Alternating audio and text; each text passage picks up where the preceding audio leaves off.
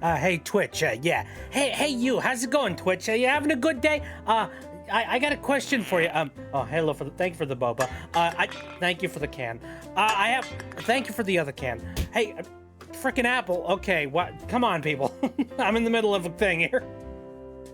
Anyway, hey, Twitch, I got a request for you. It's not a very big one as far as I'm concerned, but it's one that I think is really important, and I'd like you to listen to it real quick here. So I don't know if this is all in your timetable and everything. You know, take your time and all that jazz on this. But if I had to request one particular thing, it would be, stop blocking my browsers of choice, douchebags. God damn it! If you don't know what I'm talking about, I was starting to get some stuff set up here, and if you don't know, I swapped over to using WaterFox, which is basically the open source like branch off project of Firefox's source code.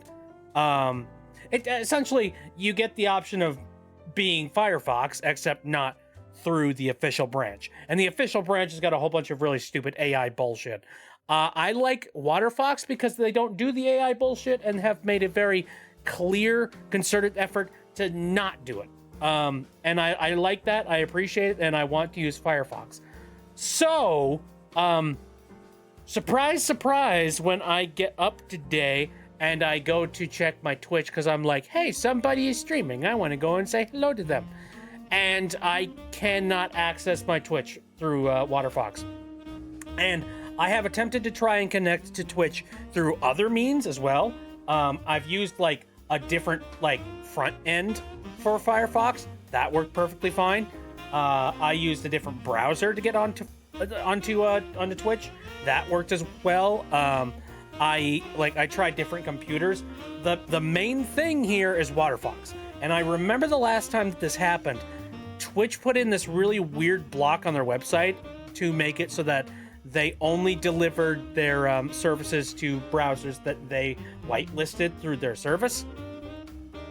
And they claim that the reason why they do this is because like they want to cut down on like potential spam and like bot activity and all that jazz, which I don't know if it works or not, but like they're basically just like, if we allow too many like third-party browsers and all of that jazz, it's going to open us up to a lot of like really weird experimental extensions that like, you know, sort of like simulate bot activity or could enable bot activity. So we're just not going to allow those options at all. It's like, yeah, but I use WaterFox.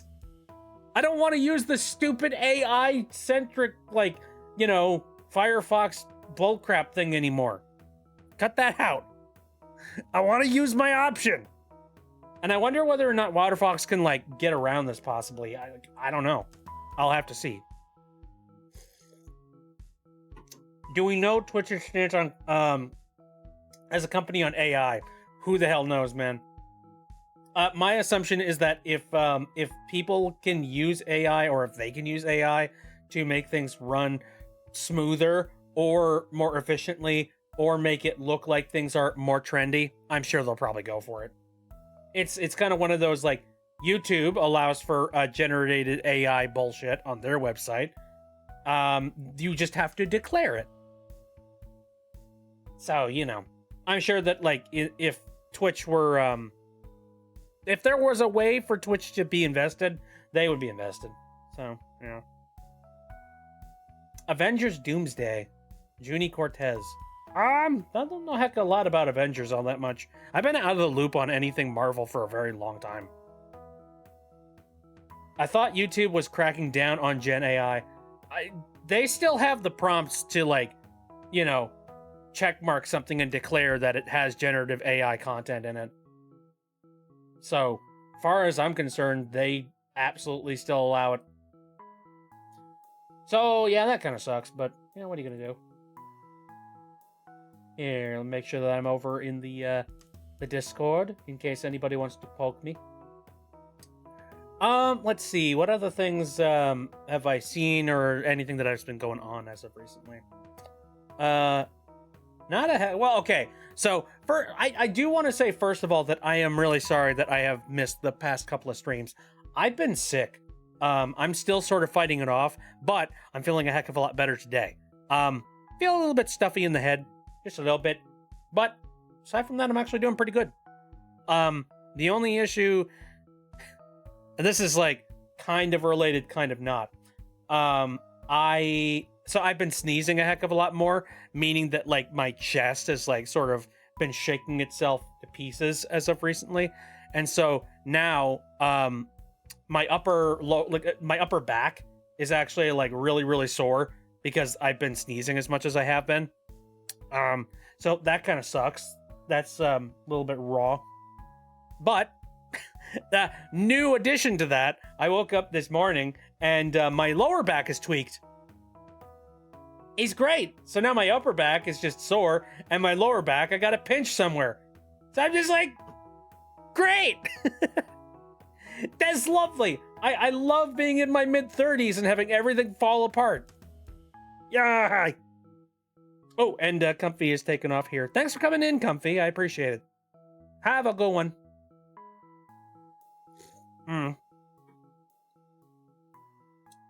Anyway. So yeah, that's partially to do with what I've been dealing with as of recently.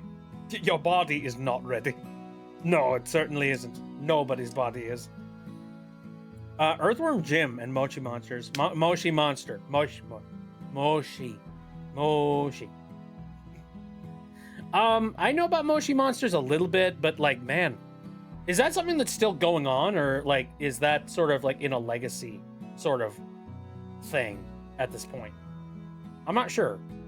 I haven't thought about Moshi Monsters in a long time, since that one, I think Lady Gaga controversy that happened a while back. Oh, the series ended? Oh, interesting. Okay.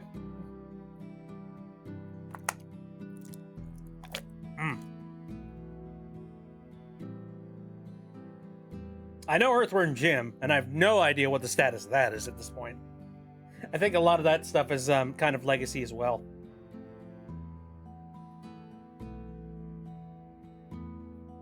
Yep, Moshling based on Gaga, and she was pissed about it. Right. I mean, it definitely got a bunch of people's attention on Moshi Monster at the time.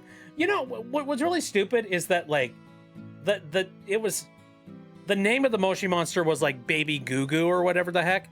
And it was, like, it was a parody of Lady Gaga, but it's like, come on, man. Do you think that Moshi Monsters, of all people, are going to be taking on, like... Wait, you think anyone's going to get confused by this, like, random, like, you know, children's video game thing that's a parody? Or do you think, like, your name is going to be strong enough that you're going to be able to, like, outlive that? I think that was a little bit stupid.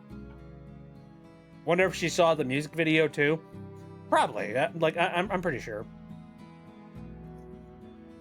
Oh, a new series got canceled. Oh, okay, that makes sense. Dr. Strangelove. Wait, Strange Glove was a fun villain too. Strange Glove? I know Dr. Strangelove. I don't know Dr. Strange Glove. Freaking weird.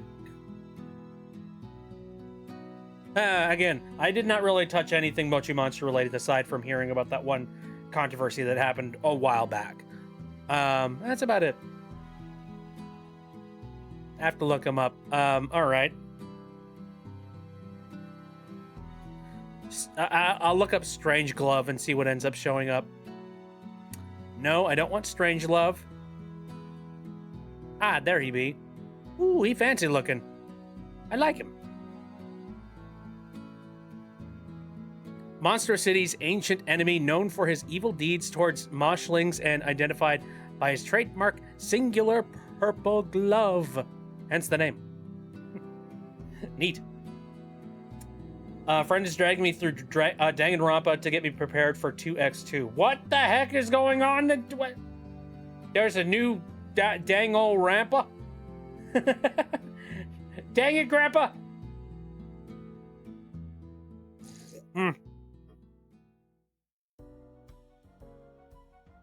I have not heard much about this. Oh, remake of the second game. Okay, all right, that makes sense. I don't know. For me, it's kind of like I was kind of like invested in the idea of maybe playing Danganronpa at one point. Not 110% certain on it though. I've heard a lot of people that say, "Oh, as a series, it freaking slaps. You should take a look at it." But it's like, I don't know. It's one of those things where like I feel like the fandom and what I've seen from the fandom is going to really paint my opinion about it. That's my thing.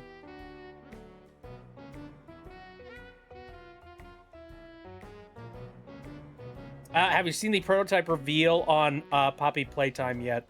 No. And I'm gonna. Here's my stance on Poppy Playtime, and that is, I don't know what their current opinion is on NFTs at this moment. However, I do remember that very early on, around the Chapter 2 period, they were making NFTs, and I use NFTs as a little bit of a litmus test, where I'm like, did you make NFTs or involve yourself in any way, shape, or form with NFTs during that surge?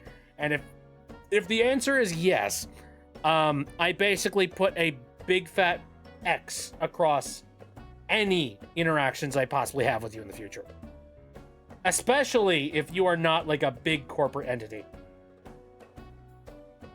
I don't play it, so I watch the game instead. Yeah, that's fair. It feels like one of those games that was designed to be like, you know, let's player centric. So I totally get that. But I don't even I don't even watch it.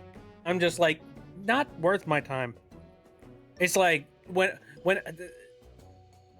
a group or a small company basically says, "Hey, let's make these like fake expensive JPEGs and we're going to sell them to our audience." I pretty much get the vibe that they don't have any interest in taking care of their community in any like significant like positive way. So for me, I'm just like, no. Like it's kind of one of those, like, if they had the ability to make AI generated stuff for Poppy Playtime or use Gen AI like assets and things like that, I'm willing to bet that they would probably try and get away with it. You know what I mean? Funniest thing about it is they hid their ARG in the NFTs.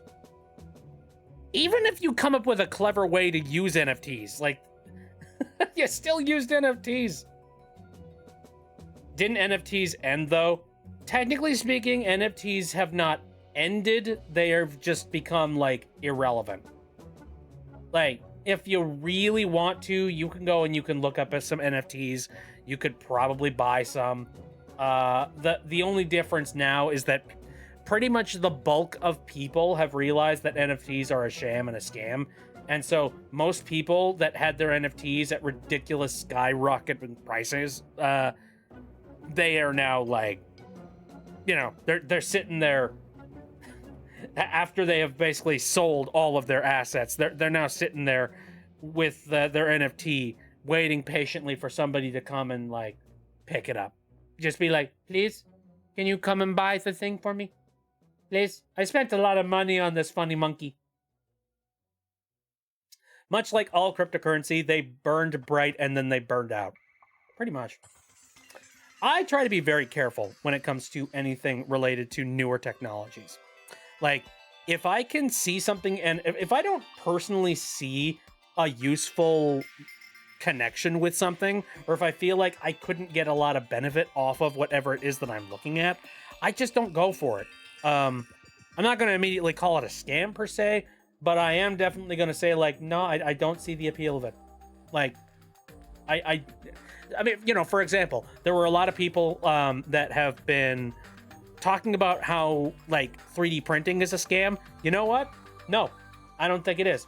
I think 3D printing has a lot of very nice potential when it comes to fabrication, when it comes to, like, places that, you know, build, model, and customize, like, you know, certain things, whether it be models, tools, equipment, like, you know, like 3D printing has the ability to take a lot of very major portions of production and shrink it down to a very simplistic system that anybody could have.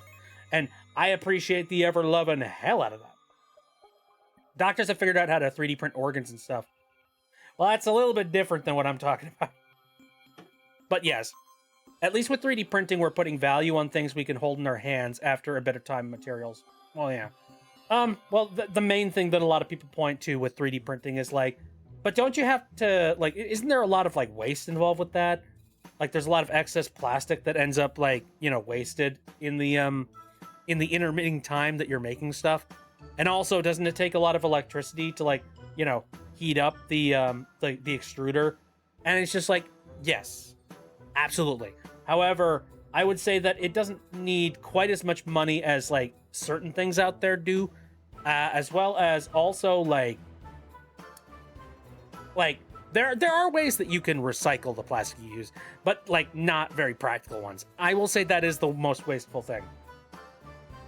And, you know, anything to do with plastic can potentially be harmful to the environment.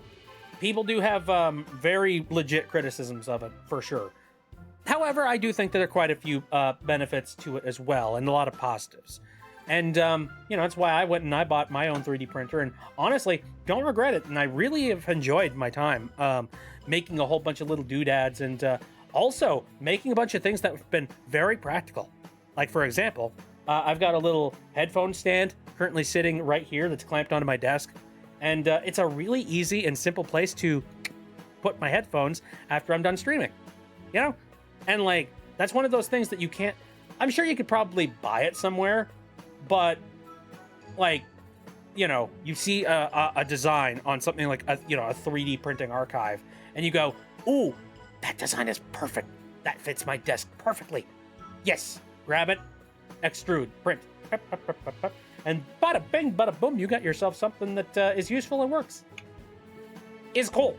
It's just really neat to be able to put together something just, like, on a moment's notice in the event you needed it.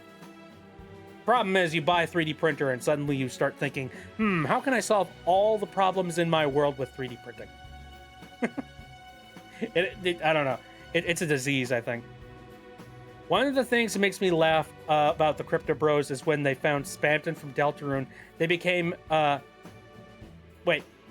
Spamton G Spamton from the game. Don't be like Spamton G Spamton. Ah, man. I don't know. For me, I tend to look at, like, what's a good way to put this? I've seen a lot of companies, like, so the entire point around, like, you know, entrepreneurship and a lot of capitalism kind of things is the idea of, like, having a problem and finding a solution and selling said solution. Sometimes there are people that will create a problem and then sell you the solution. Or at least, you know, in our current society, that is a basic fundamental of it. Cryptocurrency is just fake monopoly money with extra steps. Yeah. And it, like, drains rivers and oceans. But, and also, hello, Pierce. So, I'm trying to think of, like, one thing that I was, oh yeah, right. So I was sitting and stewing in anger, which is not something I recommend doing, you know, waste of energy. But I was stewing in anger about the fact that there's a lot of stuff on the internet that is just no longer as convenient as it used to be. And I think that's by design. Like, not that it's impossible to do this, but, like, way back when, it just feels like a lot of our search engines and methods of getting around the internet were a lot easier and a lot more positive than what they are now. Like, you know, YouTube had a whole lot of extra filters and features that allowed you to search for YouTube videos, a little bit more conveniently. I feel like Google's search engine felt a little bit more optimized for, like, you and putting, you know, typing in your prompts. But we've slowly started moving in the direction of no longer asking for, like, prompts, but instead asking for questions. And instead of giving you resources that you can read up on to learn about whatever your question is. There's a maple in here. Wah! Nice profile picture. Anyway, so rather than lost my train of thought. Thank you, Mapley. Appreciate it. Also, adorable profile picture. Yeah, he's very pretty. And this is how you repay me?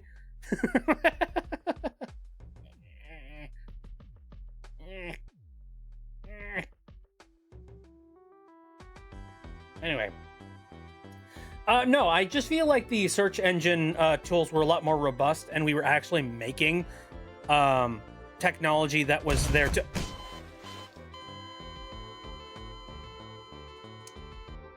All right.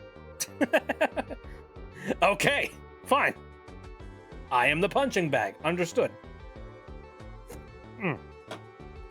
Anyway, what I was saying is we have moved from, you know, we're doing it again! Stop! I'm just playing. Nah, I know you're just playing. Hasty. Anyway. So, we have moved from, you know, typing in prompts and getting resources to answer our questions that way to asking Google or other search engines a question and then Google trying to answer it for you. And this has been going on for a while. You know, like, it started with the whole, like, AI assistance things that were trying to be done on phones and things. You know, like, you know, when Google has their own AI assistant, or Siri, or something like that. Or Bixby, if you're weird. You know, you ask them a question, and then they give you an answer. Or Alexa. Ew, freaking Amazon. But I feel like the whole ChatGPT thing, it really is a movement into, like, the next generation of bullshitting around. Because, like, we solved the problem. The problem was, like, hey, we need a way to easily explore the internet. Hey, like, you know, type in prompt, get response from the internet. Bam, you're done. And then you do the proper research and the reading so that you get the right answer. Like, it just seems like we figured that out quite a long time ago. And now we're like, well, no. We're going to make it so that the device tells you the answer. We're not going to guarantee that the answer is actually correct, but we're going to give it to you anyway.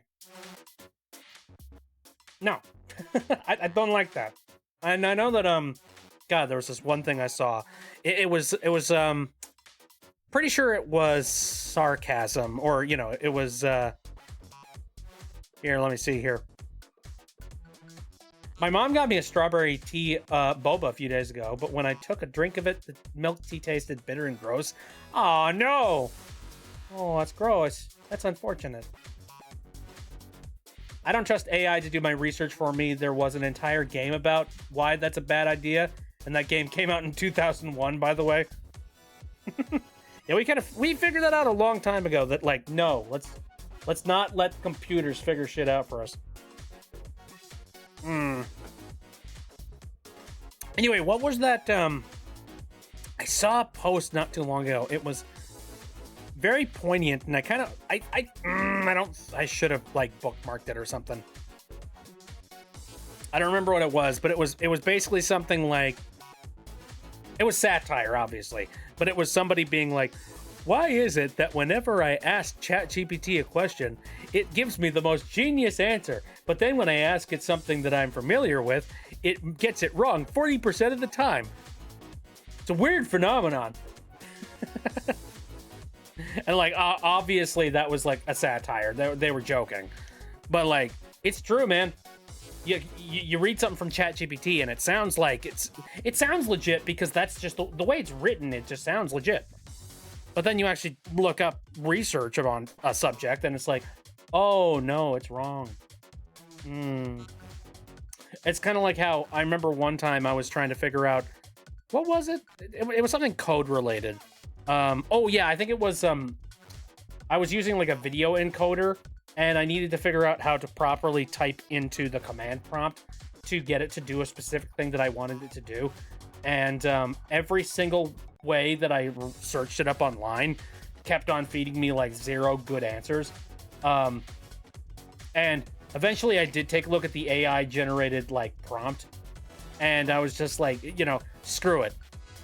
Maybe it has some level of idea. And then I took a look at it, and I found out that no, it was bullshit. I don't know where it pulled this code string from, but the code string didn't do what I was looking for. It didn't understand the context behind what exactly it was I was trying to explain to it. So, you know, it got it wrong. It's possible to do a Nuzlocke for Mario 64. What? But you only get one Mario. Unless we're talking about, like, you know, Mario co-op, where you can have as many characters as you want. And then you just shuffle through the characters, you know, as you're playing. And if you, like, die as one of them, you move over to a different one. How you Nuzlocke Mario? The important thing isn't to be correct, but to sound correct for the proper spread of misinformation. Yeah, no, that's basically it. And, like, I like to give the benefit of the doubt and be like, you know, they're probably not intentionally trying to spread misinformation. Like, I'd like to hope that people are better than that, and that they're nicer and wouldn't intentionally, you know, spread lies and misinformation on the internet just for the sake of, like, profits and all of that jazz. But I don't know. It's tough, man.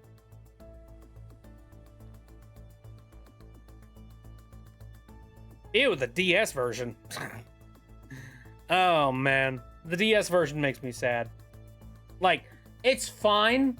I remember playing it back in the day, and I did enjoy it. But, like, I enjoyed it from, like, a handheld perspective. You know? Like, it just doesn't feel right when you translate those controls back to, like, controller. Or, like, going back to it nowadays after I've had experiences playing mobile games with C-sticks and stuff. Yeah, I don't know. Mario 64 has an online co-op mode with a lot of custom characters. Every time you end a new world, you get one character. If any of your characters lose a life, they are considered dead. Okay, that makes sense. That's the only way I could possibly see that working. Just recently, though, I did go and update Mario 64 co-op, though. And I was also taking a look at a whole bunch of the mods that exist on there as well. He's kind of fun. What about the DS version? Once again, no. No. The DS version is one of the games of all time. Yeah. The DS version is fine for what it is, but comparing that with, like, actual Mario 64, it's like, no. Doesn't hold a candle to it. Like, Mario 64 has just got, like, a special sauce, you know what I mean?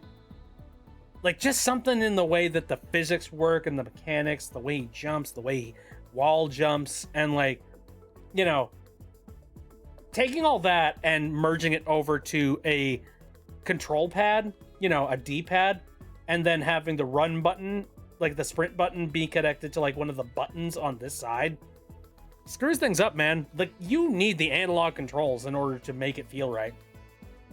Oh, even Pierce says that even if you do patch in actual analog controls into DS version, it doesn't feel right. Well, yeah, because, like, you're retroactively being like, let's take this 8-direction gated thing and slap it onto a 360-degree analog control. They don't work, man. Mm-mm. Whereas, like, you know, Super Mario 64 back in the day was designed with 360-degree controller support in mind. Mm-hmm. Hey, that's not Simba. Oh, I suppose I should mention that. So, if you are not a part of the Discord, I made the announcement not too long ago that we are going to be watching Lilo and Stitch in the Discord. So, yeah, if you're not a part of the Discord, maybe consider. I don't know. If you feel like watching Lilo and Stitch. And it's fun because, like, I haven't seen that movie in a really, really long time. So, should be fun to take a look at. Although I did mention Lilo and Stitch is very old. More than 20 years old.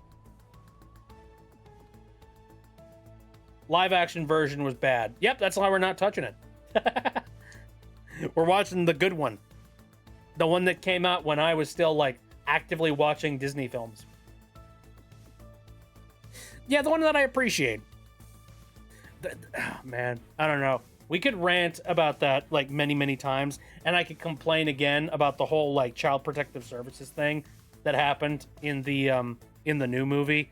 But, like, man, I don't know. We'd be treading new ground, like the exact same ground over and over again.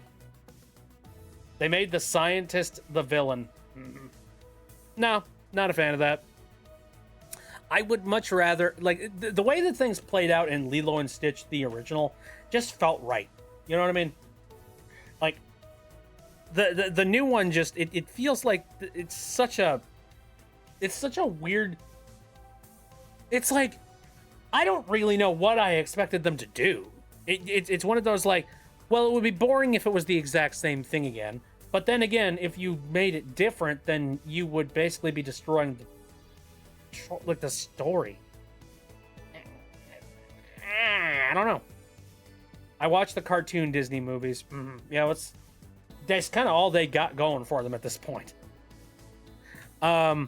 If there were any streaming services that I would be kind of, sort of considering to maybe have, I almost want to say it would be Disney. However, I just cannot excuse paying Disney, like, you know, the current Disney people money so that I can have limited access to whatever they personally want me to see at the time. I don't like streaming services, man. I don't like the idea that, like, anything that I am currently watching at this moment in time could be ripped away from me and then replaced with something that I don't like.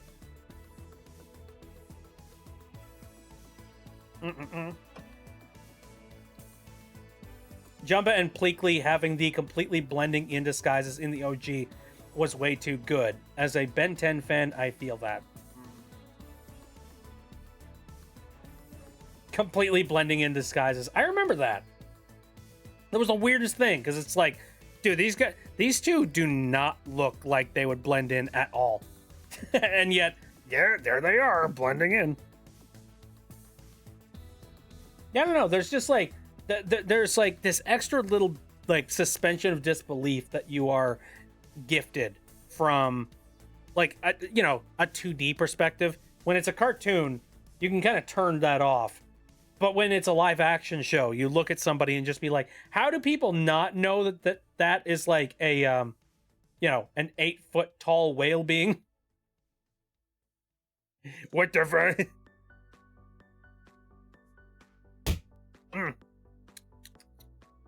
Yay. Delicious applesauce. Can't find where to watch the damn Ben 10 series because it switches sites faster than Ben switches alien forms. Oh man, yeah, no, that's awful. That's very sad. Yeah, Nova's currently on a watch streak. Very nice. I've been doing a little bit of searching and whatnot. I suppose I could talk about that. So I have just recently finished up ripping this one Blu-ray box set that I have just recently picked up. It is a box set that consists of 2 complete shows, and it gave me so many troubles. And I don't know why. I don't know. So the problem was, while I was ripping it, I guess to give a little bit of, like, context for people that don't know what I'm doing, I like having physical media because it gives me choices and it allows me to own the material that I have. But I also like having things on my computers, and I like having things digitally as well. So I'll take the physical media, and then I will rip it and make it into its own separate video file that I will keep on my computer on a dedicated hard drive. And then I just call up those files whenever I want to watch any of them. it's extra convenient for me, and I'm fine with going through the little bit of effort just so that I can enjoy things the way that I want to enjoy them. But anyway, I got this box set, but the problem was, yeah, physical for safety, digital for convenience. Bingo. And again, it's not like I'm pirating or anything to that degree. Like I bought the things, so I have the ability to utilize them. But the problem is, I've run into this quite a bit in, actually, funny enough, I haven't really run into this much at all. Like, I ran into this with, like, one particular disc in this one set of Blu-rays once, and then my brother handed me this box of, like, bootlegged DVDs that turned out to be bootlegged and he didn't know. And those were not easily able to be ripped either, and they had a lot of errors, and basically the entirety of the series was broken. And so for me, I went and I've attempted to oh, hello, there's a Kyle in here. Hello. How you doing, Kyle? Doing good. Yeah, what you been up to? Still playing Dying Light 2. Oh, how's that going? It's going alright. Are guns still shooty? Yes, guns are still shooty. Right. I haven't like reinstalled that in a real long time. I don't even have my Steam up. I'm gonna go and do that.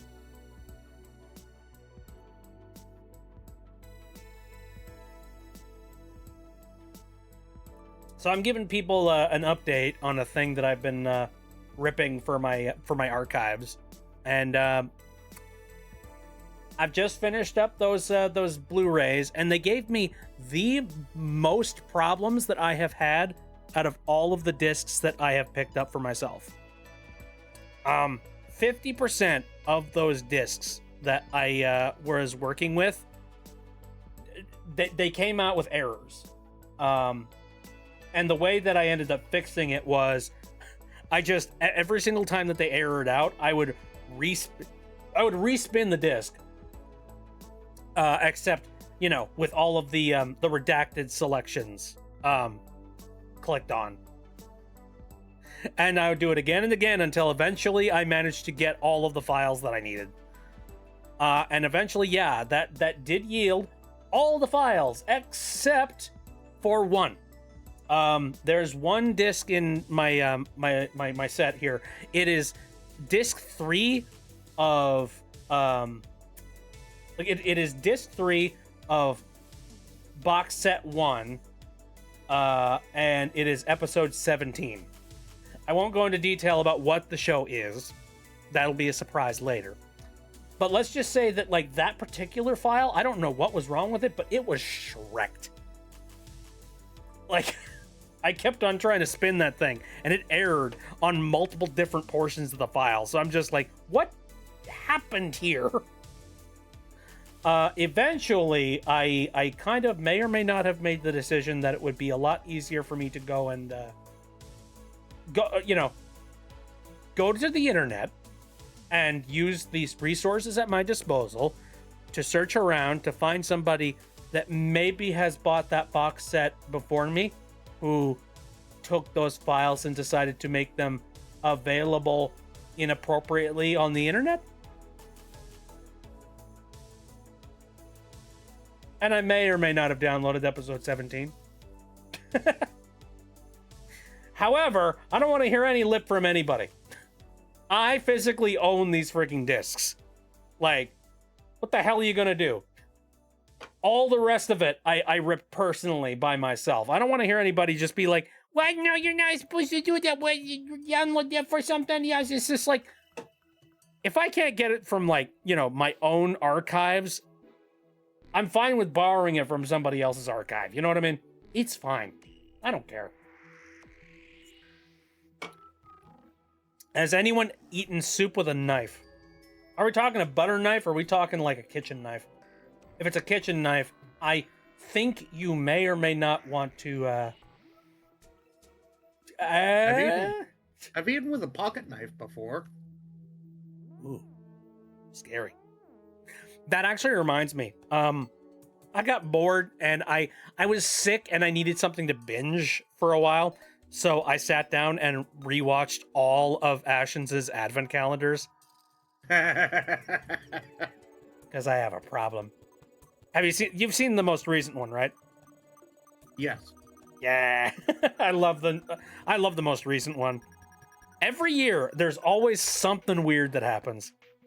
For those of you that don't know what I'm talking about, there is a YouTuber named Ashens who he's been around for a very long time, and his entire shtick is that he sits in front of a couch and then he just records himself playing around with random toys or checking out like random bits of technology and video games. Whatever he's kind of interested in showing off in front of the screen. What was that? He reviews usually very low quality things. That too. He reviews a lot of crap. And so he started doing this series a long time ago where ow, stop throwing things at me. Anyway, he started doing the series a long time ago where he would buy an advent calendar and then he would open it up and just see what's inside every single day. And then he would make fun of whatever it is that's in that advent calendar. And then he would like basically make a stupid little story as it was going on in the background with all of the things he was collecting from the advent calendar. It was kind of cute and really kind of funny. Eventually that stretched out into its own little like yearly tradition where he has now started doing this series with this guy named Nerdcubed. It is literally they both get together, they both buy advent calendars, or like, you know, everybody gets about 2 advent calendars, and then both of them open their advent calendars, look what they get every single year, actually for every single day of the of that year, and then they compete to see who got the best thing that day. They tally up the points, and then they see who wins at the end of it. And it's honestly freaking funny because some days it's like really close where they're just like, oh, well, I got this really nice collector spoon. And you're just like, oh yeah, well, I got a toy truck. And then they have to be like, okay, well, which one's better then? Which one did we want? It's like, okay, well, on the one hand, you know, I'm going to be eating soup like a king for the rest of my life. But on the other hand, you have a cool toy truck and that would go great in your collection. So I have to debate on it. But then there's other days where it's just like, so I got a thimble. Oh yeah, I got a gun. And they're just like, oh, well, you win.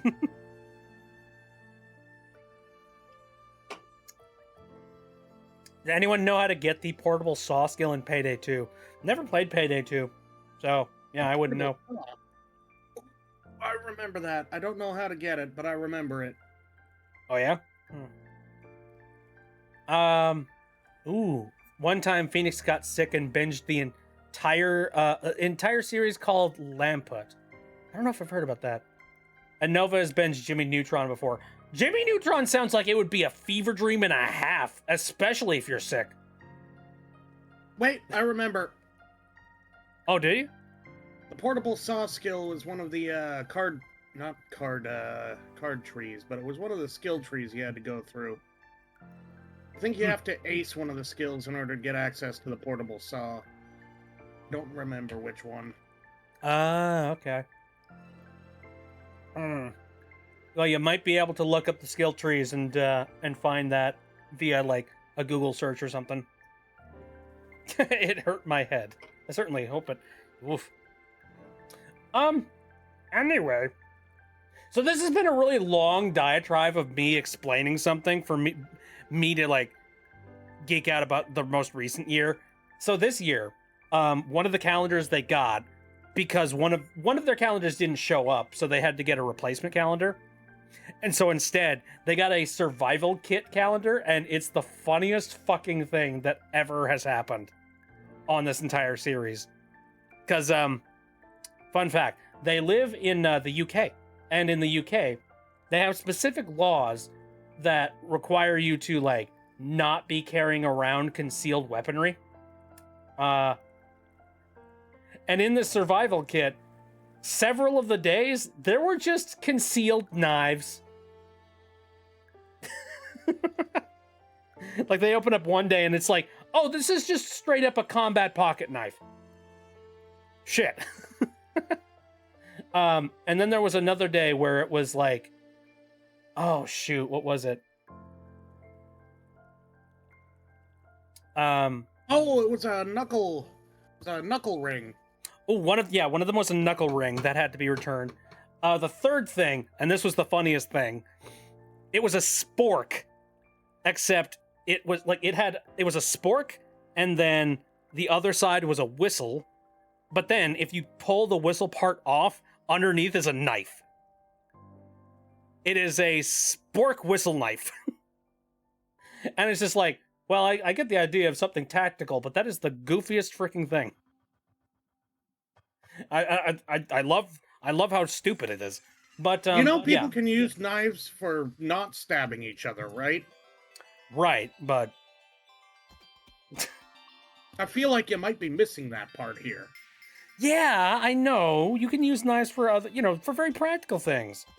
But at the same time, oh, hey, Susix is here. Oh, well. Virgil is asking what the best primary build for Payday 2 is. They're currently doing the hacker set.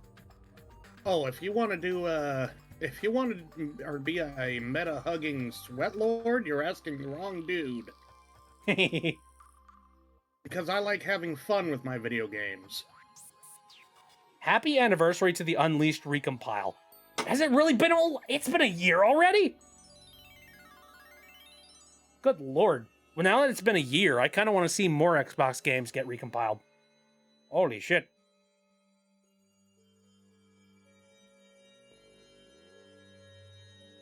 That's insane. Good god. Also, Pierce, you were mentioning a thing earlier. You were talking about how, finally got the Sega Gaga fan translation. Been looking forward to that for a really long time. I saw that, and I also saw, there were some people that I was following that was talking about that. I don't know the logistics of this, but I hear that, like, apparently the team that made it may have used AI to do a portion of the fan translation. So I don't know I don't know the specifics about that. I don't know if that's legit or no. But it's something that I heard.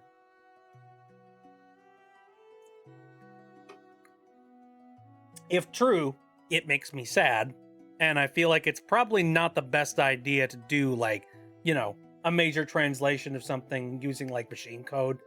Like, I feel like you really need to have somebody eyeball every single sentence and make sure that, like, they're making things, they're translating things so that it makes sense for, like, an American audience. On the other hand, if it turns out that that was false information, then, poo-poo on the person that decided to throw them underneath the AI bus.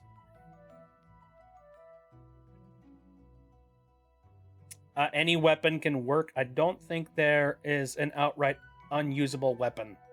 Okay. They used AI to bulk translate the text from Japan to English, then went over all of it with humans to quality control and make sure it was correct. So at least, yeah, okay, I guess at least there isn't going to be any major... I don't know, man. I don't know. This is kind of one of those, like, okay, so you're not going to end up with any, like, weird translation errors that don't make any sense. I guess that's great. But so yeah, it is sort of an edge case. But I guess, like, my argument for that would be, if you're going to be going over the entirety of the, like, code in the first place, then, and it's going to, thank you for the pie. It's going to take a little bit more time than the method that they used. But I feel like it would make more sense to just go over it, like, by hand anyway, without using the machine. I don't know. Again, they probably saved a hell of a lot of time, I will say. But it's one of those, like, yeah, but you had to comb through it anyways to make sure that the machine didn't do something stupid. So, like, how trustworthy was the translator then? I don't even know. I'm glad that humans retain creative control. Honestly, Atlas has been doing something similar for the translations for decades now. I guess. I don't know. It's tough. It's hard for me to really find where the best line to draw is when it comes to using, AI and machine learning and all that jazz for, like, translation work. I think that use of AI is appropriate. It's using it as a tool while still having humans do main work. Yeah. I guess, like, if it wasn't going to happen any other way, then I'm pretty happy for the fact that, people get to experience this for sure. The first thing that Atlas does when they start a localization is give a script to a third-party office who bulk translates the entire script into rough English. Yeah, I guess. If that's a part of the process. I'm not a translator, so I wouldn't really know 100%. Japan's got like a word for everything, and that's just not going to translate word for word in English very well. Some of them you'd need an entire paragraph to describe what one word means.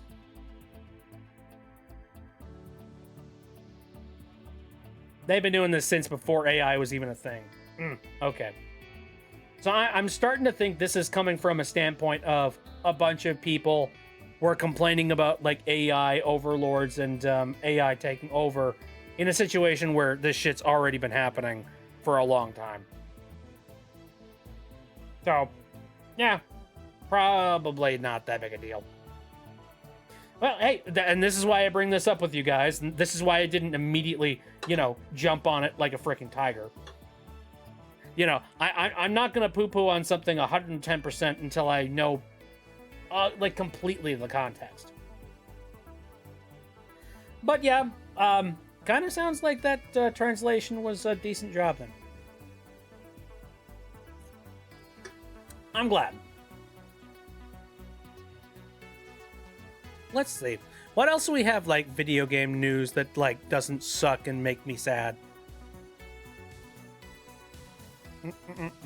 Ooh, wasn't there a game that came out recently that you were looking forward to? Oh, that's like there's several games actually. It had something to do with demons, I think. Oh, Demon Tides. I have not played that yet. Oh, of course, the Pokemon thing. Oh man, the thing. Yeah, they announced the next Pokemon games and the new generation. Oh, there's a new generation. Okay. Yeah, get ready to memorize a lot of new Pokemon. Great. Unless you don't care. Demon Tides. Really don't care. It's not going to come out for PC, so I guess I really don't care. Yeah, that's fair. So they made the announcement for, like, the new starters, and everybody is already, like, comparing them to previous Pokemon and being like, which one's your favorite? And I don't know. If I had to be critical, I do agree that the new starters feel not very inspired. Like, one of them is a fire Pomeranian. One of them is a grass owl, which we've already done grass owl before. And then we have water lizard. We've done water lizard. We've done all of the things already. I don't know. It just seems like they could do a little bit better with this. A fire starter is easily the best one. Well, that's just because it looks so, like, no thoughts, head empty. And I love it. I love it so much. Oh, hey, I just realized we have not here. We have not put the magma up. I forgot about that. Hold up. We're going to put the magma up on the screen.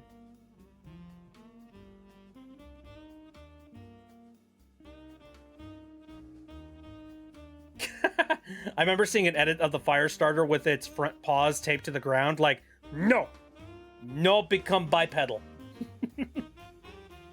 Bad. Do not do the thing.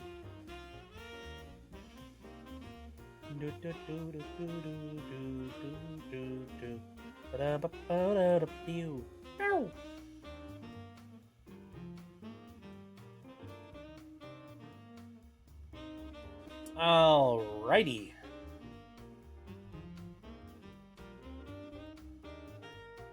Okay, grabbing that.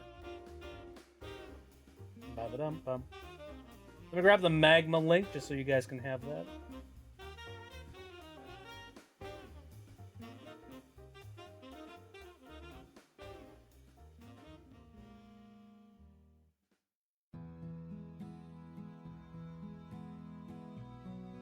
There we go. There isn't any new things in the magma right now, but if you want to go in there and like doodle something, if you feel like doing that, then by all means, dive on in and do funny doodle.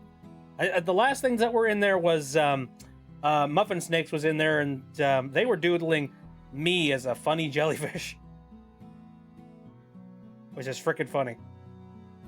Here, actually, let me go ahead and just show it to you. Hold up.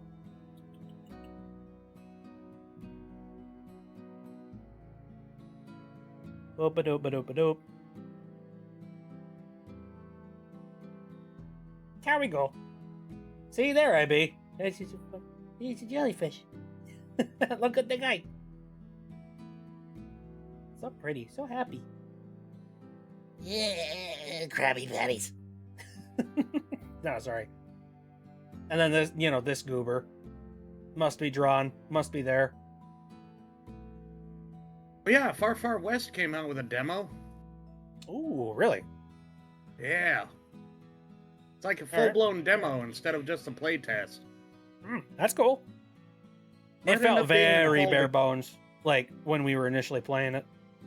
Oh yeah. It might be an evolving demo.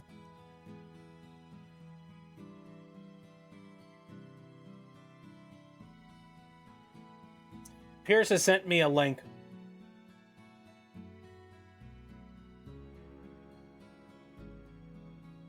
Give me a moment. I need to put this on the screen.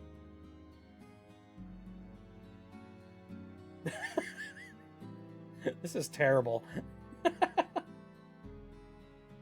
Here we go. There, that's basically the new Pokemon starters right there. Oh, hello, there's no... You're not Nova, you're Cecil. God, I keep on messing that up. Hi. Yeah, Gex, Toby Fox, and an Angry Bird, pretty much. It's amazing. What's he standing on there? Speaking of Pokemon, Nintendo. Okay. I bought a Switch 2 today. Oh, very nice. What you done so far? Nothing, because I bought it, but it's not here yet. Oh, okay, It's getting that makes delivered sense. Wednesday. It's getting delivered Wednesday. All right, nice. Have you bought any games for it so you have something to do when it gets there? No, it's not exclusive yet. But thing I'm doing when I'm gonna get there is I'm gonna make a new Animal Crossing island. Good move.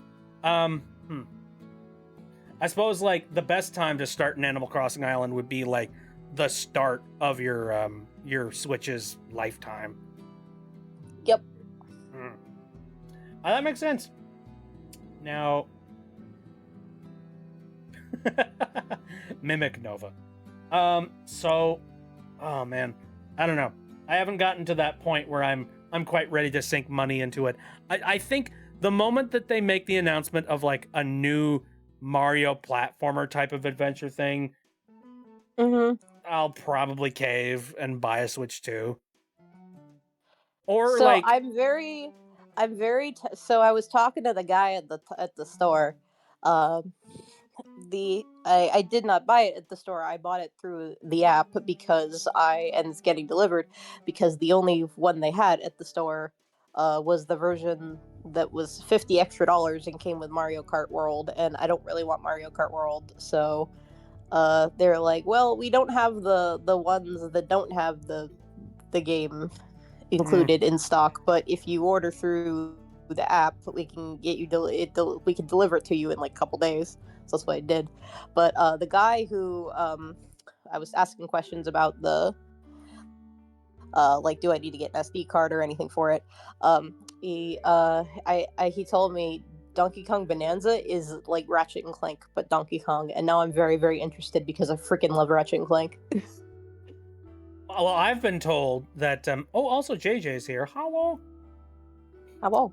I've been told, and also I have seen that apparently Donkey Kong Bonanza is a mix of. Well, all right, you say Ratchet and Clank. That's freaking new to me, but I heard it was like a mix of Donkey Kong and Super Mario Odyssey. And just the fact that they've thrown Mario Odyssey into the ring, like as, an equivalent, that sells me a little bit. Yeah. So what I waited a while on it. The reason I decided to get it now because I am very, very worried about the price going up. Yeah, it's fair. Like, after hearing about Valve's the Steam machine getting delayed because of all the AI crap and components going up, and there's rumors and talks about Nintendo possibly increasing the price, I'm just like, I'm gonna just bite the bullet. I'm better be safe than sorry. Yeah, that's fair. Yeah. Hey, that might be very that might be beneficial considering, like, I mean, I'm super happy that I went and I picked up my graphics card when I did, because like I more or less bought it at MSRP, and that is not something you can do right now. So the Einthor? The Einthor. Einthor? What is I'm that? gonna look that up. The Einthor? Yeah, is there not homebrew for the Switch 2 yet? I figured that would be a thing that would be like, Oh no. I figure like the Switch 2 would come out and then like somebody has homebrew ready in like a month or less. You'd think, but like the fact that the Switch had such massive security breaches, I'm sure that they have like locked everything down and made sure there would be as few exploits as possible. Like, You're getting a GED? Congrats, Firefly. Congrats. awesome. All right, I have looked up the Einthor, and it's basically sort of an indie version of a Nintendo Switch. Nintendo 3DS, kind of. Ooh, cool. Like, form factor wise, it's a 3DS in that, like, it's got top screen, bottom screen, and then it's got like, two control sticks, two legit control sticks, by the way, and then like a D-pad and your A, B, X, Y buttons on the side. What games does it run? Does it run 3DS games, or does it run is it like got like an Android or something on it? How's it work? I'm going to take a guess that this is... All right, so looking at this real quick, Qualcomm Snapdragon CPU, Android 13. So it looks like this is an Android device, and I'm sure you could probably finagle some 3DS can run emulators on Switch games. That's cool. That's really cool. Yeah, speaking of 3DS, that is something I need to look into the homebrew for, because the 3DS is long dead. I am not worried about, it's basically no longer, once it's no longer supported by Nintendo, I don't have much reason to worry about it. So I do need to look into homebrewing my 3DS finally. Yeah, I've homebrewed my 3DS quite a long time ago. But one thing that really annoys me is when a console is clearly dying or dead and out of the market, and then like the company themselves stomps back in and goes, "Hey guys, system update, catch." It's like, That's why? a pain. You petty bastards. By the way, Also, notice. can I just pull this up on the screen real quick? I think I need all y'all to look at this. Just look at this. Holy shit. Damn. That's the sleek. translucent purple. Wow. That is sleek. Oh, How much are these? I love it. 6-inch how pretty it OLED looks. screen. Yeah, I'm guessing now it's expensive. This looks very nice. Oh, I'm sure it's expensive. I'm curious about something. I need to look into this. Here. So if it runs Switch games, is it capable of online features? Because it wouldn't be. It's not on a Nintendo console. It's through something third party. So are just like if you play a Switch game on it, can you just not use any online features in any of those games? Because I assume that you wouldn't be running it through Let me look at the full list of like specs. Nintendo Here. Online. Top screen specs. 120 hertz refresh rate.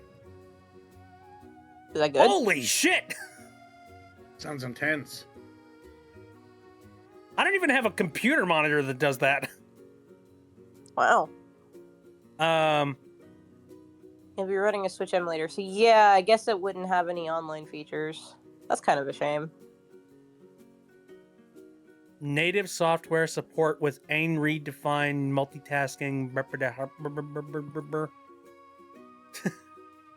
Oh, watching YouTube while playing video games. I do that already. My problem is I like a lot of Nintendo games with online features like Animal Crossing and soon to be Tomodachi Life. So like those games kind of thrive on their online features, like sharing sharing patterns and going to other people's islands and getting other people's Miis and things like that.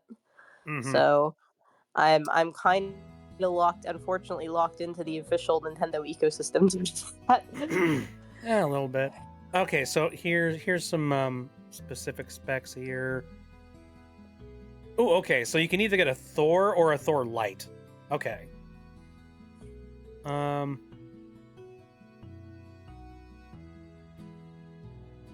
mean, you know, if you're gonna go hog, go full hog. It's kind of my thought. Color variants, whatever, man. Oh, here's the full tech specs. I want to look at this.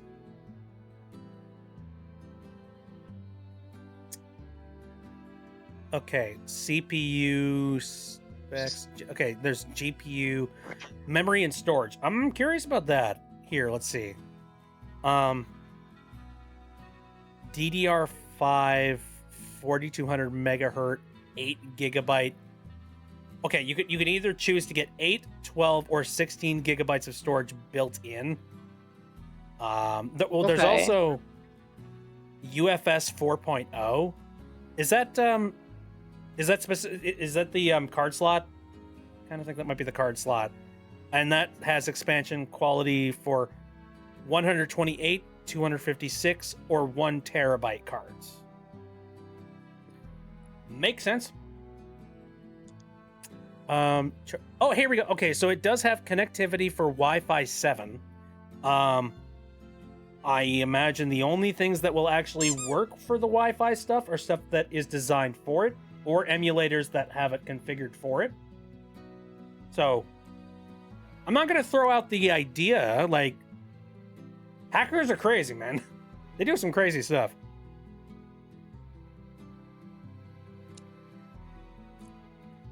I do. USB.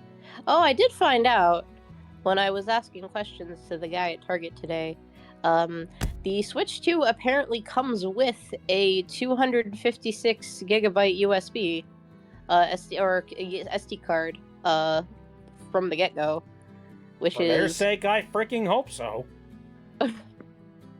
which surprised me because I can look right here. I remember the Switch I 1 had only to get came with another SD card. I think the Switch 1 only came with 32 gigs. Yeah, or 24 actually. 23, 24, something like that. I'm looking at the I'm looking at my own Switch one right now. The system memory says 22.7 gig free, and the micro SD card that I have, and then I also have a micro SD card. If we scale it up, that one is. You know what? What boggles my mind? I keep forgetting that the Switch is a 10-year-old system. I know, right? So let's think about it from, like, you know, back in the day. all right, releasing a console with 32 gig, like, SD card on it, that was weak back then. But now let's move 10 years later, including a 256 gig card. I'll be real, we're starting to get into the territory of terabyte cards. Like, they're expensive, but I feel like they're starting to get necessary in the current age of digital games. So I think Nintendo might have dropped the ball again. we look at 256 and we're like, oh, that's a lot.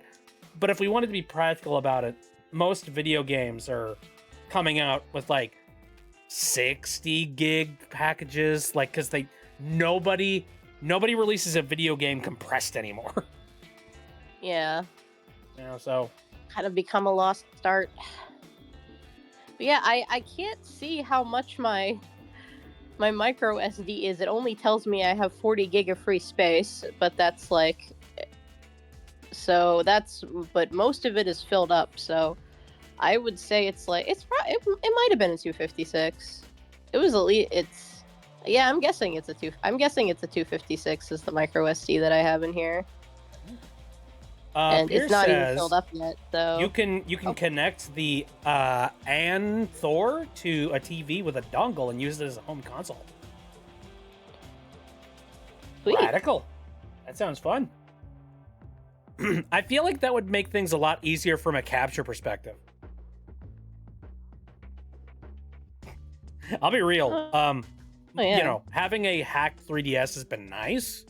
And playing hacked 3DS games on there has been nice, but it'd be nice having a good, like, daily. Well, if I was going into more 3DS games, I feel like having something like this, the whole like An Thor thing, I think that would make 3DS playing for the stream a little bit easier. Oh, it has Bluetooth, so you can use a PS4 controller instead of holding it next to your TV. Hey. Very nice. Dude, yeah, and the PlayStation 4 also has that touch bar at the top. Like, I don't know how effective that would be with the touchscreen, but I feel like you could probably do that. JJ says, I want them to release video games compressed. Some of my games are at 80 to 130 gigs, and it's just... I keep a lot of my games actively installed because I tend to pinball between them. So, chunkier games are ones that are a little annoying to get around playing. Agreed, yeah. I mean, me personally, I'm kind of longer and longer I live, the more and more I start appreciating indies 2,000 times more than AAA developers. And one thing I really like about indie games is that you're not going to have gigantic file sizes. Like, even if they don't compress their stuff, they're like, whatever. We're not making these broad, crazy, huge video game experiences.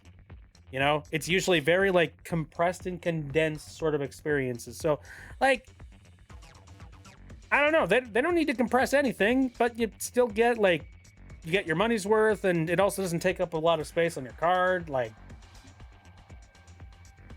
I don't know, man. Yeah, like I said, I miss compression because same here. I kind of don't like to uninstall stuff, at least on my Switch. So it'd be nice. It's nice to just have everything available.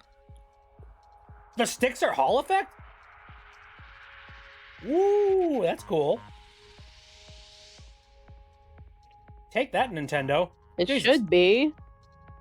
I don't know why Nintendo is just like refusing to do Hall effect sticks. Oh, but expensive, and Is it that expensive? I don't know. That's the only excuse I can possibly come up with. Probably not. An open source 3DS successor. I like that as a concept. I mean, if Nintendo don't do it, then why not somebody else?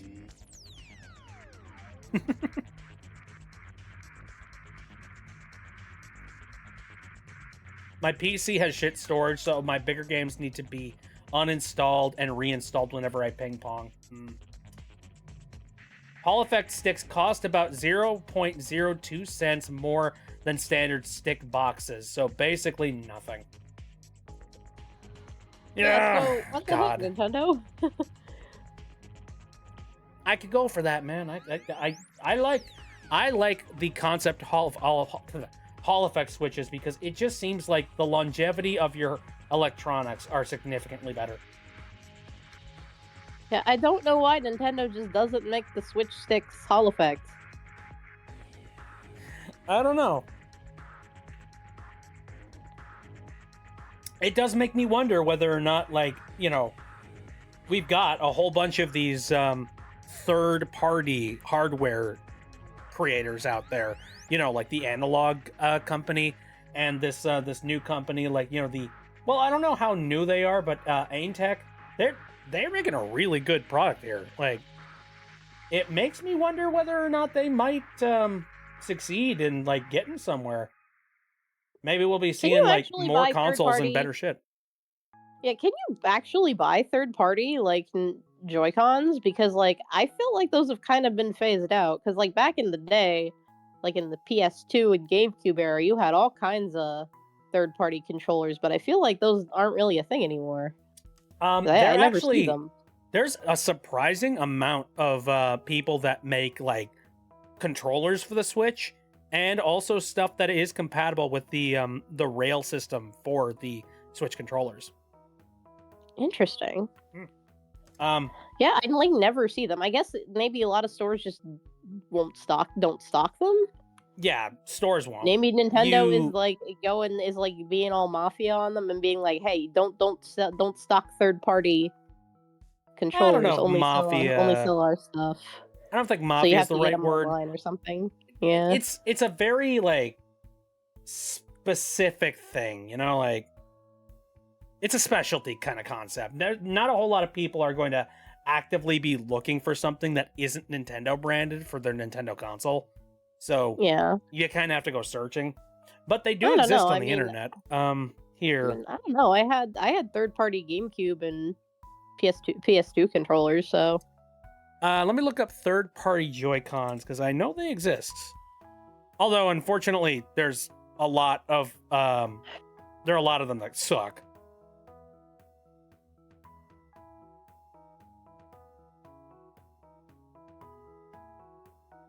Let's see.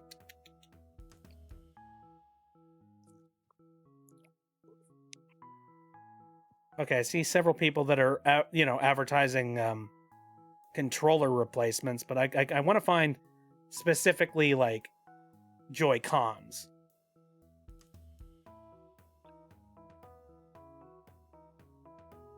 Oh, okay, yeah, I found one. Doyoki Lumos game controller, which is basically a set of Joy-Cons that I think they would work in a...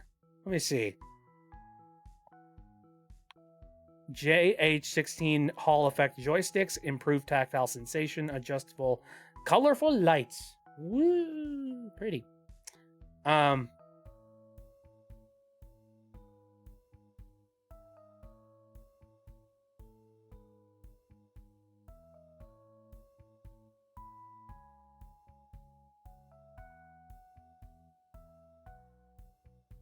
Oh yeah, Firefee is saying, like, I worry for this console due to Nintendo's reputation on emulation. Pierce has pointed out here, emulators are not illegal. Pirating games is, and this console does not include any games. So, yeah, even if Nintendo wanted to try and, like, go after this console, there's nothing they could do about it. You know? Yeah, DDR hard pad. I've wanted one of those forever. I had the soft ones that got bundled with the games back in the day on my PS2, but I always wanted like but those I don't think they still work. I had two of them actually. One of them like broke within like a year or two. It just one of the buttons just didn't work on it anymore. And the other one just stuck around pretty long. I don't know if that one still works though. It's pretty old. But yeah, I always wanted not even just a hard pad. My dream is to own like an actual Japanese DDR Extreme arcade cabinet, which I never will because it's expensive and old.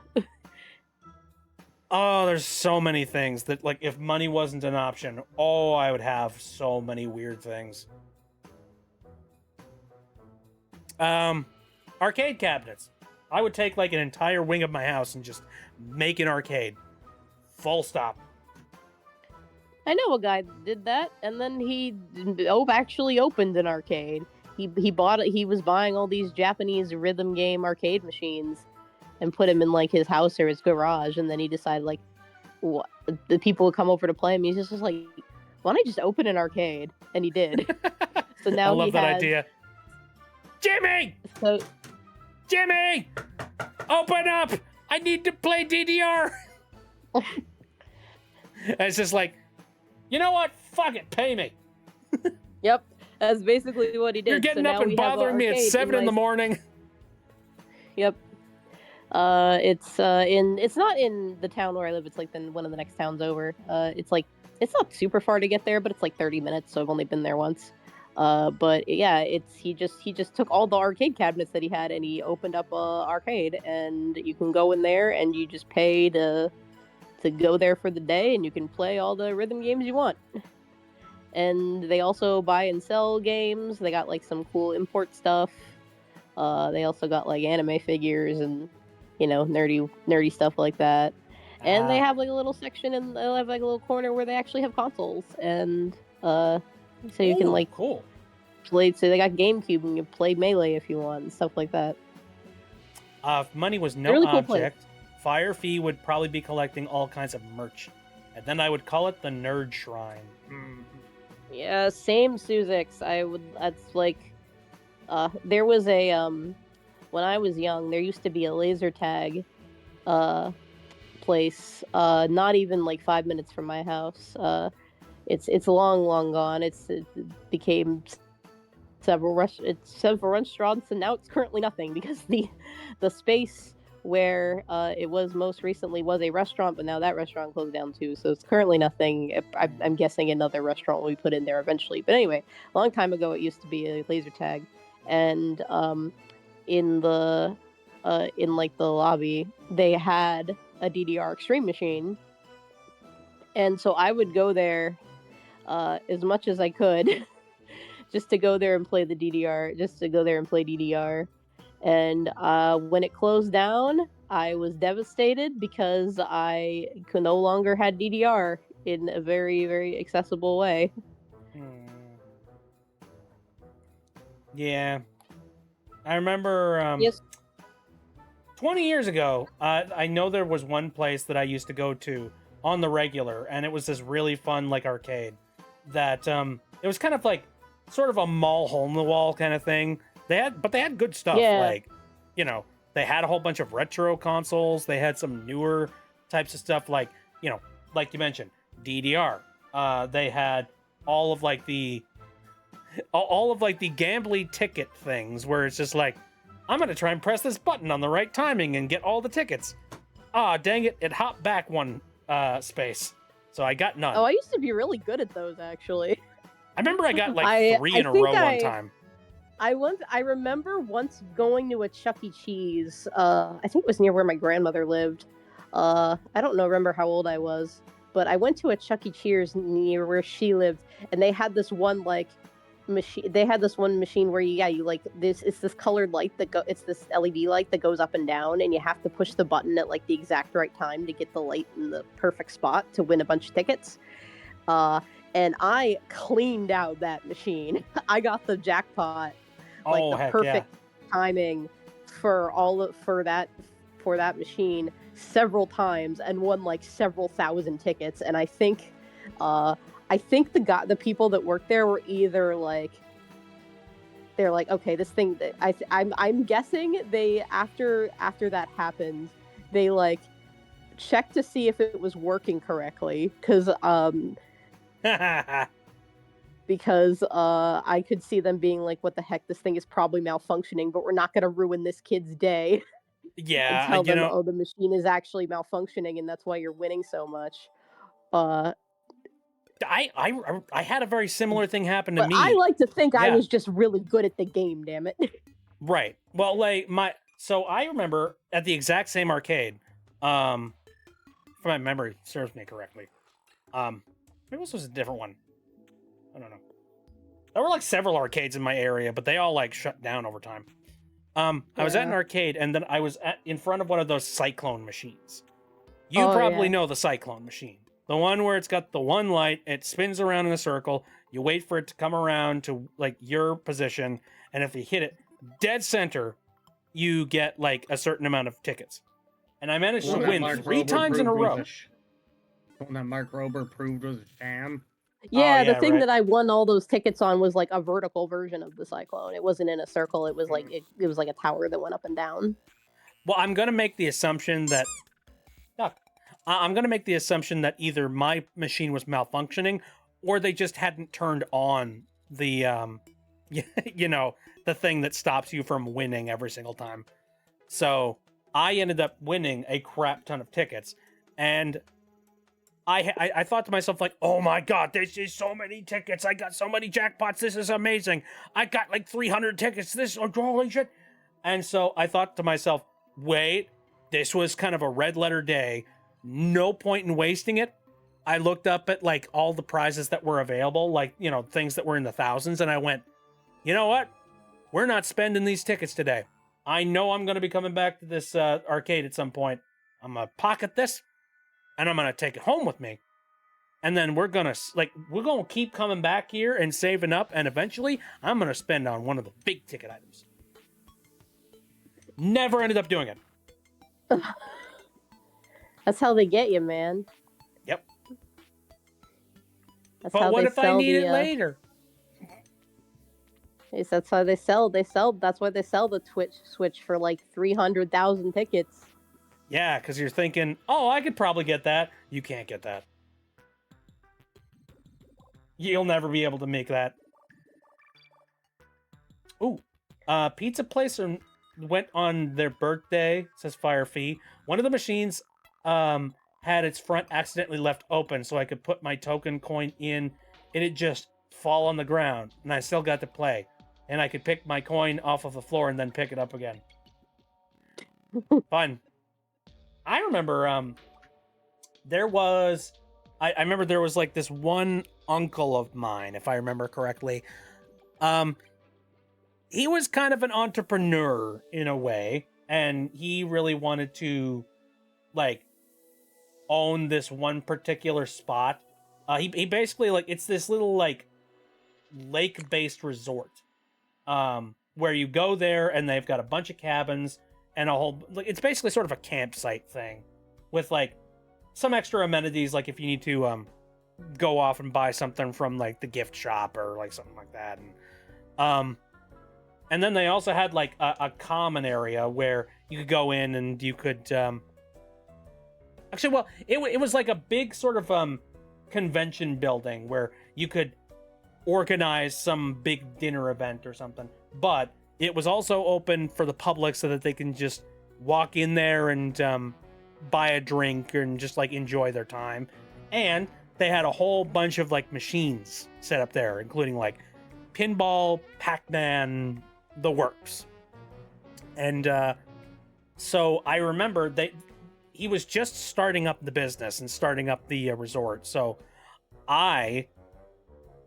me and a bunch of close family members were coming down to the resort to just hang out. He left all of the machines open. So he's just Wow. Here's a handful of quarters. Just use the machines, and if you want to get any of your quarters back to keep playing, you can do that. And I hung out in that little dive bar with all those machines for a long time. That's awesome. Because why would you rough it in the woods? The story does have sort of a sad news, though. Like, unfortunately, this particular uncle didn't get very successful with people coming in and actually going to the resort, so he kind of had to give up the place. That was kind of sad. Aw. Howdy, Yeah. Carl. That's the name of business, sadly. It happens. I got stuck in the play area, says Phoenix. Which play area? No, but like a Chuck E. Cheese, I'm guessing. Yeah, did you get trapped in the ball pit?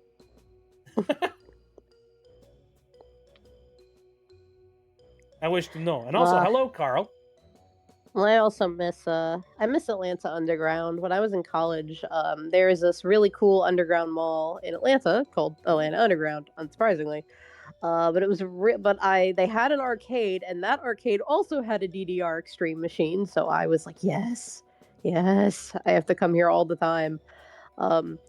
And they had like, yeah, a bunch of other like arcade machines, lots of like Pac-Man, that kind of stuff, some cool like UFO catchers, Japanese stuff, and it was awesome. And they also had a Johnny Rockets there, which was one of my fave places to go to eat in Atlanta. They had really good burgers and milkshakes, so I just like whenever I got the chance, I'd take the train in the subway train system in Atlanta, which is not very good, but I didn't have a car, so I had to get around as best I could. But at least the train system in Atlanta did go directly to Atlanta Underground, so I would go there every chance I could, eat Johnny Rockets, play DDR. It was awesome. That sounds friggin' awesome. Yeah. You had me at burgers and milkshake. Oh yeah. First time I entered a Charles Entertainment Cheese, I saw the tiny carousel and wanted to ride it, but it was already too big for it. Charles dang. Entertainment Cheese. Yes, Charles Entertainment Cheese. It's full legal name. The full legal name. Man. Okay. Oh yeah. So back to what I was thinking though. So there was a place about like 20 years ago that I did go to that I loved going to, but unfortunately they are no longer around. And it was such a weird hole in the wall mall experience where it was an arcade, full-fledged arcade. They had so much good shit. They had like a base arcade section with all of the classics as well as like some other things. And as well as like, it was like a pizza restaurant as well. So you had pizza, you had the arcade. Other things that they had there, they had mini golf. So you could go and get yourself a little golf ball and you could just run around the mini golf course. The mini golf course was like entirely inside. So, no worry about having to deal with any like, dirt or bugs or outside or rain or any crap. Then also, there was laser tag. They had an entire like nice. wing of the place that was like dedicated to laser tag. And I always wanted to try that, but I was a wuss and never ended up doing it. Also, I never had enough friends in one place to go and try laser tag. So. Aw. But I like actually went and did laser tag. That was a really There's fun a place. there's a local group here that I go and to their meetups sometimes. It's like the town science fiction club. It's like this my city just happens to have like a science fiction club. So I'm like, okay, that's kind of cool. So I go to their meetups sometimes, and one time we met up and actually did laser tag. It was pretty cool. Mm-hmm. Pierce says, I miss classic Chuck E. Cheese. They got rid of the animatronics. They I did? feel there would be way too many parallels with Five Nights at Freddy's now. Well, but Rock of Fire Explosion and Showbiz Pizza and Chuck E. Cheese is what inspired Five Nights at Freddy's. Right. But like, I don't think that's why. I think it's because they went bankrupt and they're cheap. I mean, they are. Absolutely. But like, it's one of those, if you wanted to succeed with that market in this current economy and with like, if you wanted to succeed with animatronics or, some sort of a stage show like that, I feel like you'd have to lean into the horror stuff because pop culture has kind of picked this up as a horror saying thing. that. So like, I'm saying, I think if Chuck E. Cheese wants to save its brain, it's got to rebuild it. It's got to rebrand itself as like a like a Scooby-Doo, like goofy, kid friendly horror kind of thing, you know. Animatronics require maintenance, which is expensive. Yeah, it's true. The reason they got rid of them is because the chain was bought by private equity and they are squeezing them into the ground. God damn it. Mm-hmm. Well, yeah, they literally went bankrupt, and I guess they got bought up by the private equity to stop from not existing anymore. But yeah, that's man, like that makes me sad though, because that was the whole thing. I just wish That things was the weren't whole so point. gosh darn blasted expensive. Makes me sad. Did you see they're trying to start an adult Chuck E. Cheese chain? I heard something They about did that. it, not really. It wasn't really an adult chain. They just have an arcade now somewhere that's like a Chuck E. Cheese branded arcade. And Wasn't it Charles's like or a Dave, something? it's just like a Dave and Buster's, but with Chuck E. Cheese branding. That's it. Yeah, and like, okay, good luck with that. Maybe it'll work, maybe it won't, but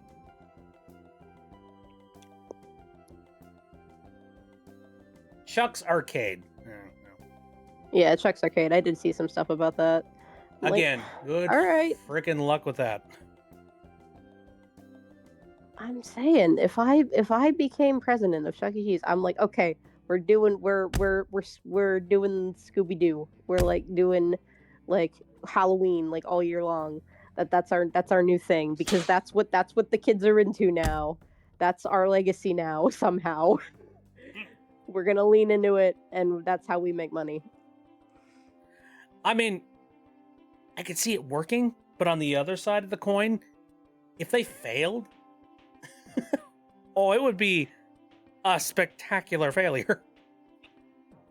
And but like at this people point, would definitely be making fun of it for the end, to the ends of the earth. But like at this point, what if we got to lose? Well, we it's already a question went of like, once. it's a question of, do you want to like completely wipe out your entire legacy simply to try and follow a trend that might not even help you at the end? It's like, I wouldn't say it'd be throwing away the legacy. I mean, that in the way that is the legacy. People think animatronics are kind of weird and creepy. yeah, so I guess it's one of those. It's one of those moments where you have to look at something. Something might look incredibly obvious from a business standpoint, except like, from concept to completion, I'm trying to think. Thank you, Phoenix. Now I've seen this quite a bit in like, business related classes and also like discussions about these kinds of businesses where like something might look really, really good on paper, but then could absolutely bomb the second you actually attempt it. And I do worry that something like taking Chuck E. Cheese and turning it into Five Nights at Freddy's it wouldn't be literally capitalize turning on it into well, not quite literally, but doing basically that, where they're like, let's take Chuck E. Cheese and lean into a horror aspect and like, turn it into more of a thriller experience. It'd be more of a it'd be like campy horror comedy. It'd be like it'd be like goofy Halloween stuff, It'd be like, like you'd have like the band, like the Chuck E. Cheese could now be like the place could be like a haunted house that's like the arcade and everything now is in like the spooky haunted house. And then like for the floor show you have like these like, I don't know, people who are going in the haunted house. They're like I don't know, like the Chuck Hunters or something, and they're going there and they're like, okay guys, we're going in here, we gotta look for the spooky creatures that supposedly lurk in this haunted mansion. And then they come out and they're all, and it's all silly, but then they just like, yeah, like yeah, like we were sure how, yeah, but then it's just like they play a song and it's like a music, and they do a musical number because that was the whole thing, is they were playing at a band, so the spooky creature just come out and just like play a song, and it's just like it's all fun and goofy, but it's it kind of leans into it leans into like the campy horror Halloween type of like Scooby-Doo kind of aesthetic. And I think I don't know. I feel like that would do a lot to. Well, It works in my head. I don't know. Maybe yeah, I'd run the business into the ground. I don't know, but that's I could see it that's what I working. think. Yeah. My thoughts on that, I feel like they'd have to obviously set up like individual locations that are set up specifically for this. Like, Yeah. I'm thinking it would have to be something similar to what they're doing with Chuck's Arcade, where Yeah, like Chuck's Haunted House. you can something go like to a that. Chuck E. Cheese or the Chuck's Haunted House. I know, Or right? Chuck's Yeah. Arcade. Like, and you get a different experience every single time. Yeah, And then I that guess would- it's that would just a make a lot of question sense. of which ones actually make them the most revenue. Right. And unfortunately, that does mean that at the end of the day, if one of them isn't pulling enough revenue, they're probably going to shut it down. Yeah. It could be good the on paper, banter. but fails miserably. But I also think that if they can lean into a campy, spooky vibe, it could work out. But that is a risk that those in charge might not want to take. Yeah. Pretty much. Well, like, people that have gigantic chunks of money, the one thing that they're allergic to is risk. Yep. Like, if they can crowdsource or like, actually no, what was it? If they can like figure out from like a study perspective what is better for their brand and what's better for their company, they're gonna follow studies way more than taking risks and trying new things. Like, for big businesses and big companies, they're more than happy to let like smaller individual companies and people with dreams and like aspirations take on those risks for them, and then they'll just Mhm. copy off of them. So Yeah, that's I It's get successful, that, they'll but at still the get same you. time, If it's your not business is successful, they'll failing. your teeth. You've already gone bankrupt. It's like and that's the time to be taking risks, because it's just like because it's like if you don't take the risk, you probably die. Your business probably dies. If you do take the risk, there's a chance your business doesn't die. And if it fails, then your business just dies the way it would have if you didn't take the risk anyway. So that's how I feel about it. But alrighty. I'm the opposite of a business person. I went to art school, so Yeah. Susix is gonna pop out for a bit. Okay, Susix. see you later, Susix. Yeah. I hate chat delay as well, Phoenix. Sorry to hear that. Well, Since sorry, the video is Phoenix. still playing footage from 10 seconds ago, what I just sent is no longer relevant. I mean, hey, Okay. there's nothing that says that I won't hop back to a previous conversation, so, like, don't feel too bad about that. Yeah, we're kind of bouncing all over the place as far as topics. And also, speaking of which, Phoenix, I don't know if you got my Tumblr reply. I responded to it kind of late because I just kind of forgot about it. I'm sorry, but I did make sure to answer you. I think at this point, your best bet as far as Discord is just make another email. It takes like 5 minutes to make a second email with Gmail. I have like 7 emails, so it's not hard to make another email with Gmail. And then just use that to make a new Discord account. I think your old one is just, you're not going to get it back, unfortunately. I think I've got something like 4 or 5 emails. One of them is the main Bitbee stuff. One of them is like, since it's like a Gmail kind of thing, it's like I've got a secondary account for like stream VODs. Then I have what else? I have like my main personal accounts and things like that. Mm-hmm. I think I've got a burner account in the event that I need to like send somebody an email, but I don't want any spam. And then I think there's a 5th one, and I completely forget what that was. But like, I think there's a 5th one. Yeah, I have my main account, and then I have my other account that I've had for over 2 decades now. It's an AOL account. Oh, ouch! Sorry for your Damn. loss. It's a nice burner account, though. I'm sure that's the one that's I'm probably been about, like, it makes me want to ask: are AOL accounts still valid? Do they still work? oh yeah. Well, And like Really? emails we still were work. looking up Works. AOL Instant Messenger not too long ago, and Yeah, when you but that got shut down a few years ago. when you look up AOL Instant Messenger and try to like follow those links, it just redirects you to AOL.com now. So like, and it asks for your login, so Okay, you can so still it is still around. you can still log in to AOL. Oh, Phoenix drew something in the magma. I Oh, wanna cool. see. I'm not on my PC right now, so I can't look at the magma. But if it wants to show it, I would appreciate that. I stare at. Whoa! What the heck? What is this? What are you? Wait. I have never drawn Spamton. Ah!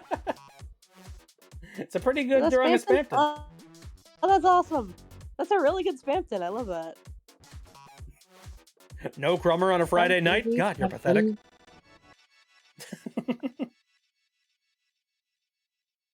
That's freaking great. Let me see. Okay, yes. I also Nothing on saw. this- I just for briefly. I saw the bit jellyfish. I'm like that. I don't know what the context of this is, but I love it. I don't either. One day Muffin just popped in here and was just like, bit, but jellyfish. I love it. There's one that's less squiggly. Wait, I love them. Again, Susix drew this. Random girl, 2:30 a.m. With nub hands. He's wearing a kimono bathrobe. It's fine. Drawing hands is hard. Cannot bother with hands. Yep. He's very nice. Hammer of Justice on the sax. That'd be fun. I wonder which melody line you would go for though. Cause like that song has got a couple of different layers to it. I've always loved drawing bit in so many different forms. Well, like I'm a water elemental, so like I could take the form of many things. Technically speaking. That's true. You know, I'm humanoid here, but yeah, I could be a couple of different things. He could be jellyfish. I could be jellyfish. I saw a funny D&D campaign online. One of the characters was a custom class, an evoker, I think, and they could summon one permanent monster. That one permanent monster doesn't go away unless it's killed.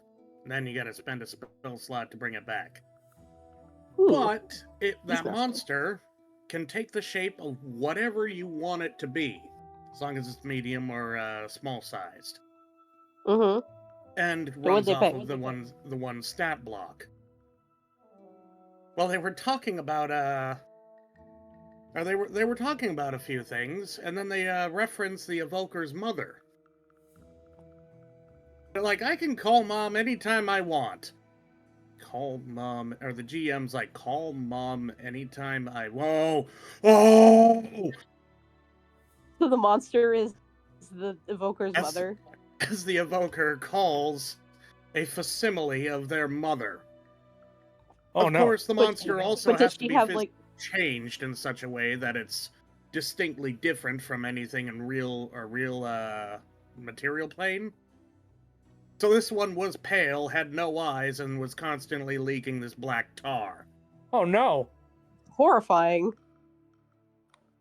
Don't you have like a real mother who's alive? This one likes me more.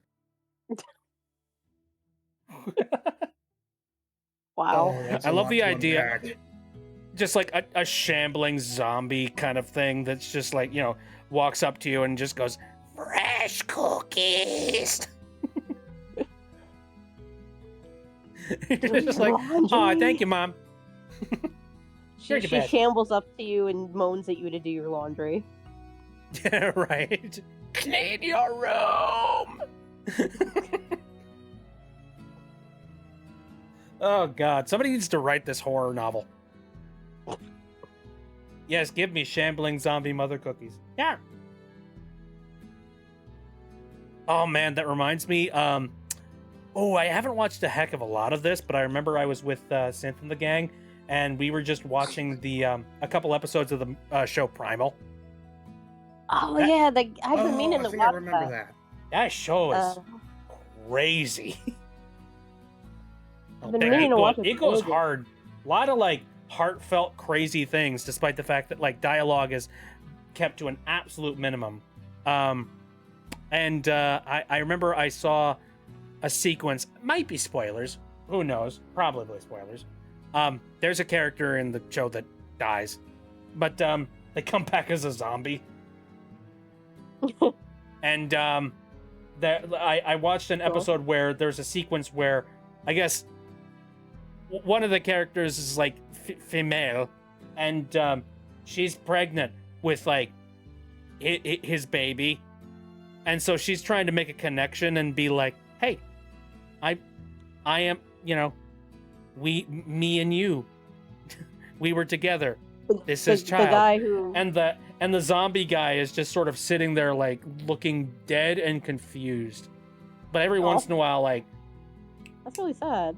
every once in a while you like click he clicks back and remembers things, but instead of being able to like emote and actually talk and converse, he just immediately just starts screaming. So he's like That's so sad. It is, but like you're just sitting there being like, oh god, the neurons are firing. It's just he can't get them across. That's really sad. But goddamn, he's an amazing fighter still. Like for a zombie, he is still able to like do crazy flip tricks and kill like a T-Rex. Damn. It's a great show, man. Like, ooh. I need to watch it. I really do. They added superhero movie to Tubi. Wait, superhero movie? Are we talking that one series from like, the scary movie people? Or Yeah, is the that movie something else? movies. The movie movies. Some of the worst movies ever. No. Don't want it. But you know what? In much better things to be got, the entire Cartoon Network catalog, basically. Hmm. I don't know if you guys heard about this. But Yeah, I think I Tubi did got, hear about like- that. Yeah, like basically the entire Cartoon Network catalog. Mhm. Because it got taken off of HBO Max, and Tubi was like, "Okay, we're getting on that shit then. If they're not gonna do it." They got Mr. Beast, and So moving on. Big fat shrug. Anyway, oh man, it's hard for me to get really excited on like streaming services because again, Tubi just is like- free. Tubi is completely free. Tubi's free. Yeah, to be fair, you're not spending any money, but it does kind of scare me that like one day they might end up losing the licensing, and then like everything that you were enjoying for free is just like gone. Well, they did say their licensing is different from typical from paid streaming services, so they might be able to keep the stuff longer. But yeah, it's hard to say. I guess. I mean, I have indulged in some streaming services in the past. I know I've watched a heck of a lot of stuff from Netflix when I was bumming it off of somebody else for a long time. And that also, same thing with Hulu, but less with Hulu. And then for a while, I was watching a couple of shows off of like my Samsung TV. Because I was like, that's built in directly to my TV and it's free. Let's see what's on it. And every once in a while, there was like a neat movie that was playing or something. So, I do. I watch stuff like that every once in a while. He's kind of one of those like, I don't know. At the moment, I'm in my angry like old man yelling at clouds like era of my life, where I'm like, things were better back then. They weren't, but I have nostalgic ties. That's fair. No, I'm super glad about it because I was literally in the middle of rewatching Courage the Cowardly Dog, and when what do you call it? The HBO Max took it off the service. I'm like, God damn it. So that's, I think, back on Tubi now today, so I should get back to rewatching that. I'm thankful for that. That's very good. Well, speaking of which, this is crazy. The creator of Courage the Cowardly Dog got hacked by crypto scammers. So suddenly his account started like promoting all this like crypto NFT stuff Oh, that had to no. do with Courage, and people were like, and people didn't know if it was really him or not. So it's like people were thinking, oh no, he started doing NFTs and crypto. He sucks now, but it turned out he was hacked. Oh, that could go bad. So and people were like, he's okay, you guys. He didn't fall off. Oh, vindication! Dear God! Yeah, for the record, if you ever see me shill any cryptocurrency bullshit or anything linked up to Web3, in all likelihood, I have been compromised, and you need to nuke me from orbit. I'm warning you now. Noted. Same here. What are your Um, coordinates, by the way? Speaking of which, there was another thing that I just recently saw. Did I bookmark it? I didn't bookmark it. I'm just gonna remember it off the top of my head. There's a thing going around on Blue Sky right now. If you are on Instagram, which I know there are a few people that are, I have an Instagram account, so I am there. I just don't use it. If you are on Instagram and if you see a notification that is saying that somebody you follow is using Meta AI or like has an account with Meta AI and is telling you that like, hey, maybe you should join them because they're on Meta AI. First of all, don't use Meta AI because it's Meta's generative AI bullshit thing, like, and that's disgusting. But second of all, if you see somebody you follow is using Meta AI, don't immediately unfollow them. Like, I know that the temptation is there because you're like, oh, ew, they've fallen prey to, like, you know, generative AI bullshit. That's sad. Well, guess I can't follow this guy anymore. No, it turns out Meta is lying. They're just grabbing people, like random people that you follow, and they're just saying that they have an account with Meta AI without them actually having it. Like they're trying to buff up their numbers and make it look like it's more presentable. Yep. So, yeah, no. If you get a notification like that, it's a lie. Don't do what Meta does. Don't do what Meta says. And just, like, God, I hate the internet. You'd like to think that there's something that they, you know, that sounds like something that should be illegal, right? Like, I feel like it should be. That's kind of false advertising, you know what I mean? But, like, you know, unfortunately, this is like a new technology, and it's gonna be a while before tech finally, like, law finally catches up to tech, and we finally manage to get, like, decent laws that keep stuff like this at bay. But, I don't know. Yeah. Oh, yeah, Carl says, this reminds me of the lemon thing with TikTok. Dude, what the hell is Lemonade? Like, I'm assuming it's probably something that ByteDance owns. But, like, why? They're just like, hey, your favorite creator is on Lemonade. Come on over here and have fun. It's like, what? I don't care. What is this? Yeah, what is this? Yeah, I hear Lemonade and I think either the drink or the Beyonce album. I don't know. Like the platform is called Lemon 8. And I'm like, I don't. All right, you know what? We're going to go on a little bit of a quick research here. I'm going to look up Lemon 8 and I'm going to figure out what it is. Yeah, what the heck? Wikipedia. Turns out it's a cognitive hazard where the moment you figure out what it is, you suddenly want it. Hell no. I'll take that I don't think risk. it's in a. You know what? I. Okay. Developer ByteDance. Shock. Available in English, Indonesian, Japanese, Malaysia, Thai, and Vietnamese. Woo. All right. Lemonade is a social media app owned by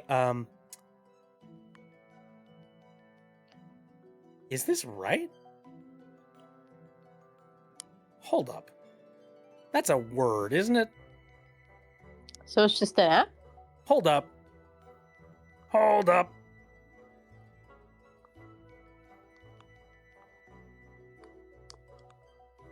What? What the fuck? I had to look this up. All right. Yeah, it's a social media app owned by Heliophilia Pte Limited. I had to stop for a second because I'm like, that is a thing already. What is that? The word heliophile, one attracted or adapted to sunlight. I figured that's what that was. I was like, huh? What? Specifically, an aquatic algae adapted to attain maximum exposure to sunlight. Freaking Okay. weird. Anyway, What the heck? so that's the company. Singaporean company connected to the Chinese internet company ByteDance. Okay, so I guess ByteDance bought their company, being like, hey, these guys look like they're doing a good thing. Let's pick them up. Okay, so let me see. Lemon 8 has been compared to Instagram, Pinterest, and Chinese app Xiaohongshu, also known as Red or Red Note outside of China, with a particular focus on lifestyle content targeting women such as beauty, food, and home decor. Sounds like Snorefest. Anyway. Yeah, sounds like just Pinterest. Yeah, I'm not a gigantic fan of Instagram or Pinterest or anything of that jazz, so that would not be the app for me for sure. I But do it is not kind of use annoying video that- games and anime, so you're not winning me over. The U.S. launch of Lemonade coincided with scrutiny over ByteDance and TikTok's operations in the country. Lawmakers expressed concerns with Lemon 8 due to its connection. Okay, what? Here we go.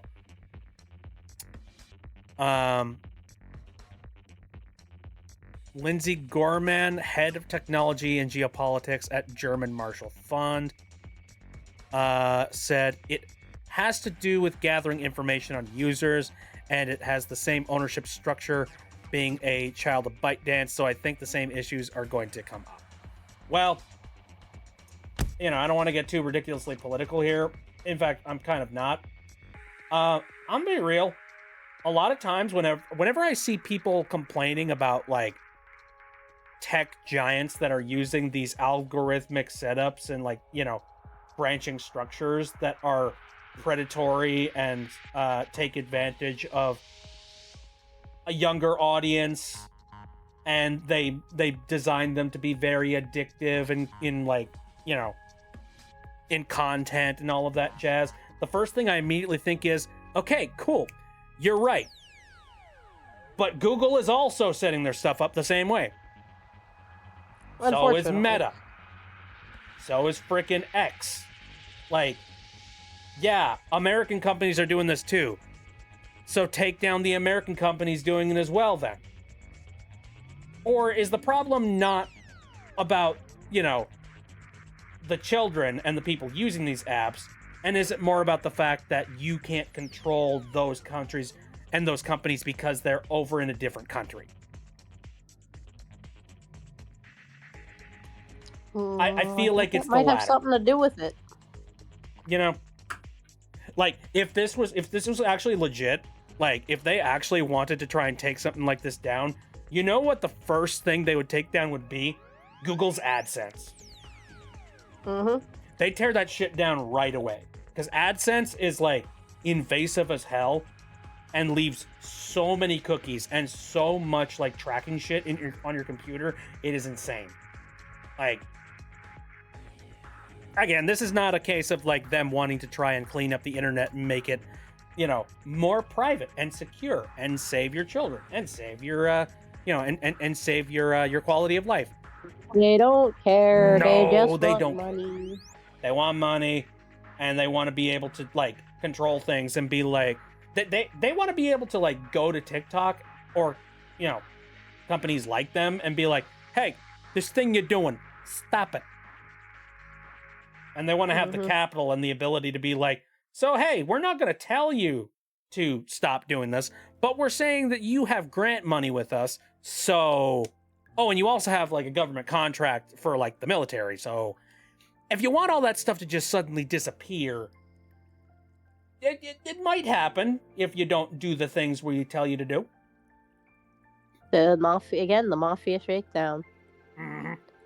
So, yeah, I don't fall for that even for a split second.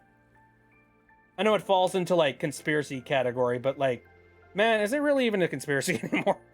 It's really not. Is it? I feel like it's common sense. It's common knowledge, I feel. Let's see. Do we have anything less freaking heavy? Good freaking Well, God. here's something that surprised me. So, since my plan when I get my Switch 2 is to make a new Animal Crossing island, I'm like, well, I might as well go back through my old one for old time's sake, because I still haven't, but I hadn't logged into it in, as I discovered, 4 years and 2 months. So I just went into it, and I expected like my whole island to be a disaster or mess, like all of my villagers to have moved away, like my house full of roaches. That's what I expected, but no. Actually, there's some weeds. Some weeds. There's actually not as many as I would have expected. Then there and the villagers were like, "Oh my god, I haven't seen you in literally 4 years, 2 months." It tells you how long since you last talked to them. And in this case, it was actually, they did say 4 years, 2 months, which is just like, I thought it was only like 2 years, but okay, wow. And everything else is just like kind of chill. My house didn't have any bugs in it. The island is mostly how I left it. All my villagers are still there. It's almost weak. like I never left it. That feels weak. I want more like horrifying circumstances. I want you to go there, and I want to. If you leave your island for like a period of about 2 years, I want there to be some apocalyptic like shit happening where like only 3 of your villagers are still there. Most of the plants are dead. Tom Nook is just shacked up. Like Tom Nook has taken all of his resources and has shacked up in the the mayor's office and is just like, oh god. We're all gonna die. Isabel is just sitting in the corner. Like, actually, no. Isabel is the one that's like put on the war paint and has a shotgun. just being like, "Don't worry, Mayor. I'm here to protect you." That's amazing. Well, take out all those horrible commie spies. It was so weird. It was so like all my flowers were still there. I have a huge field of like flowers that make a big rainbow because I got all different colors. And then that's all still there. And the new thing that they added with Switch 2 update was a hotel.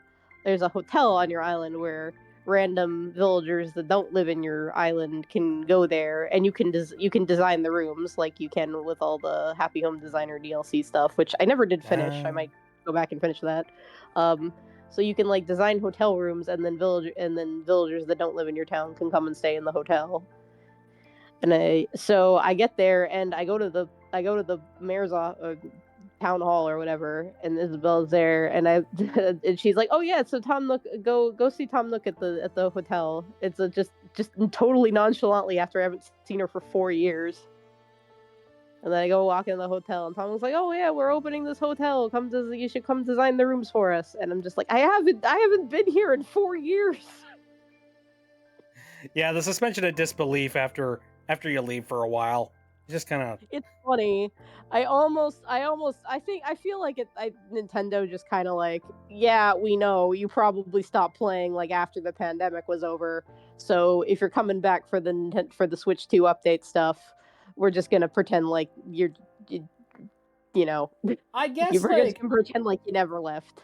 yeah, well, you don't want to alienate the people that like leave for a while, because like, yeah, it would be funny to show up and then your island is just infested with weeds, and it's like it's been taken back by nature. But at the exact same time, you don't want to penalize people for not doing things. Like, Yeah. I get it their an drive, option. I get their idea, but it's like, I don't know. Make it an option to freeze time or don't freeze time. I know. A lot of people have talked about that. I remember an old video by Brendan Blaber, voice actor. He also goes by Jello Apocalypse is his YouTube channel. He's done a bunch of stuff. He, You like that Kyle name, Levin. don't you? yeah, I do like that name. yeah. So wait, do you just think the name is funny, or have you heard of him? No, I just think the name's funny. Oh yeah, it is a great name. Yeah. But yeah, he did a bunch of YouTube stuff kind of before he, started doing voice acting. But yeah, one thing that he did was I don't remember how long ago this was. It was quite a while ago, but it was like him. It was like a video that he and his friends, kind of like conceptualized an Animal Crossing game and got like some artists to like do illustrations for it to like illustrate the concept, and it had things like an option. You'd have an NPC there you could talk to freeze time if you were going to be away for a long time, so that way things didn't like go to shit if you stopped playing for a long time. And then there could be different areas where that are actually like permanently certain seasons. So if you're trying to get something that's like out of season, you don't have to mess with the clock, and you could just go to this one particular area. And Animal Crossing actually did kind of dabble with that, because the island that you go to in New Leaf, that is always summer. It's always summer on the island in New Leaf. So that's where you would go there and get the sharks, then fish all the sharks and stuff that would only normally you can catch in the summer and make a bunch of money that way. So they were kind of expanding on that idea. So like, so you have that one island area that's always summer. So what if you had a place that's like always fall, or a snowy place that's always winter? And there were some cool ideas in there. Mm-hmm. Yeah, I think that would work Hello? pretty well.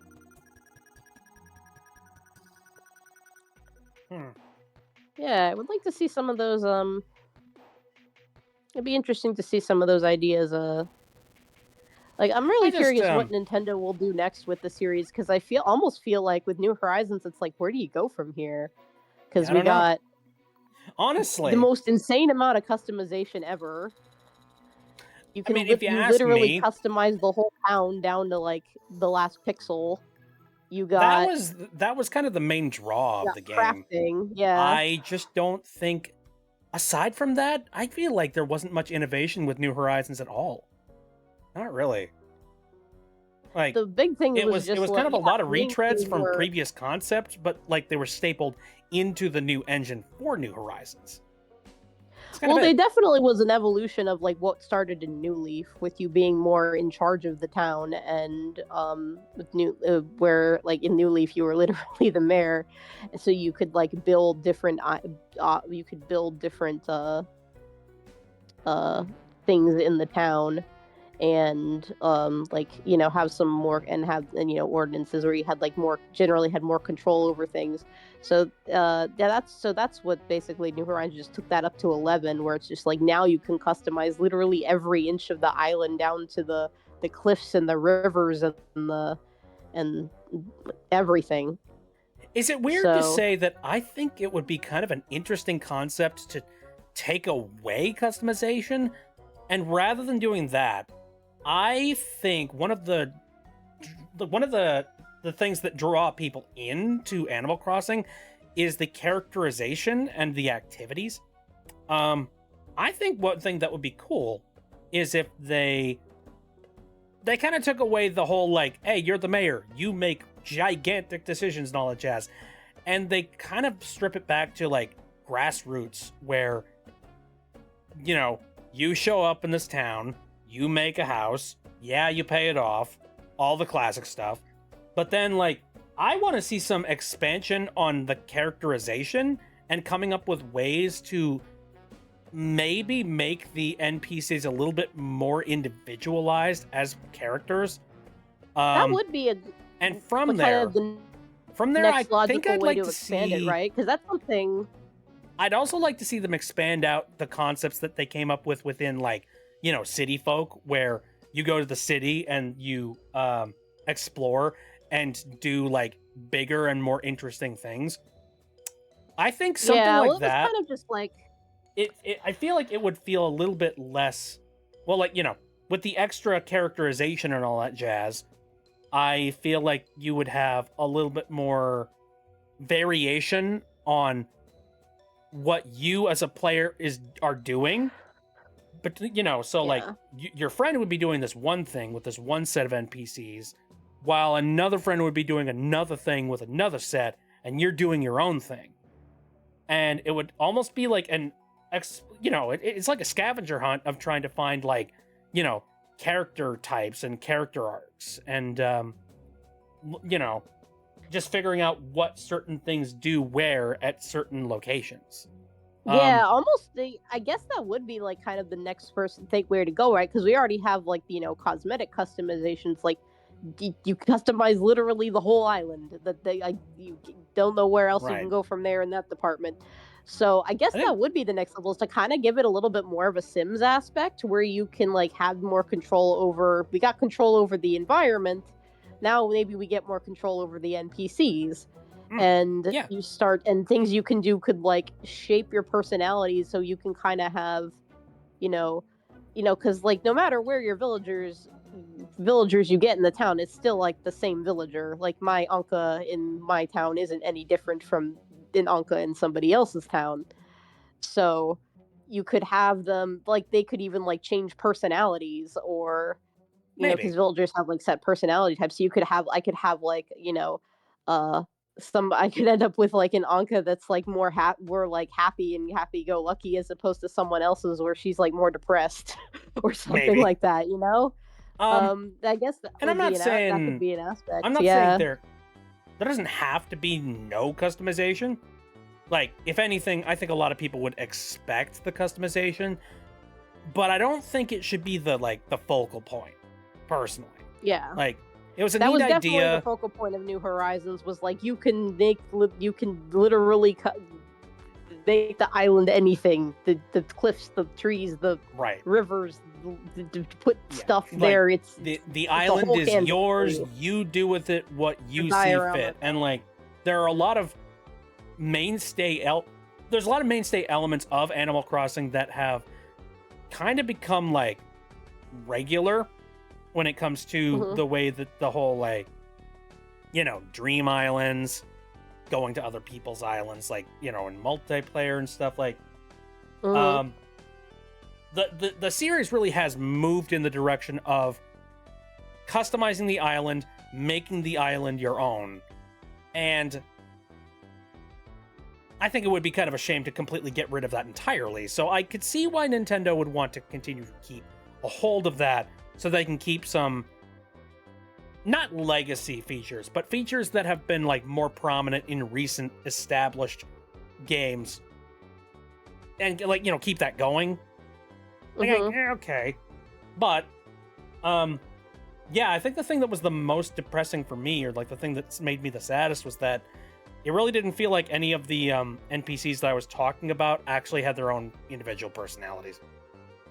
Yeah, It that's really a didn't. big complaint Like, that a lot of you people got- have had with the series for a couple of years now, is that the dialogue and the NPC personalities have really, really been watered down. Like, compare it's the just like, dialogue. oh, in yeah, you got, like, Horizons to The smug personality. Oh, you got the hungry, stupid one. You've got, like, pretty, like, showgirl kind of person, like, personality. Mhm. But like after a while, you're just like, okay, I have identified all the individual personalities. These two, like, these three villagers I have all have the exact same personality. And after a while, you're Mm. just like, I'm kind of sick of doing this. Kind of dumb. It's Yeah, like that's the after dialogue. Yeah, you reach a certain point with the NPCs where you start seeing the code behind the eyes, if you know what I mean. yeah, no, And I you're know like, exactly what you mean because yeah, that's the thing that the fans have actually been complaining about for a few years. Like compare the dialogue in New Horizons to the dialogue in, the original on the GameCube. It's a lot more. There's a lot more edge to it. There's a lot more um just it feels like variance and I more personality in the personality because it wasn't afraid to be mean, it wasn't afraid to be weird. It's been sanded down and made a lot more, I don't know, dude, I want to as have like NPCs that I hate. I want to have a villager that I can't stand. So bad. I just want to just be like, oh, god damn it. What? I was just like, Bob, come on. I cleaned up your mess the other day. I am so sick and tired of you, and I am so sick of you complaining about shit. Just get back in your hut and call it a day. I actually do. I miss when villagers would like get mad at you. I did that back on the GameCube. There would be like this one villager in my town that I just hated because I thought they were dumb or ugly or something, and I didn't want them around. And so I would just like repeatedly hit them with my bug catching net, and they'd get pissed off at me and refuse to talk to me and yell at me. And I'm like, I miss that. Yeah. The more we talk about this, the more I think about Tomodachi. And Oh, I'm so I excited think- for Tomodachi Life too. I think some elements of Tomodachi leaked into Animal Crossing wouldn't be a bad idea. Oh yeah, for sure. I think the relationship element is going to be a little bit not possible. Oh yeah. Maybe you wouldn't be able to do that. Well, I don't know. There was a So I doubt anyone in chat has heard of this, but you probably haven't either. There is a game called Magician's Quest, and it was basically Konami makes Animal Crossing. It was on the original DS, and there were, I think, 2 sequels, both for the 3DS, but the sequels were never translated. Only the first one ever got an English release. And a lot of people wrote it off at the time as just an Animal Crossing ripoff because it does look very aesthetically similar and plays very similarly, but it has so many more like interesting and different kind of features that the Animal Crossing doesn't have, that now it's considered like a hidden masterpiece. Like people look at Magician's Quest. I'm like, now they wish Animal Crossing had done more stuff like this game had, because in it you could the main kind of concept behind it was Animal Crossing, but you were a wizard studying in a magic school, so your house was a dorm in a magic school. And so in addition to like doing all the Animal Crossing stuff, like collecting stuff and making your house and hanging out with the NPCs, you could also go on quests and learn spells, and that would allow you to do all sorts of different stuff that you couldn't do in regular Animal Crossing. And you could even date your fellow students, the NPCs, which were more than just animals. They were like there was like anthropomorphic objects and like mythical creatures, and there was a lot I've of always variants. wanted to smooch a gyroid. Yep. Here, for anybody who's so- curious, here's the box art for Mysterious. Actually, Magician's Quest. Mysterious Times. Magician's Quest. Magician's yes. Quest. Yep. Looks a Holy lot like shit! Animal Crossing. I'm looking at that and I'm like, this is Animal Crossing. True. Yep, looks like Animal Crossing. It's made by Konami though. Yeah, but- it's like, Yeah, but like, and who the heck is this in yeah. the corner there? What is it? yep, yeah. So, and now this game is insanely rare. I'm so mad. I did have it because I was recommended it to. Someone recommended it to me back during like the original DS era. Like someone was like, "Oh, I know this game that's like Animal Crossing, and it's got all this other stuff too, and it's really cool and really good. You should check it out if you like Animal Crossing." So I'm like, "Okay, I'll go see if I can find it." And I found a used copy at the GameStop in the mall.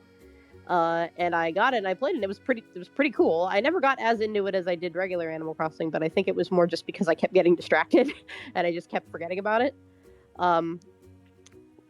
But then in 2015, my 3DS, and my entire DS 3DS library was stolen. Oh yeah, I remember that. Because my apartment was broken into, Yeah. and they stole all that. And I'm still mad about it because they got my copy of Magician's Quest, which is now stupid rare and stupid expensive because like it wasn't a big hit at the time. The sequels never got translated. It's only now kind of been like vindicated by history and also by like YouTubers like making videos about it. And so now it's like a really rare, really sought after game. And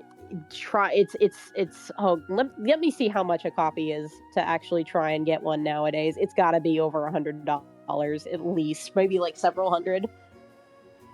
Well, out of curiosity, let me Let's find out. eBay. If I go to eBay and if I search up Konami's Magician's Quest, Magician's Quest just for DS. the loose cartridge alone, you're running $118. Yep. I'm looking at Holy shit. And if you want a full in-box experience, $300.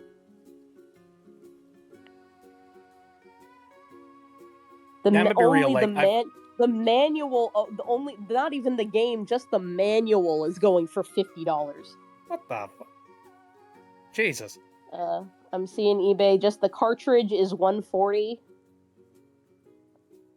Yeah, just the cartridge is $140. Apparently, there was an exclusive Magician's Quest stylus, and I'm seeing this thing listed on eBay for $80. Oh my god, that's crazy. What the heck, man?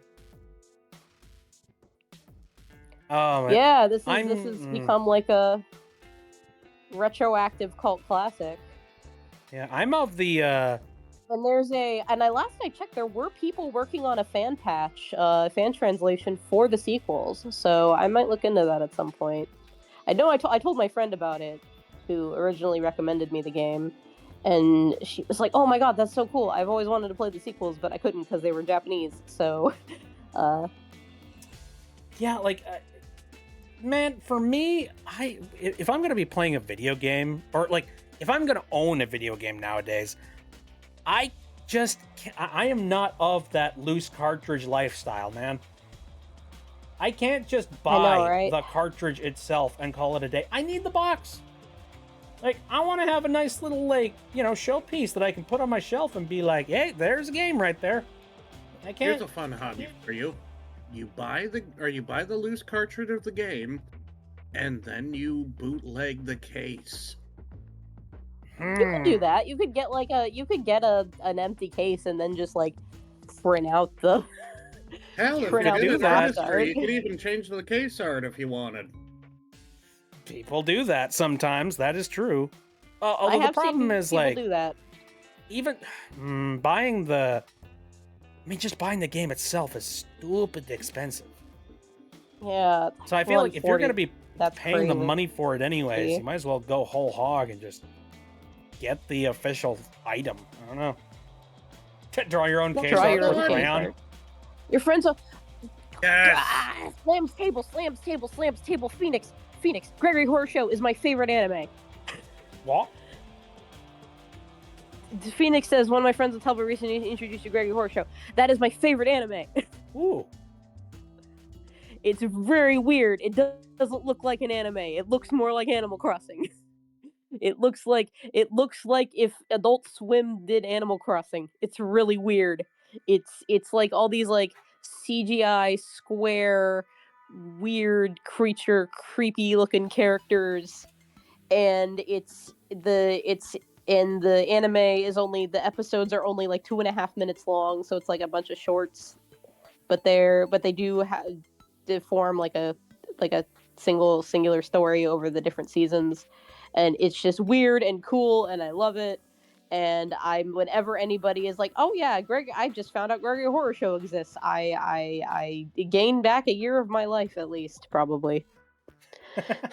Yeah, it is a little bit. It's a little bit like it almost it predates Animal Crossing because it was originally from like the late 90s, early 2000s, I think was the first season.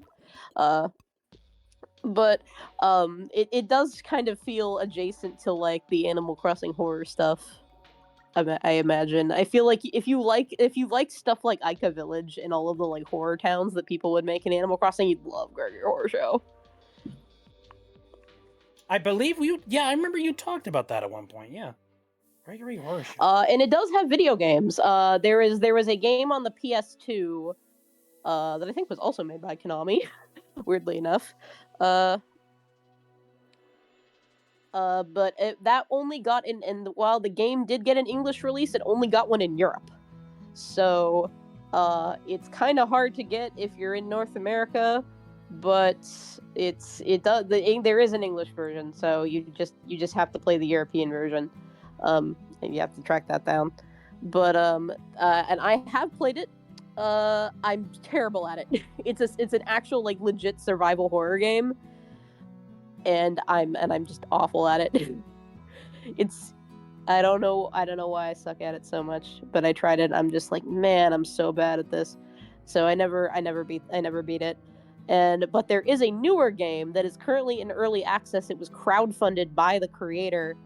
It's called Gregory Horror Show Soul of Roses. You can play it on Steam, and it's on early access on Steam right now. And it's like and I've heard people I still have yet to play it because I backed the Kickstarter, so I'm going to get a code for the game, but not until it's out of early access. So if I want to play the early access version, I have to buy it separate. And I don't know. I don't want to do that. I should. I feel like I should support it, but I just haven't gotten around to it. I should at some point. But it's like I've heard people telling, and it's like imagine if a Kirby game was a roguelike. Imagine a roguelike Kirby game. And I'm like, that sounds really cool. That's insane. So I have very high hopes for Soul of Roses. Well, and I'm hoping that does some more to bring kind of the franchise back into relevance, because what the creator wanted to do was he wanted to make the new game and he wanted to make a new season of the anime. But he only got enough money from crowdfunding for the game. So he said that, well, I'll work on the game then, and hopefully if that does well enough, then I can eventually get another season of the anime made. And so I wish him all the best of luck with that. Yeah, if you ever want to watch a Gregory Horror Show, the anime, I highly recommend it. It has 3.5 seasons. There's 3 official seasons, and then there's like a sort of half season that's like not that many episodes. It's really short. But the episodes are only 2.5 minutes long. So watching the 3.5 seasons will only take you like an afternoon. I think you can get through the whole series in about maybe 5-6 hours, if that, probably less. So it's really great. I love it a lot. It's super weird and cool and creepy and has a lot of just cool ideas and is really, really unique. The art style and animation is very unique. Iwata's character designs are really interesting. What it's cool is it's almost like an animated, like it kind of feels like a video game already, which even though it has games, but the anime itself is not a video game. But because with the exception of the 3rd season, the first 2 seasons are entirely in first person. They are from the perspective of the main human character who ends up in the Gregory house. Not that one, not the doctor. It's a hotel in like the netherworld called Gregory House, and these humans end up there, and it's both the seasons are each season follows a different human, and they're entirely in first person, so it almost feels like you're watching an old video game from the way it's presented, and I've never seen another like show or anime do that. It's really unique. Everything about it is super interesting, and I'm sorry for the hyperfixation ramble. No problem whatsoever. It's literally my favorite anime, so and it's on the obscure side, so whenever I get the chance to yap about it, I like to yap about it. Mhm. Let's see. So while you were talking about stuff, I got curious. A thing just like crossed by my mind here. We were talking about like the Pokemon Direct where they were talking about the new generation and all that jazz. I forgot it's the 30th anniversary of Pokemon. Oh yeah. Yeah, I forgot it. Wow, that makes me feel that makes me feel goddamn ancient. But all right. I was there when the tapestry, when the scrolls were written. I was there when oh my god. I was there when the cartridges hit the shelf. When the cartridges were formed, when the cartridges were baked. When the card game was scrolled on card stock. When we got the Ancient Mew from the Pokemon the first movie in the theaters. I will never stop kicking myself for like losing that frickin' card. Yeah, I think I still have it somewhere. I kept all my old Pokemon cards. Maybe you were something to somebody who were like Before we go into this convo, I just remembered Phoenix was talking a little bit earlier about how they've drawn some other stuff in the magma that I didn't see just yet. It was on the previous page. Ooh. So we're gonna look at that. Phoenix's favorite Gregory Horseshaw character is Pork Conductor. Pork Conductor has an awesome design. I'm sad he was only in one episode of the anime. Wait. Same with oh, there's a Tenna. Nice. Yeah, I think one of my favorite Gregory Horseshow characters is Mono Eye Wizard, and he's also only in one episode of the anime, which makes me so sad because again, he has a banger design. Even though Gregory Horseshow is full of characters with banger designs, like that one especially appeals a lot to me specifically. So I'm just like, oh, I wish this dude was in more of the anime. My favorite of the main characters, the ones that aren't just like one-offs. Big Hell Chef fan. Hell Chef is cool. What the heck are we doing sleeping in the same bed? I refuse this by principle. No, I don't care how sick we are. Oh, groovy! Oh, thank you, Carl. I'm glad you Earthworm enjoy Jim. my yapping. Earthworm Jim.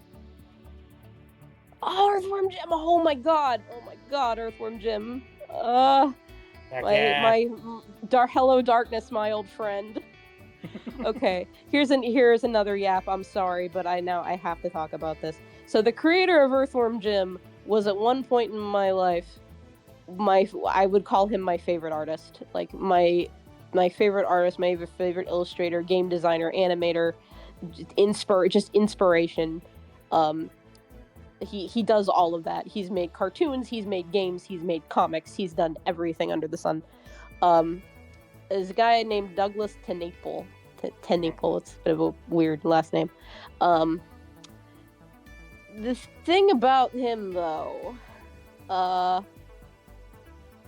let's just say I'm very, very... I was never that into Five Nights at... I was always kind of a casual fan of Five Nights at Freddy's. I wasn't as into it as a lot of other people were. But I did, enjoy watching the Let's Plays and reading about the lore and that kind of stuff. Let's just say I am enormously sympathetic to the fan base once they found out what was up with Scott Cawthon and what his moral alignments really were. Oh. And because that is literally the exact same experience I had with Doug TenNapel. He was always very religious. There are a lot of religious themes in his comics, but I always really liked them because they were religious themes, but they were done so well in a way that, you could be an atheist and you could still, love the writing and love the characters and love the stories and love everything that he was going for in all of his work. It used Christian themes in an actually, secular, universal way, which was brilliant. It was like, this is how you take... if you take something like faith, like a specific faith, and make it something so you don't have to be, you don't have to believe in that religion yourself to like to have this story resonate with you, and to have it be the kind of thing where, it's not just for people who follow that religion. And Earthworm Jim, and then he also had stuff like Earthworm Jim, where it's like about as which one friend of mine called it, about as religious as an old sock. So, right. So a lot of his lurks did have religious themes. Just There were a lot of things. Wait a second. When Yeah. I forget the episode of Earthworm Jim where he queer bashed. But no, I looked up his Wikipedia, and I have come across the horror. Yeah. And at one point he was very reasonable. He was clearly very religious, but he went out of his way to saying that he's totally supportive of his gay fans. He has no problem with them. And anybody who's queer and enjoys his work, he values them as much as anybody else. And then the 2016 election happened, and religious people in America, certain sectors of them, including Doug's, I guess, sort of branch of it, started becoming way more radicalized and way more political. And he started getting, I feel, honestly, I want to say he's not a bad person. He's just horribly brainwashed. I think he's fallen for a lot of propaganda, been misled by a lot of really terrible people, and basically just, kind of been manipulated to believe that this is what his God would want. And I think that's just cruel and fucked up, and I really hate it. It makes me very sad. It makes me very depressed. And to see him go down that road and be he started supporting a lot of really awful things, and I couldn't really in good conscience, despite the fact that I had, played, like read all of his comics, like played all his games, watched all his shows, given to a bunch of his crowdfunding campaigns and things like that. I couldn't in good conscience do that anymore and support him the way I used to, and it made me very sad and made me very depressed for a while. It's sad because I'm reading some of the things that are, about the controversy surrounding him, and like, I'm not going to go into super detail about any of this stuff because it's kind of nasty. But it does tie into, he feels that like the LGBTQ make up words to basically take down anybody who has a conservative viewpoint and all that jazz. Like, basically he looks at these things as being like, woke and all that jazz, which by the way, that in of itself is annoying. All just propaganda. The term woke is such a, talk about making up words to try and stick that is literally exactly what he's saying. That's exactly what it is. No, the LGBTQ, they use specific words and phrases, and they discuss these things with actual, with an intent to discuss it and to broaden the horizons of people and broaden the discussion of what the people are, what we're talking about, basically.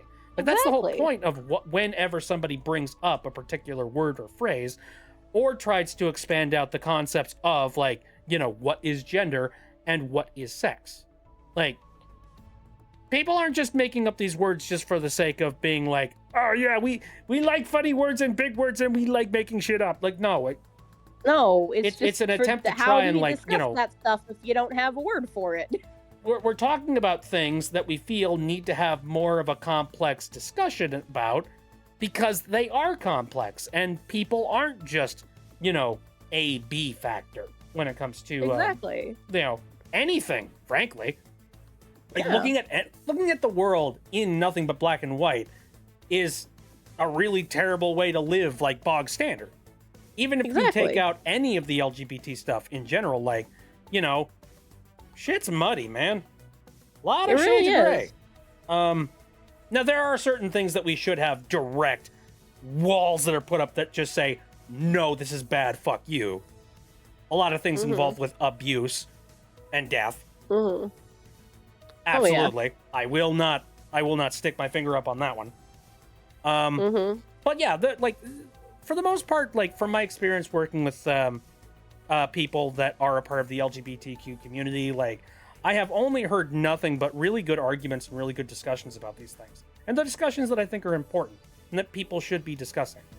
But yeah, it just seems like a lot of people, a part of like conservative nature, they shut it down simply because it doesn't line up with their personal viewpoints of the world, and like they want to kill the conversation just because it gets in the way of their own personal beliefs and faiths. And like, you can have your own personal beliefs and faiths, but the second that you say this, somebody brought this up to me one time, and I think it's very poignant. I can't do that. It goes against my religion. Perfectly fine. You can't do that. It goes against my religion. Not okay. Yeah, you're not in control of somebody else's life. No. And like, unfortunately, that's what I've been seeing a lot of as of recently. Like, I see a lot of people that are like, no, we're going to stomp this out because it doesn't line up with my personal beliefs and faiths. And it's just like, no, like, these things have a right to exist. And just because, like, you know, you don't like personally align with them, it doesn't. It's not your life.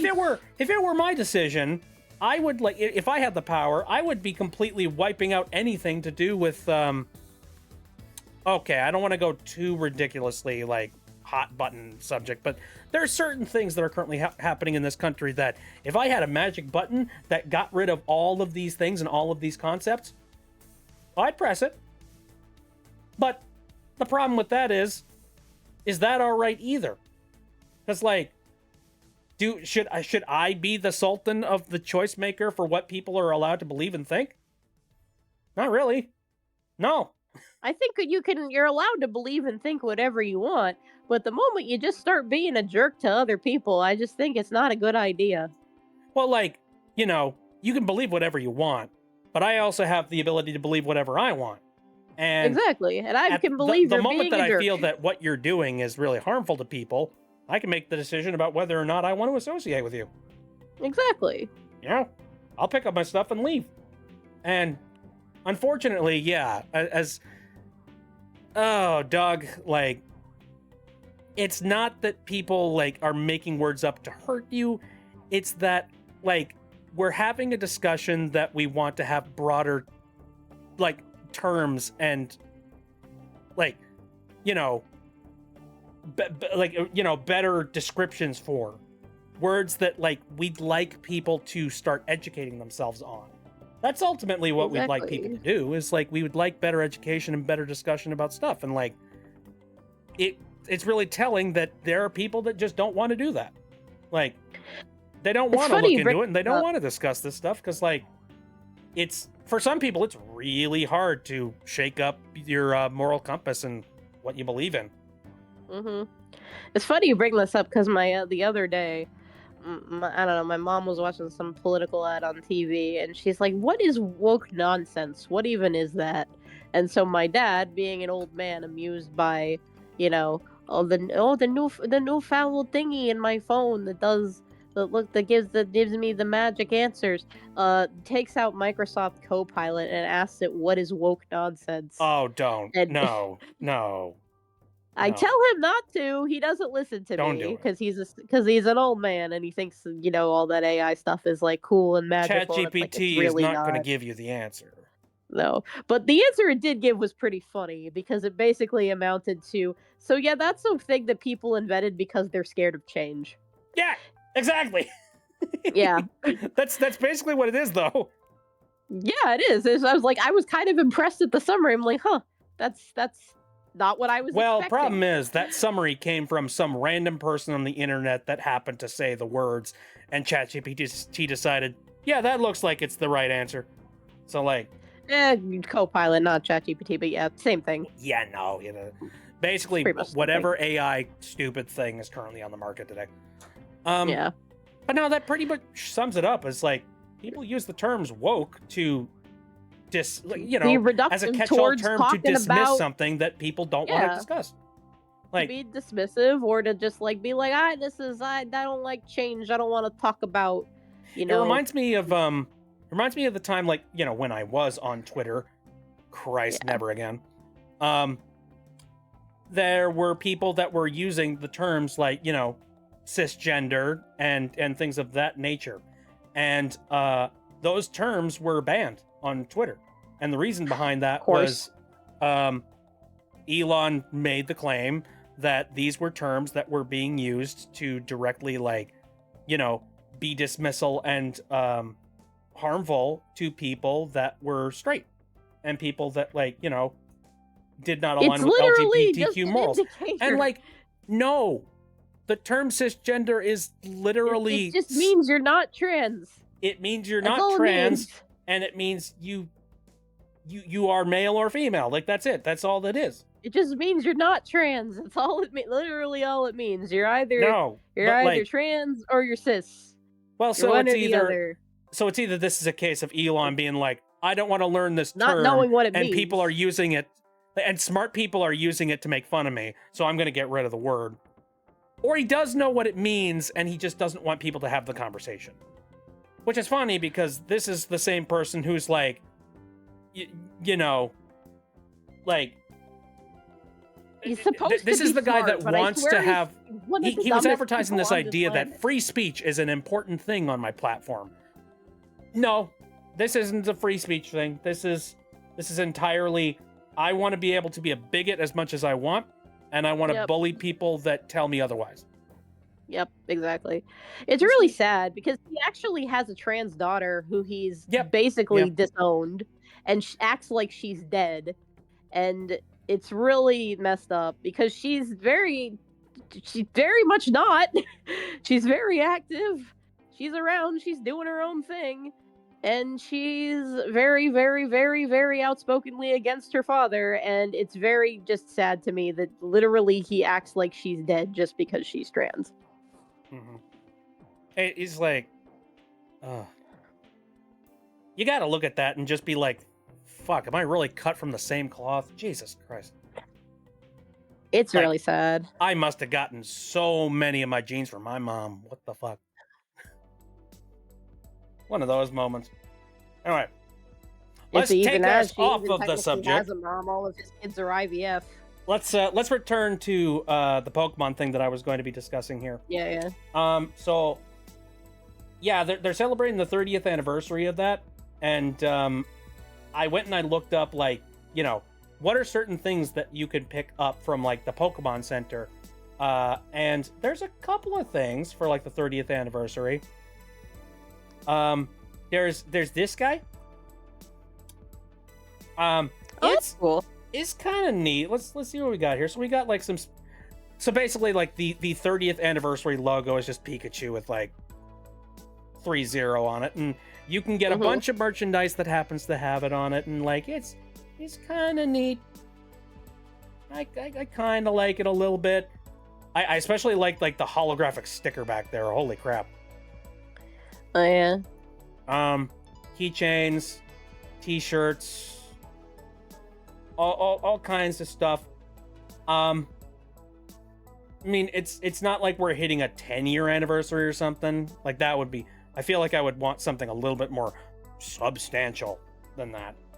For what it is, okay.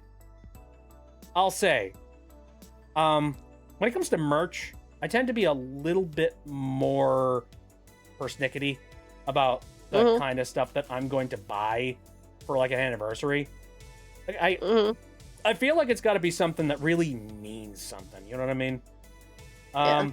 Then I heard the news that apparently there was some stuff that came out in Japan that is light years better in the Pokemon Center. Of course. Here, I'm gonna look up Pokemon 30th anniversary. There's one particular thing that I saw that I was just like, I will take out a mortgage. I would like that, please. Give me. I believe this came out for the 30th anniversary. Let me see if I can find it. I have one picture already like lined up and set and ready to go, but like, oh. Well, real quick while I'm looking for this, like, what's some Pokemon merch that you remember buying, or like that you have seen that you were like, oh, I want that? Anything Poltergeist related. Because I love Poltergeist. Oh, It's the Snatcher in a teapot. oh yeah, that's right. Poltergeist, I forgot about that. He's so cute. Let me see. It's an extremely weak Pokemon, but I don't care. I love it. It's Snatcher in a teapot.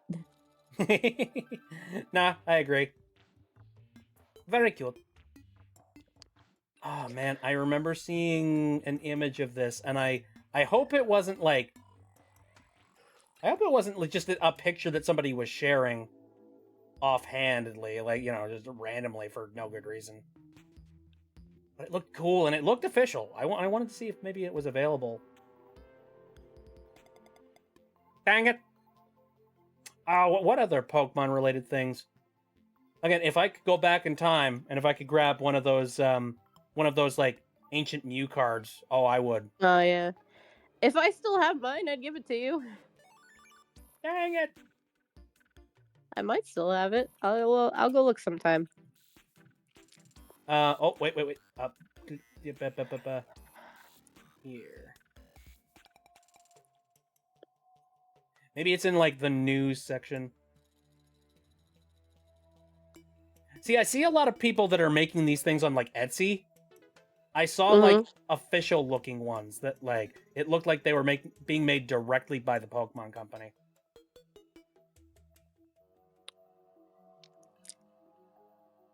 Dang it, man. I want to find that. I really should have just bookmarked this picture. Well, all right. I do have another picture that I have for another thing that I saw that I was just like, oh, I might buy that. I might possibly buy that.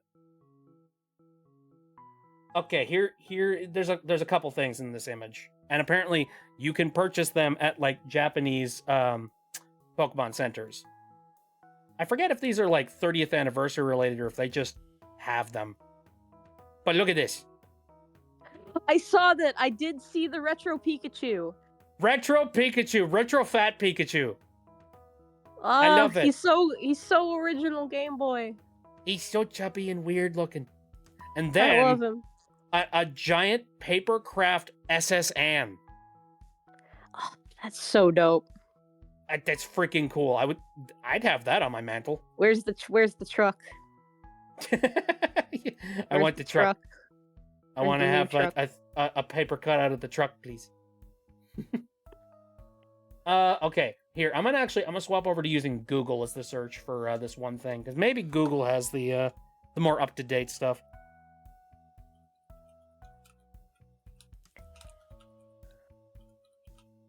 www.gooch. What? I forgot the L. Oh. No, that's not it. Is that it? Oh, I'm gonna have to. Oh, this is gonna bug me. I want to find them. They looked so pretty. Also, my tracking was like all kinds of off. Hold on. There we go. What in the heck is that thing?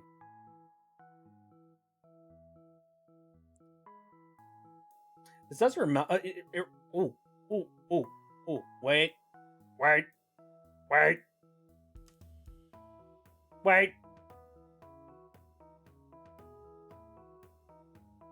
for God's sake. Instagram, I don't want to log in! You bastards. I hate Instagram. Go away! I do not want to be logged in! I just want to see one post on your there we go. Okay. Oh, and of course when you right click on the image, it doesn't allow you to actually save it. Okay. Here, let me try and right-click it in Google. Oh, it gives me the small preview. Thank you, Google. Appreciated. Okay, all right. Here we go.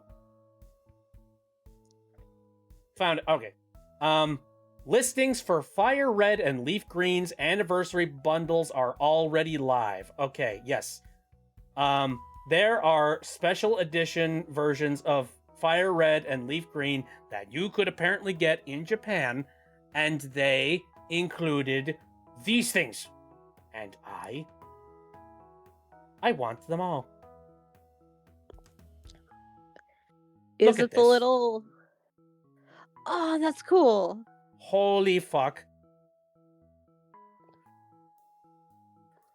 It's glass Pokeballs, and they've got the actual Pokemon, like, printed on the inside of them. And then they've got little So- base that's stations really that make them neat. glow. That's so cool. Oh, Jesus. God, I want... Again, freaking exclusive in Japan. Of What course. the heck, man? I mean, I get it. I understand. I know why. But... What? Actually, how much is this? I'm not going to buy it, but like... here we go. No word on whether these bundles are going to be available outside of Japan.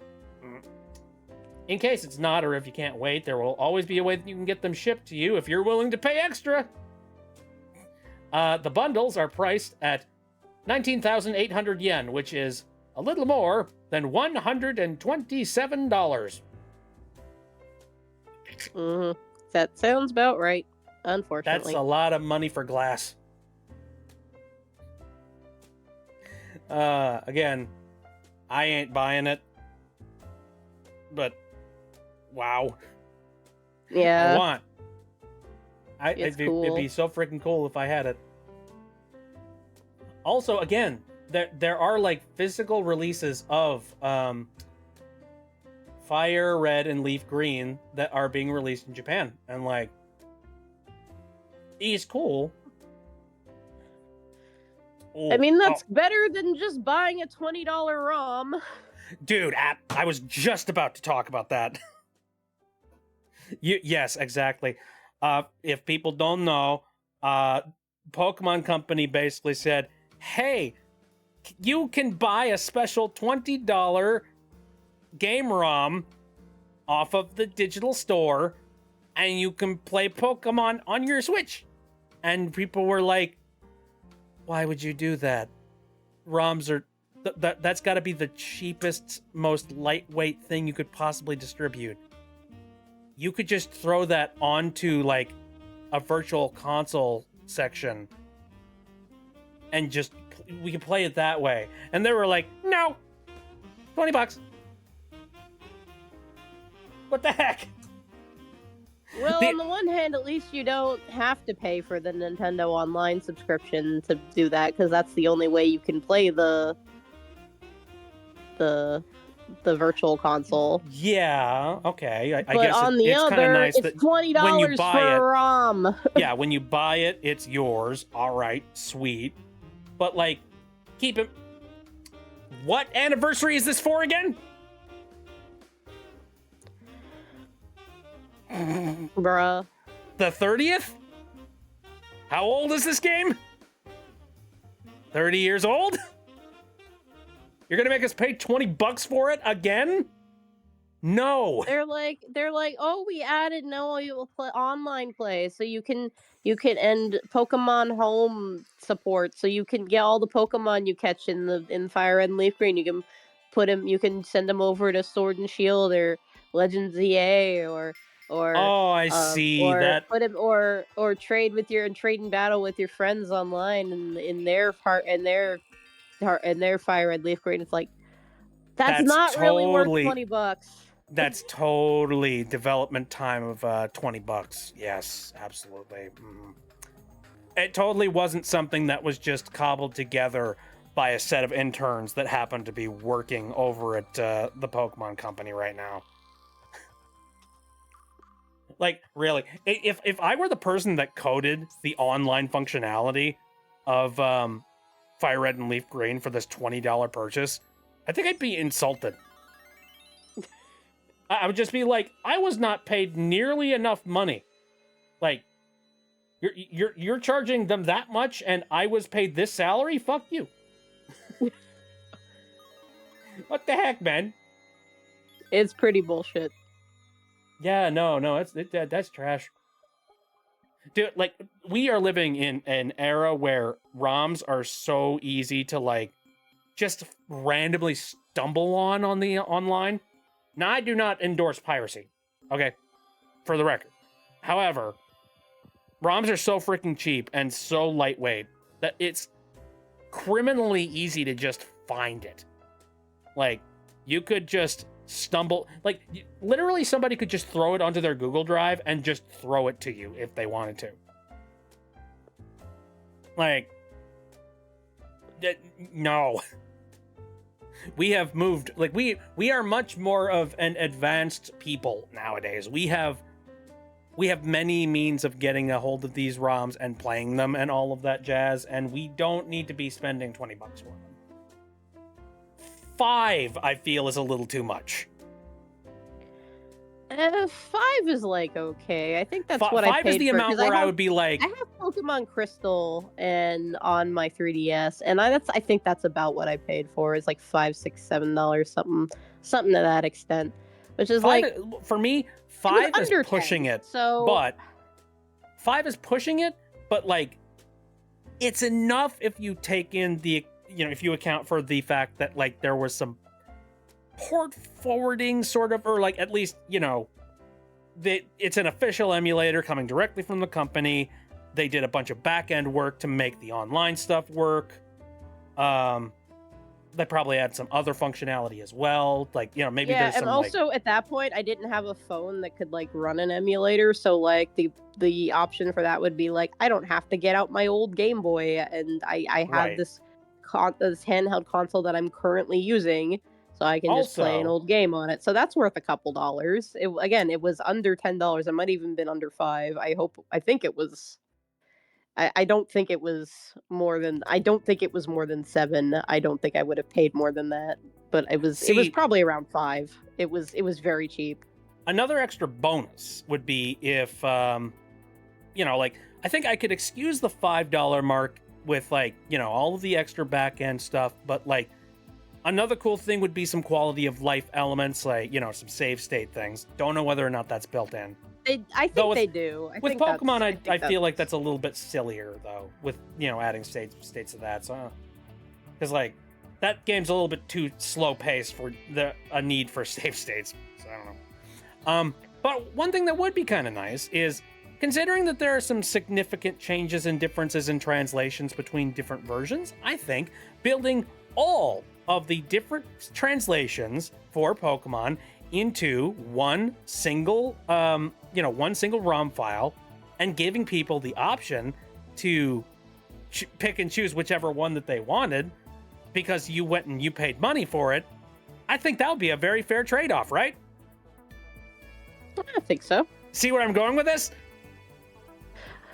Yeah, they didn't do that. They You have didn't to buy the If different you want to languages have a different separately. region version of it, you have to buy it again. Yeah, they didn't add that. It's like, if there's like English, there's like the $20 ROM that's in English, and then there's the $20 ROM that's in French or Spanish, or it's all separate languages. So they didn't even bother to like. It's their literally excuse- a ROM. They didn't bother to write like a new code to like put all of the different versions, because like the way they were originally released, that's how they were originally released. But that just drives the point home of these are just ROMs, and they didn't even bother to put them together in a way where you could choose the different language like you could in newer games, and literally just took the ROM dumps from the GBA carts, and It's they shameless pay as us hell, $20 man. for them. Oh my god. It's so dumb. It's so dumb.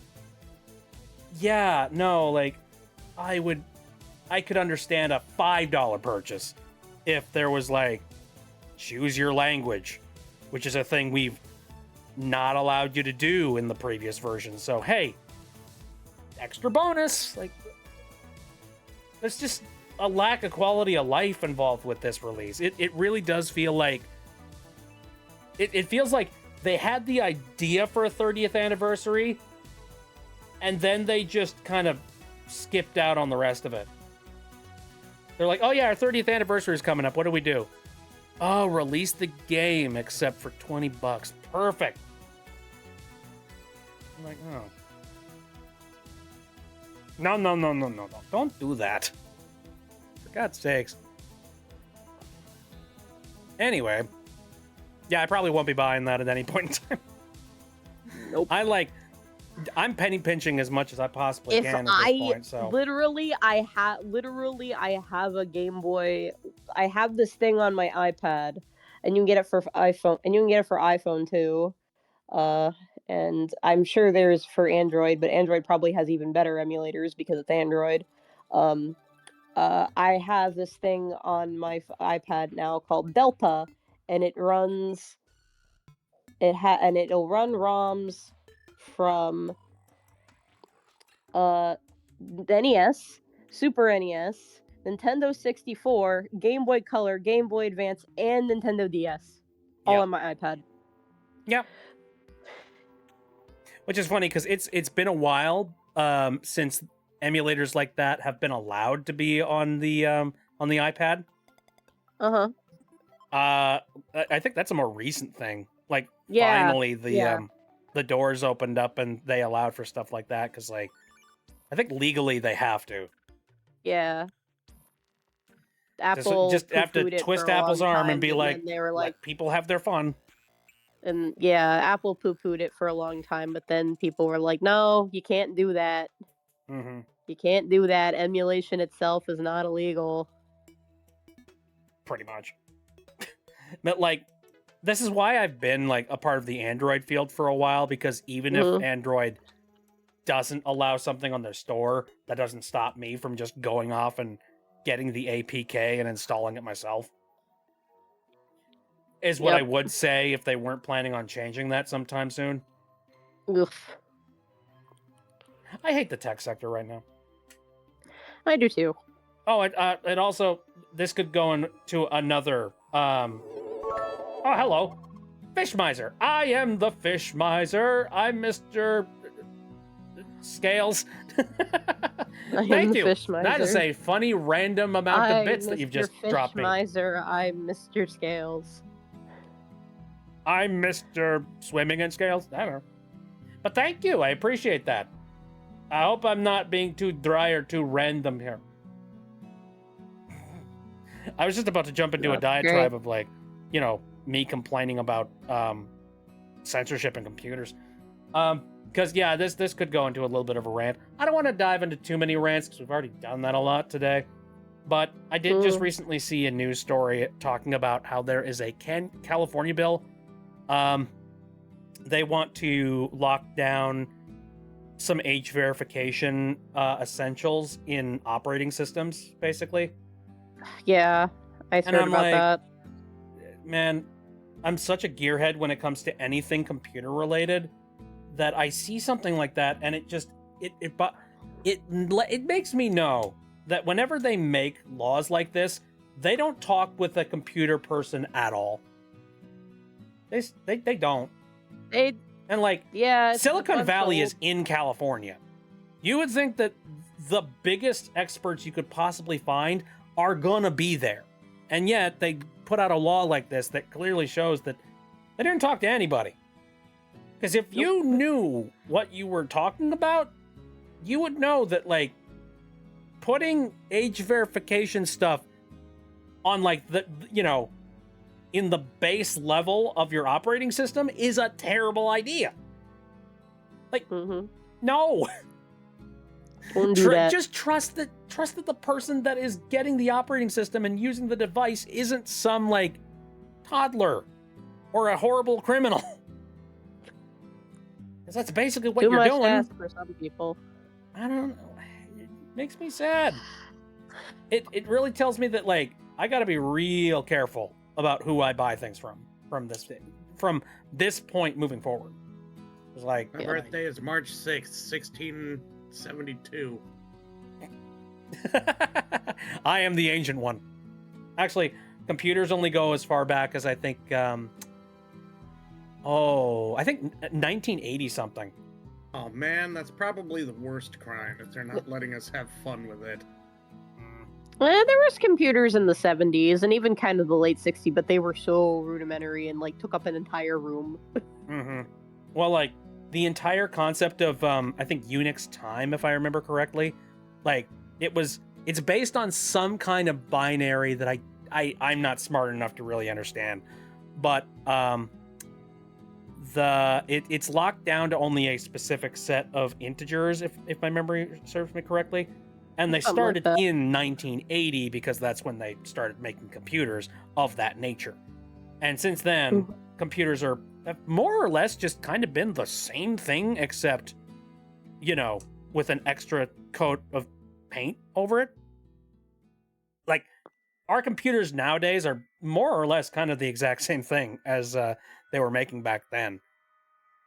It's just now they run like super ridiculously fast, and you can barely tell there's a back end at all now. But like, fun fact, that was actually the reason why the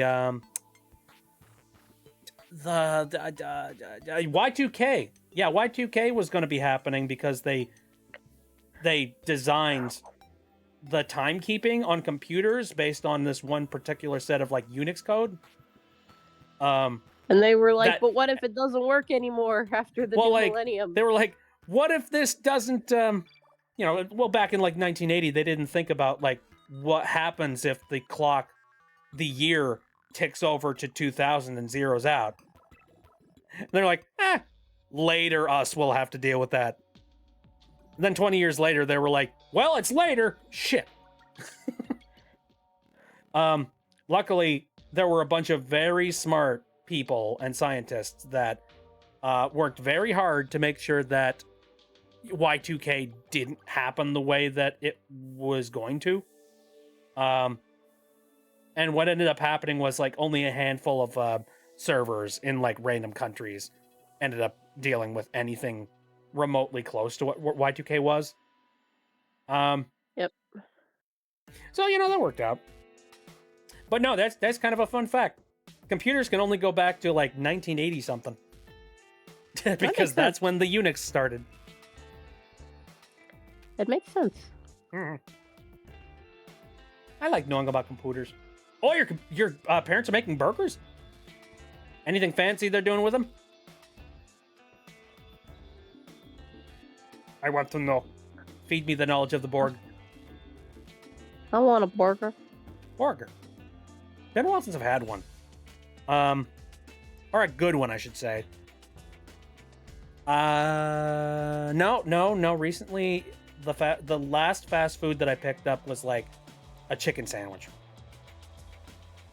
Adding season to the meat. Well, that's pretty standard thing to do with a burger. Although, I don't know.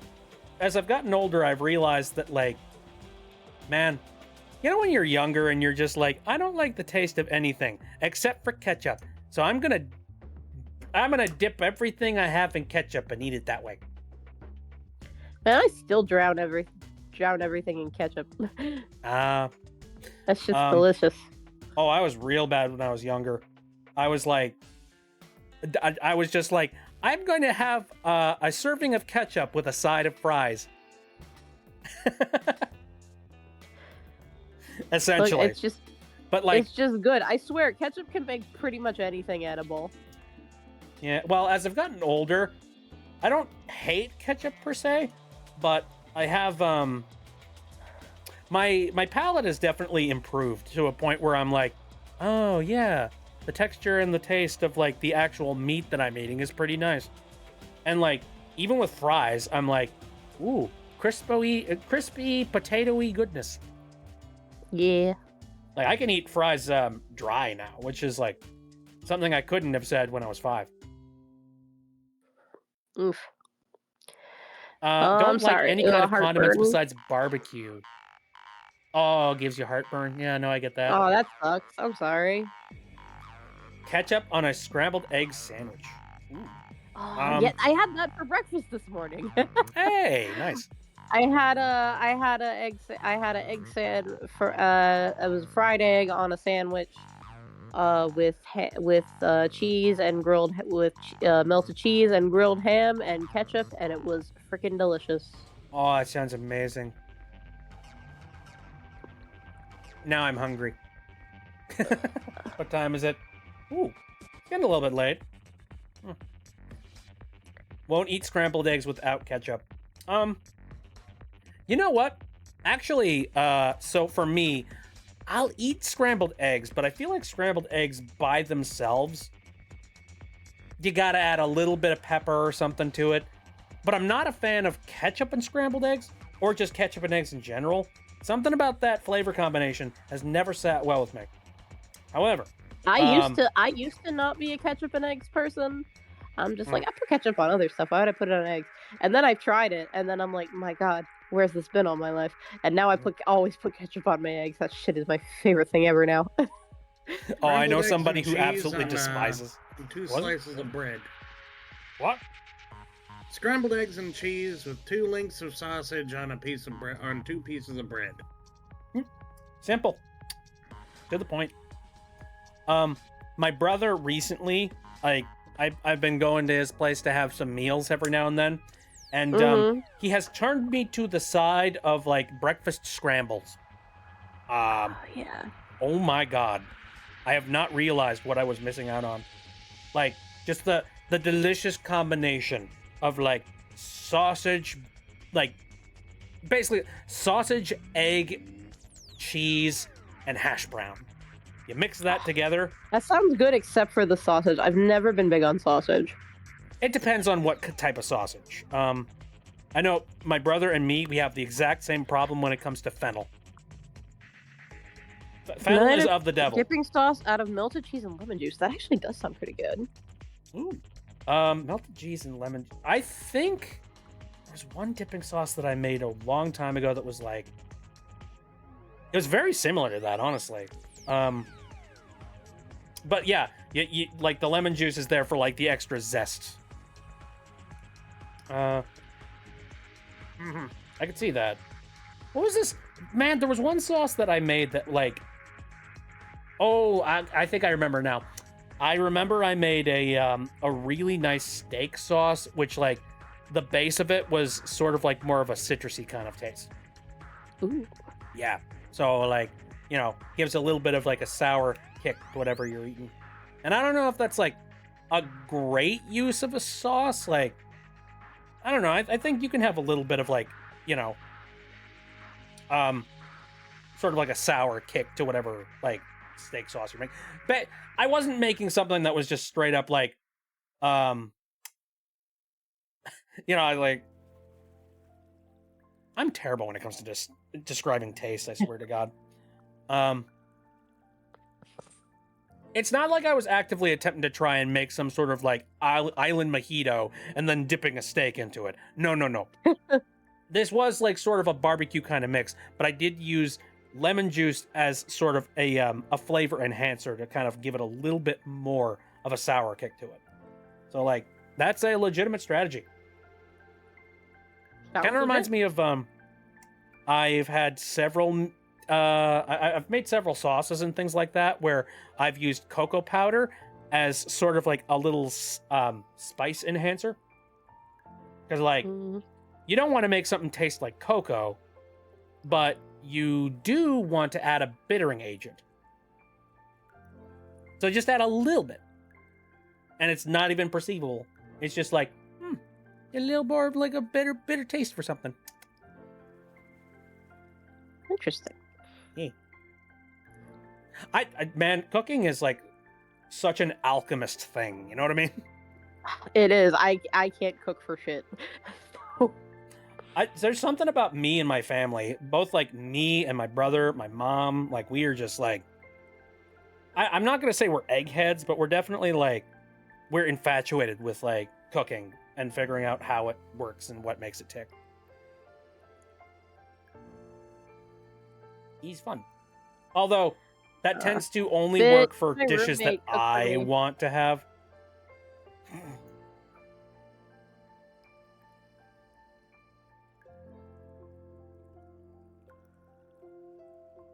Remember the hyperfixation I had one time on pizza? And it ruined pizza for me forever. Not that I don't like pizza anymore. It's the fact that I don't like any other pizza but my own.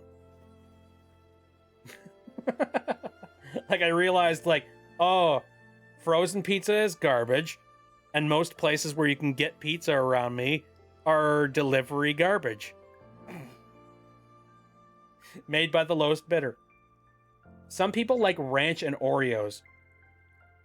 What the hell? That's I don't extremely cursed.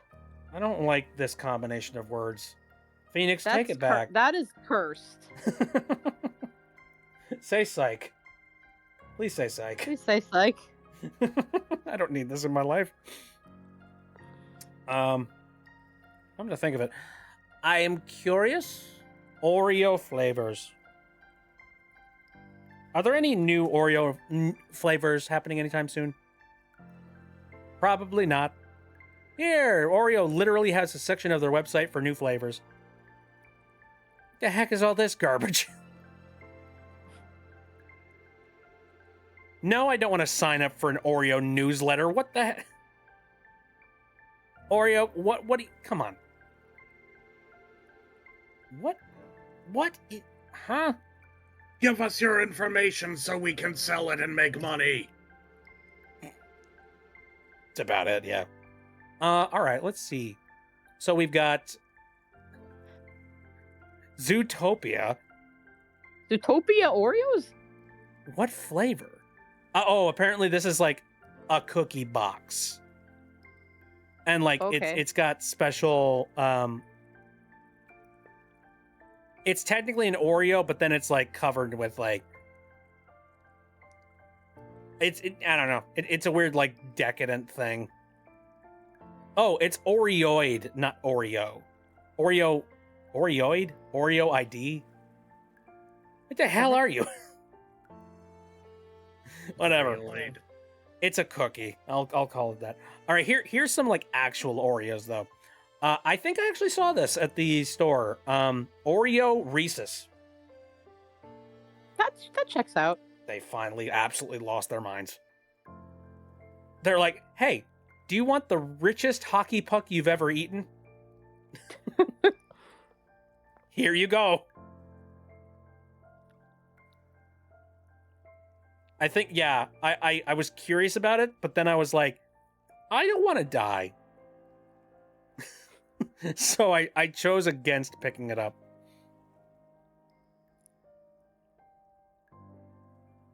Oh, Phoenix says, as much as I want to forget about the Oreos and ranch thing, I can't. Because I saw a kid eating that food combination last year. That kid... I don't know why this came to me, but I was just like, are you sure that was a kid you were talking to and not a pregnant woman? There's something about that combination of food that I'm just like, that sounds like a pregnancy craving. Just, That's so real. you know? I didn't even think of that. I once saw a Corella de Vil Oreo once. It was chocolate and vanilla in 1.5. Oh, okay. Oh, I see. So half and half chocolate vanilla. That's kind of That's kind of funny. That's clever. kind of fun. I like it. Oh, and then they have 0 sugar Oreos. Then what the hell's in the cookie? Why would you bother? Why would you bother? That just you're torturing yourself. What are you doing? Oh yeah, I've heard of gluten-free Oreos. I saw somebody review it on YouTube, and they were I think it was ProZD if I remember correctly. He was just opening up and I forgot trying he a does ton of about Oreo random food cookies. sometimes. Yeah. Yeah. And he tried the gluten-free one specifically, if I remember. It was either that or the sugar-free. Don't know which one. But he did the poll test where, you twist the cookie and then you separate them just to see what you get on the inside of it. And I Mhm. believe the gluten-free one was just a tiny little dab of a drop of frosting on the inside. You know what? And it That was just makes like, why? well, because some people are allergic to gluten. Unfortunately, gluten is more of an allergy thing than a diet thing. Because if you're allergic to gluten, because there's a lot of stuff you can't eat. So Yeah. Yeah, that's fair. That's reasonable, I guess. All right, I found a new list of all new Oreo things coming out in 2026. So yeah, the Oreo Reese's is here. Oh, give me a second. I need to like clear this website and my cookies because it doesn't have any of the images. And I'm a simple human mind that needs pretty pictures. fair. Here, I need.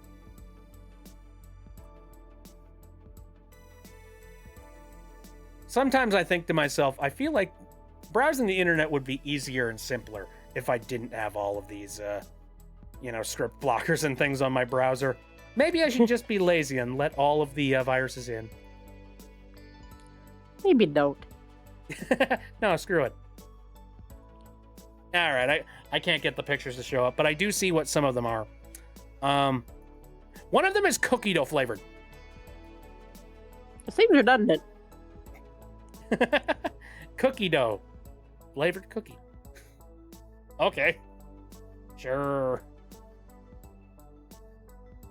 It seems redundant. Reese's made a cup with potato chips in it. Yeah, I did hear about that. And what's weird is that that's not even the first place I've even heard of that concept. I knew there was a candy shop that was located near me one time that unfortunately is no longer a thing. But I remember they made custom peanut butter cups. And they used to do that, where they made like a mixture of like the peanut butter solution and potato chips. And then they like cooked it all together. So like, I've heard of it.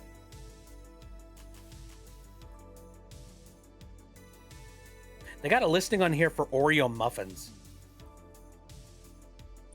That sounds pretty good, actually. I guess. Problem for me when it comes to anything Oreo related is that I made the mistake one time of eating an Oreo cookie and then immediately afterwards going and brushing my teeth. Oh, God. You don't think about it, but that cocoa really stains your mouth.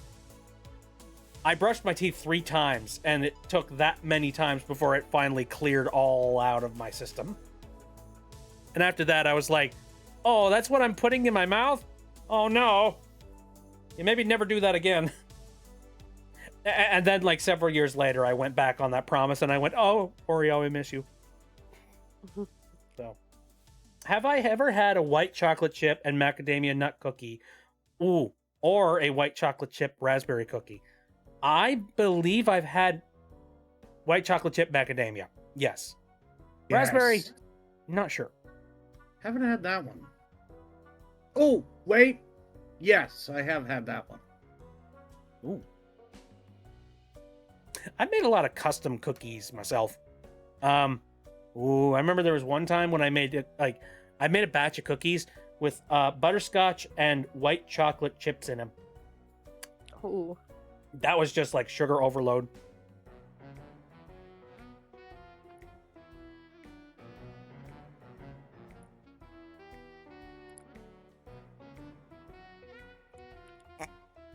I found another new Oreo coming out apparently. You know the Oreo Thins line? Mm-hmm. They're making Oreo Thins chocolate ganache. Ooh. Isn't that just a chocolate cookie? What's the difference? It's One thin. isn't called a fancy. I one guess- isn't I called guess a cookie. one is- It's I called a guess fancy because- word. It's thin. Ah, yes. My favorite flavor of food. Thin.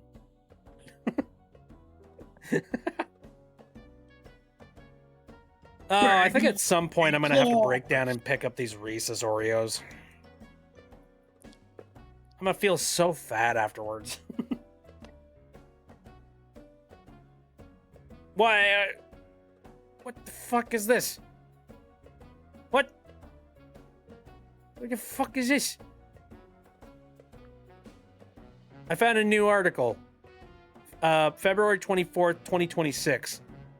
Krispy Kreme is partnering with Oreo Cookie for 3 new flavors.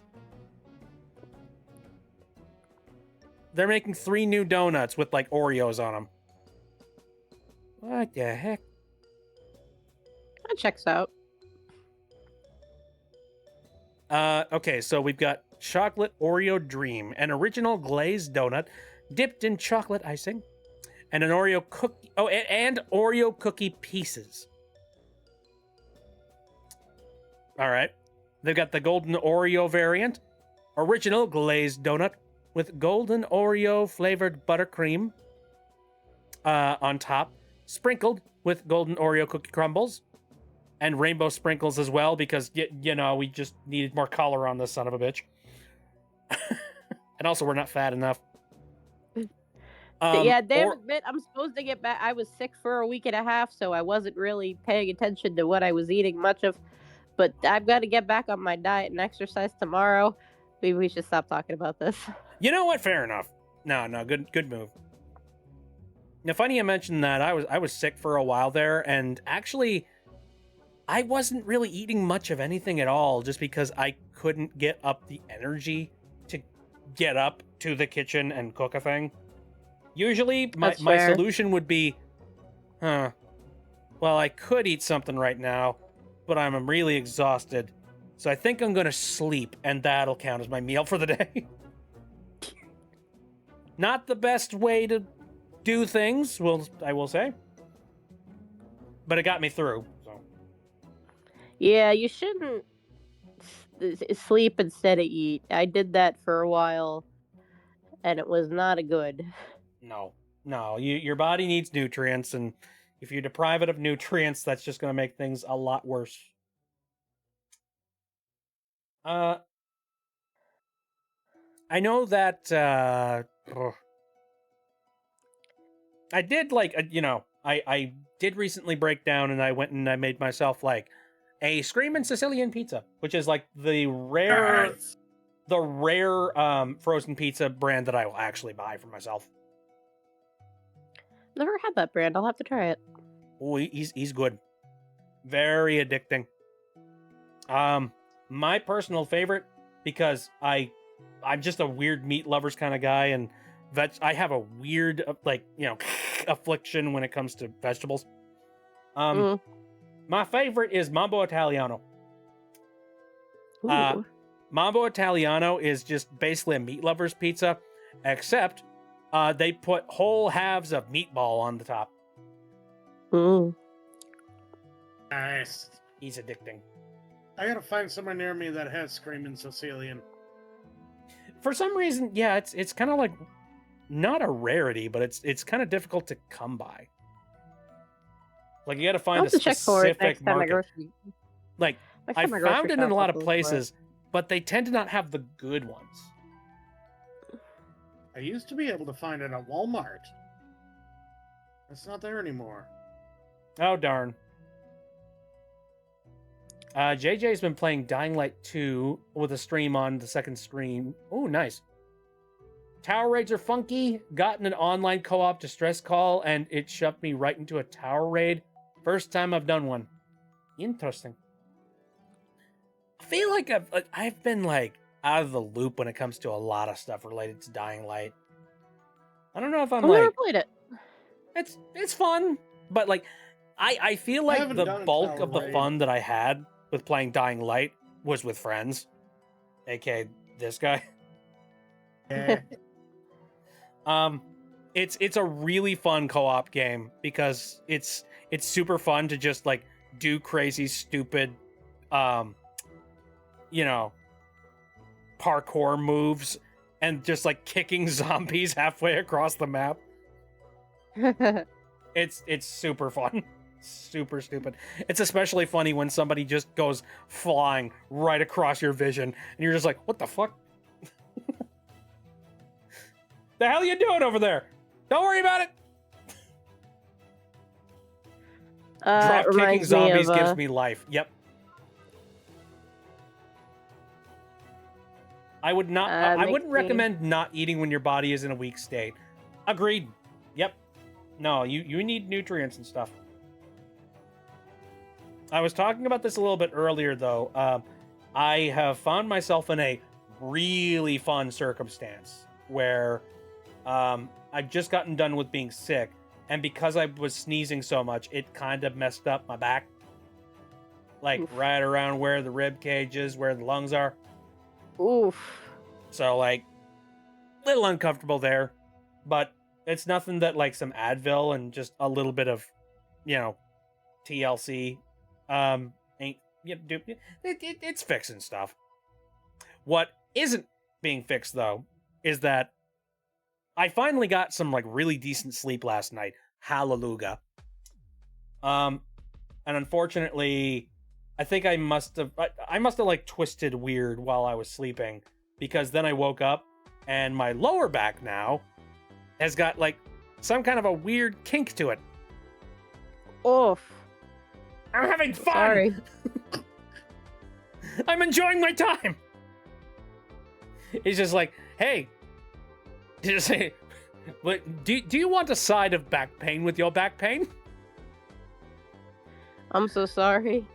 Who's ready for I- pain? pain? I just hope you never have to get the back surgery I did. Oh, yeah, no. If I can avoid surgery of any kind, that would make me happy. JJ is asking if I would be looking into Dying Light the Beast. I heard about it, but that's about all that I can say. I heard about it. It was I going to haven't be been- second DLC for Dying Light 2, but it got bigger than they planned, so it became its own game. Interesting. I don't entirely feel or know how I feel about the current DLC schemes that they got for Dying Light 2. I haven't actively looked into it. What was the problem with it again? Well, the biggest problem I have is that the DLCs, or sorry, not DLCs, but they're like different costume packs and stuff, come with weapons that are way overpowered. Okay. Pay to win, basically.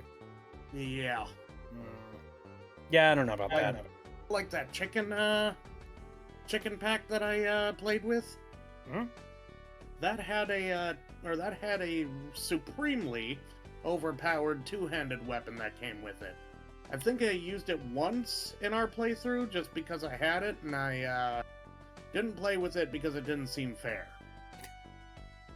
I appreciate that.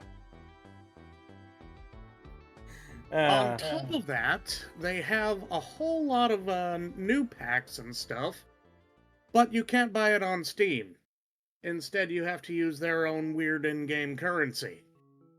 Oh, that always Which- squicks me out. Which, Wh- guess what? You Mm. can buy, or you can buy. Mm-mm. Mm-mm. Think there's in-game ways you can earn it, but I've yet to discover any. No, I call bullshit whenever a company does that. Oh, dude, that reminds me. There's Like been I some said, recent. I have mixed feelings about Dying Light the Beast. Well, I got mixed feelings about any game that does that. Full stop. If the beast is pretty good, then like, hey, I'm not completely against that. If the Beast That is does good, remind I'll me play it. though. There was a recent news article that I saw. Apparently, there are some lawsuits that are going forward with Valve, and let me see Oh. what company or what country is currently doing this. Let me check this real quick. I'm gonna look at this this article.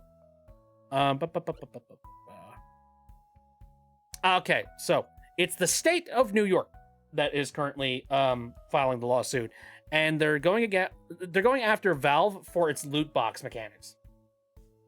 Ah. I see, because Valve is the problem here. You know, that was the first thing I thought. I was like, you're going after Valve first? Really? Dude, EA is right there. Yeah, I know, right? It's like, I know they got Counter-Strike and all that, but Well, that's the main thing. The arguments that they want to bring up are the fact that there are like third-party sellers, that aren't connected with Valve but still exist. And Yeah. these items do technically have some very significant real-world money like consequences essentially. So yep. they do, even though the in-game stuff you can't really buy them with money, you can still sell them for money, and therefore they want to technically tie Valve into this rope of like, because of the way that your mechanics work and the way that people are crossing their fingers to get a good weapon, and since this is directly being pushed towards like a younger audience, technically children, that would mean that you are giving a gambling system to children. I can't say I disagree. I mean, They're not yeah, but you know wrong, what's an yeah. even more egregious example? What about Fortnite? Yeah. Fortnite doesn't have loot boxes, though, does it? Yeah, it well, does. I think they do, if my memory serves me right. They do. That's how you get various cosmetics and stuff. But I've heard I stories thought those of were kids just like getting in a bullied rotating school store. just because they didn't have the right cosmetic. Let me look up Fortnite loot box. I'm curious about that. I thought the stuff in Fortnite was just like on a store that like rotates its inventory. I might be thinking of something else. You might be. You might be thinking of Overwatch has loot box. Overwatch has loot boxes. Overwatch. I don't know how I keep mixing those two up. Let's see. Loot box changes coming to Fortnite. This was made in November of 2025. Loot boxes were once part of Fortnite's Save the World mode, but never appeared in the much more popular Battle Royale made for Fortnite. That made Fortnite into a phenomenon. Okay, all right. So Interesting. curious. If the parental control is set to disallow paid random items, they will not see the item details screen or the purchase button, and will not be able to purchase paid random items with V-Bucks. Well, I guess it's nice that there's parental controls. Still a little bit weird that they're selling a video game to children that even has those mechanics in there to begin with. I mean, I understand that, like, video games are not specifically catered directly towards children and all that jazz. Like, no, adults can play Fortnite. A lot. I know quite a few that do. I guess it really does bring up the question of at what point does like the pop culture zeitgeist of something take over the narrative? Yeah. Like at what point do you look at something and just go, no, you're a kid's game for kids. That is how it is. Like, you can't disagree with that. It's hard to say. Because, like, I mean, I'd like to think that I tried to gun for an age bracket of something like 13 and up. But it does kind of scare me that there could be people that are younger than that in my audience. The fact that I'm so much of a curmudgeon, I kind of cross my fingers that people are older than that.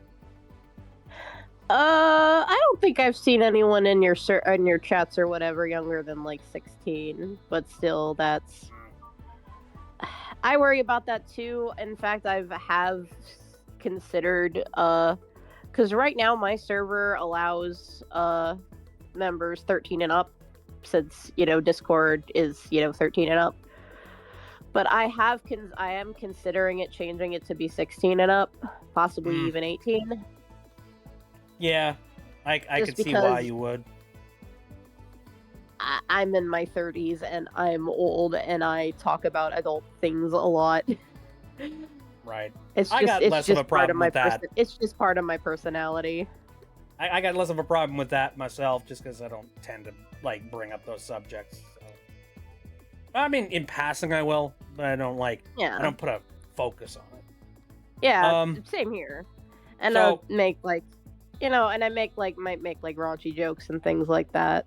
And I just feel a little bit better about that if there weren't kids listening in on it. I just don't want to. Right. I just don't want to. I just don't want to seem weird. Like Yeah. No, I like totally get because that. if I'm in an environment where like I know that there's like younger people around me, I'm not gonna make those kind of jokes or whatever. Of But course. on a stream, Like or any Discord reasonable server, human whatever, being you would. can't know that. So, yeah. Yeah, I know.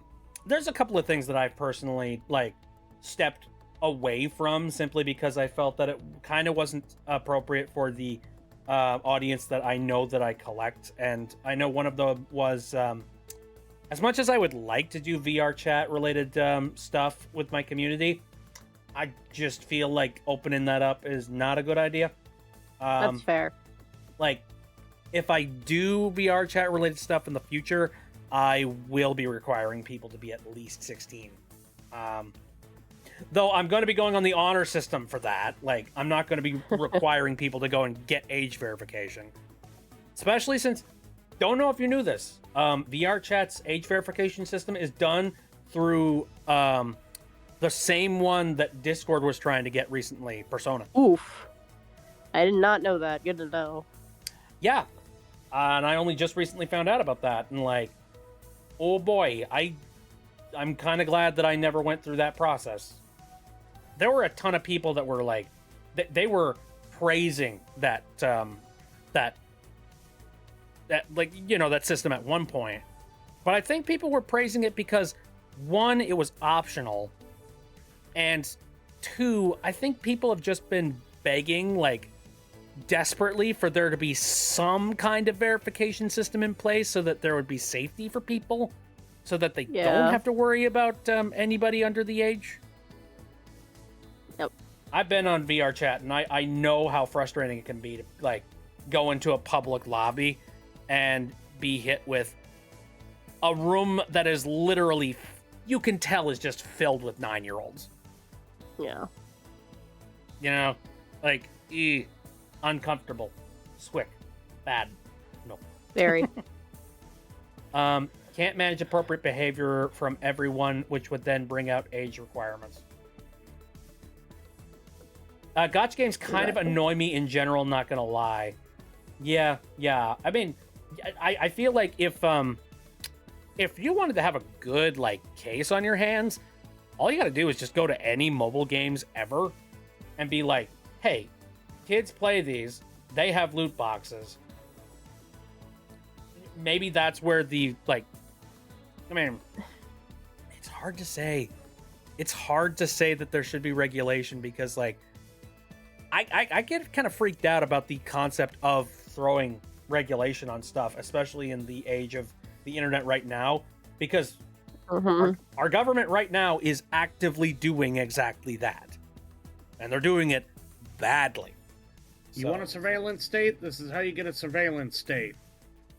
Yep.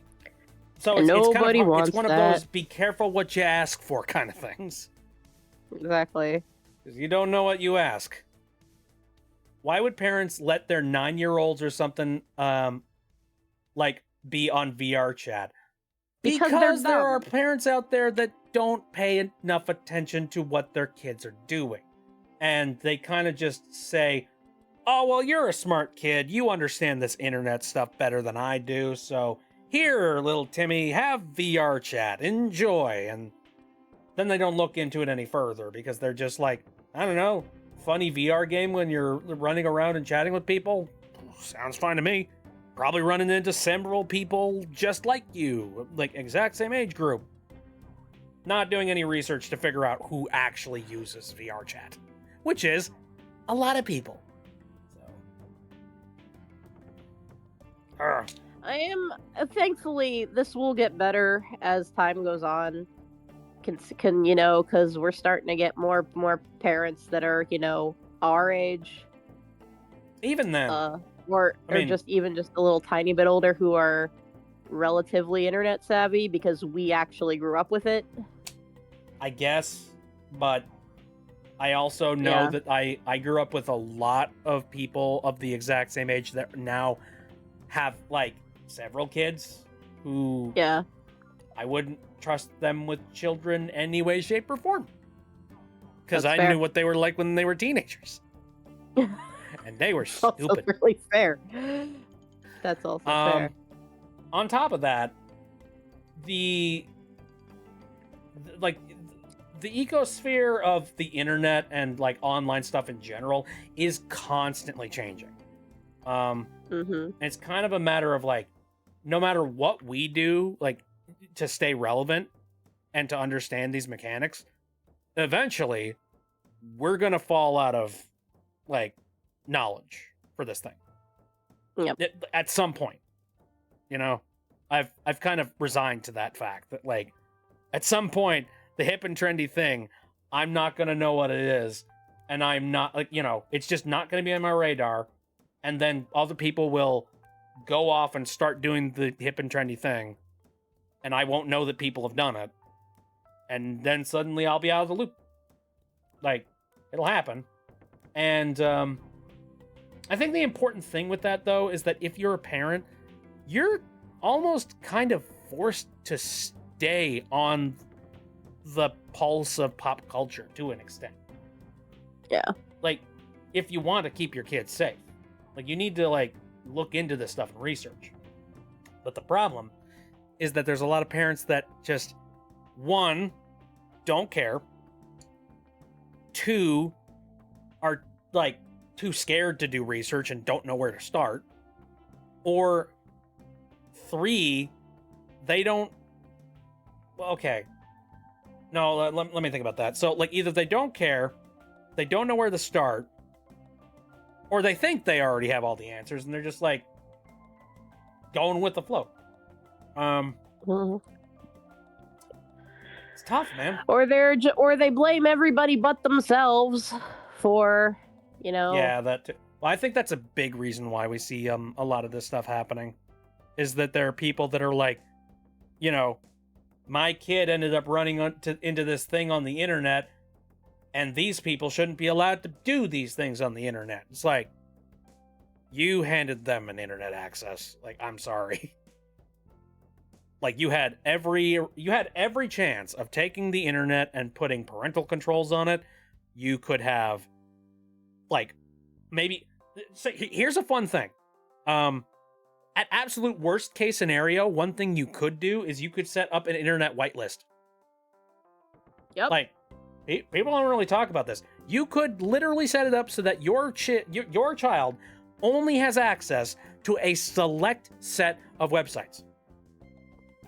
And considering we've kind of moved into the direction of consolidating all of our internet into a select set of websites, that's viable. Pretty easy to do. Give them Yeah. a few particular kid-oriented websites, and bada bing, bada boom, you're pretty safe. Nice. There's this YouTuber I love. She is an animator and a YouTuber. She was an animator, then she started doing YouTube stuff, and now she's doing animation again. She has a pilot. She actually made an animated pilot on all that long ago. She recently made, but a lot of her videos cover like old video games and internet culture, and she's done a lot of coverage on like old web games, stuff like Club Penguin and Animal Jam, and a lot of those like kids virtual worlds that were really big in like the late 90s, early 2000s. But she did one very recently where we were talking about like how those aren't really a thing anymore. And Yeah. it doesn't really feel like it's kind of depressing because there's no really safe spaces for kids online anymore where they're, you know, concerned about giving kids a specific space online that's like, you know, got security and is tailored for them and is interested in keeping them safe. Right. But Instead, it's all just the social media where also adults are, and it's really, really not good. Well, to do that would require a company to basically give up money. That's it. Like, you have to give up profit. Because, I mean, there's no real easy way to make significant amounts of profit to keep some place like that afloat. Like, you kind of have to operate at a loss to a certain extent. Which, for a lot of people, a part of like the .com bubble back in the day, They were willing Mhm. to do that because they were sitting there like, ooh, this will eventually turn a profit. And then it did. So, Yep. you know, that's why there were a lot of really, really good websites back in the day, because there were people that were willing to pitch the manpower, the money, and the time and the effort. Not so much anymore. Like, there's a lot of companies that are like, no, we can't make money off of this. Like, we'd much rather just take all of our streamy stuff and throw it onto YouTube, make our website presence just basically a front end for all these other companies that do all the work for us. And I don't blame them, Yeah, because it's just like, yeah, it's a lot more lucrative and you're not losing as much money. Like, but what you end up Mhm. losing, unfortunately, is that, yeah, kids don't have any places to actually hang out or do anything. And it does make You me don't sad. have like, yeah, because like I back in the day, I would go on like Disney or Cartoon Network websites, and then they had like all these little games and Mhm. uh Yeah. things like that, and it was cool, and it was cool, and it was fun. It was a kind of Yeah, introduction to I to the hung my internet. hat on, you know, at like Cartoon Network, Nick.com, Yep. probably some other places too.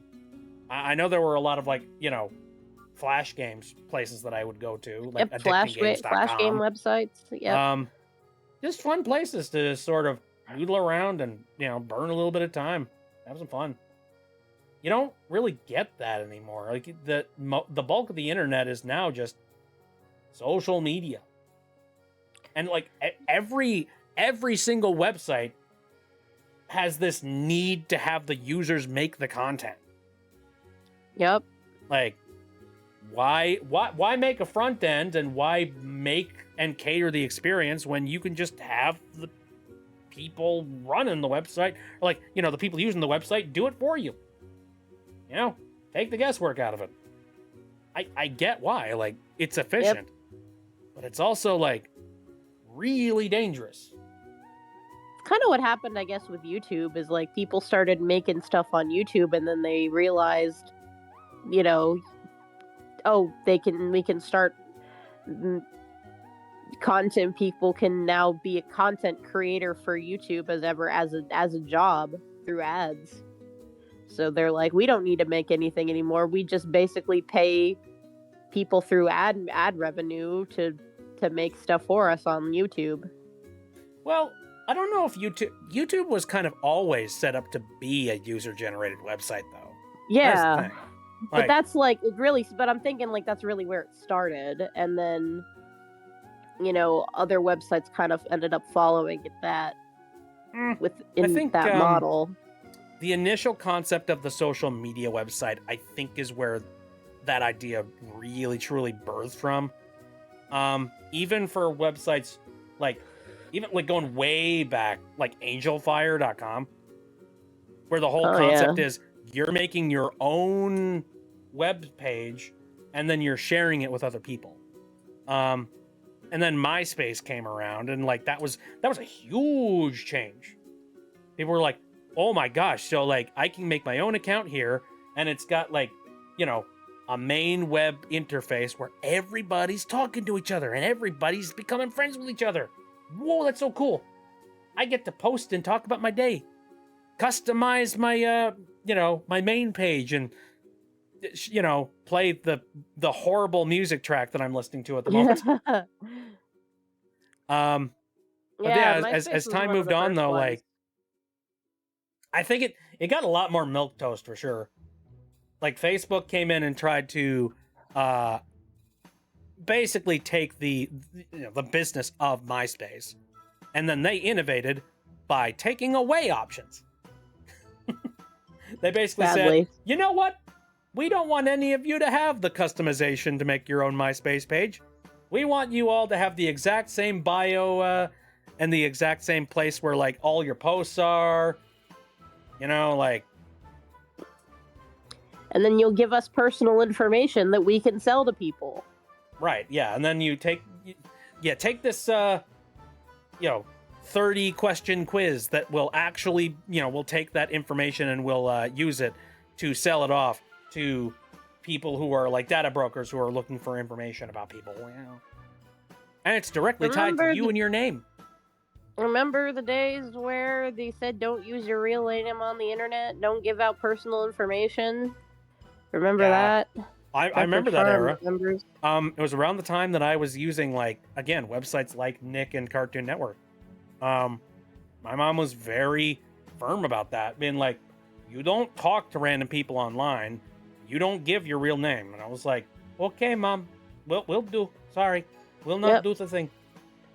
And then, like, you know, I think 7 or 8 years down the line, I want to say, that everybody just kind of gave up on that one, and we're just like, no, use your real name. No, share every little bit of information about you. Yeah, But now we're how kind of else do turning you- that one around because doxing has become such a huge problem. Mhm. Also, like, there's this one group that I watch on YouTube, and they bring up this point a lot when it comes to the internet, and that is Uh-huh. we are never going to be able to elect anyone in the future ever again. Because, like, What do you mean? all you'd have to do is just go to the internet and look up their name and look up archives of what they posted on their social media. And, like, all it's going to take is for you to have done something really stupid at a frat party once. And it's just like, Senator Ronald McFinnigan, eh? Yeah, you remember that one time that you went over to that frat party and you, like, you know, you butt chugged an entire keg? And that went up on YouTube, or, like, you know, that went up on the internet?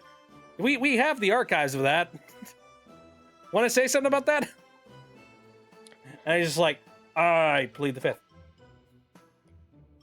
we say that, but look at our current government situation and the people who are currently in charge and what they do blatantly on a daily basis without even trying to hide it. Yeah, I suppose as long as people agree with them, I guess it doesn't really matter. Fair. Anyway, Which is anything depressing. else? Anything else currently going on the internet that actually, like, you know, positive? Also, what are you currently playing? I can hear it in the background. Oh, sorry. I was actually trying to, so I'm trying to actually finish my first Animal Crossing island before I start the new one. Because there were a couple Ah. of things I actually remember that I did not. I'm like, oh, I'll figure this out later, and then I never did. I wanted to redo, like near the beach area. I have a little amusement park. Out of, like, there's a bunch of amusement park items, so I was able to get a bunch of those, and I wanted to redo that a bit because it was cool. It was like, it's like Coney Island type of by Oh, the beach cool. amusement park thing, and so I finally went and redid that. Fun. And also, there's a. If, I want to if make my memory serves me correctly, I went very, like, you know, contemporary city aesthetic with Bike Oh my Belt. god, my island is wild. It's A lot of my stuff was just, like, very practical. I didn't do a lot of crazy shit. It was basically just like, yeah, you live in the city. You enjoy the city. You follow the ordinance. You get back to your house by 10 o'clock sharp. yeah. The island is very very eclectic. I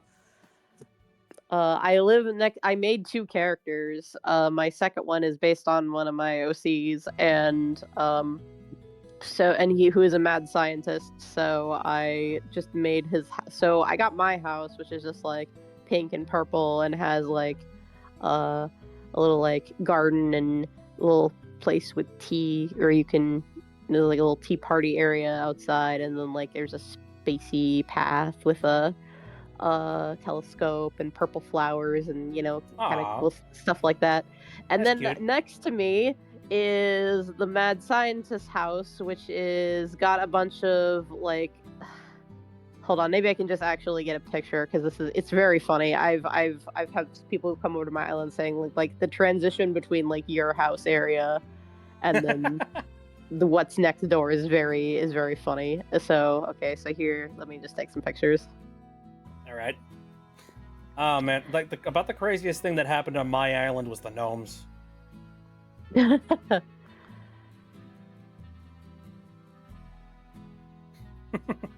I'm so happy that they are, they have been fizzled out with the eradication of my previous console. But yeah, The gnome and scourge is then gone.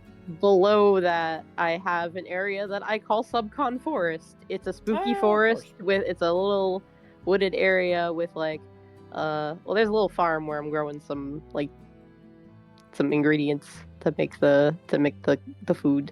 I see. You can give to the villagers, but there's like a bunch of cherry trees and then a bunch of Halloween stuff, and then there's like an area where I have a well and a hourglass with so like for a timepiece, and Clever. a bunch of patterns on the ground that like is like a snatcher pattern, and then I have the a bunch of boxes and the little like the snatcher delivery bike. Ah. Yeah. Yeah, There's the also, delivery like, mission. Skeletons, Clever. and then they go over a little bit, and then there's a spooky graveyard that has, candles and like spooky ritual witchcraft looking kind of stuff. Near that is a hedge maze Mhm. and this like waterfall area. I need to redo the entrance to the hedge maze because it kind of just like doesn't. You know- it just kind of just there's the hedge maze, and I want something to like kind of like be like, here's the hedge maze, and then yeah, they got This does make me think. If Nintendo is going to continue to do this whole "you're the creator of your island" kind of thing, it almost makes me want them to go super crazy and give you like a huge space to make stuff. They did like- just add with the Switch 2 update. They added the Dream Island, so you can actually make like an island that's just for like people to go and like tour and look around in. It's not like your island. Yeah, but like I'm talking like, starting out from like the beginning, you're given the option of playing like, maybe a small island, a medium island, and then like a large island.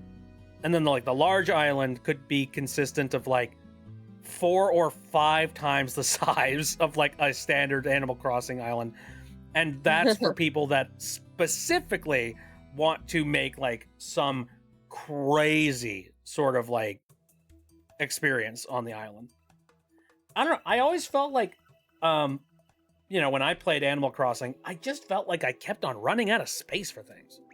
And like, Yeah, I've kind of guess run that- into that problem too, and I'm just like, I don't really like, I didn't like plan my whole layout in advance. I kind of did the layout as I was constructing the areas I wanted, because I also got like this area that's like a Zen Japanese garden thing. everything you're describing sounds so familiar. Did I go to this island at one point? You probably did. There is probably a BitB stream somewhere in the archive where I went to people's islands. Definitely. This is sounding very familiar. Like this whole like subcon area and like the and the Zen garden thing. Yeah, the Coney Island type park near the beach, and then I have like the Subcon forest inspired area. Oh man, memories. I So got many like game a memories. camping area. Here. Okay. I've Here's just, some. we've been talking about Pokemon, so I decided to go and boot up Pokemon TCG Pocket. Hold on, I'm getting the. Even though, like, God, I barely do anything on this app anymore aside from opening packs. You know what? That's fair. I've stopped playing the game. I'm just like, yeah. I want the shiny cards. Not enough to pay for, but Okay. Here, I think I'll put them in the image share. Uh. Alrighty. The... There are so many Pokemon here that I'm just like, who are you? So the first image is my house, and then it's just going towards the right. The 3 images going towards the right. Very nice. So there's like my garden. And then... Oh no. Oh no.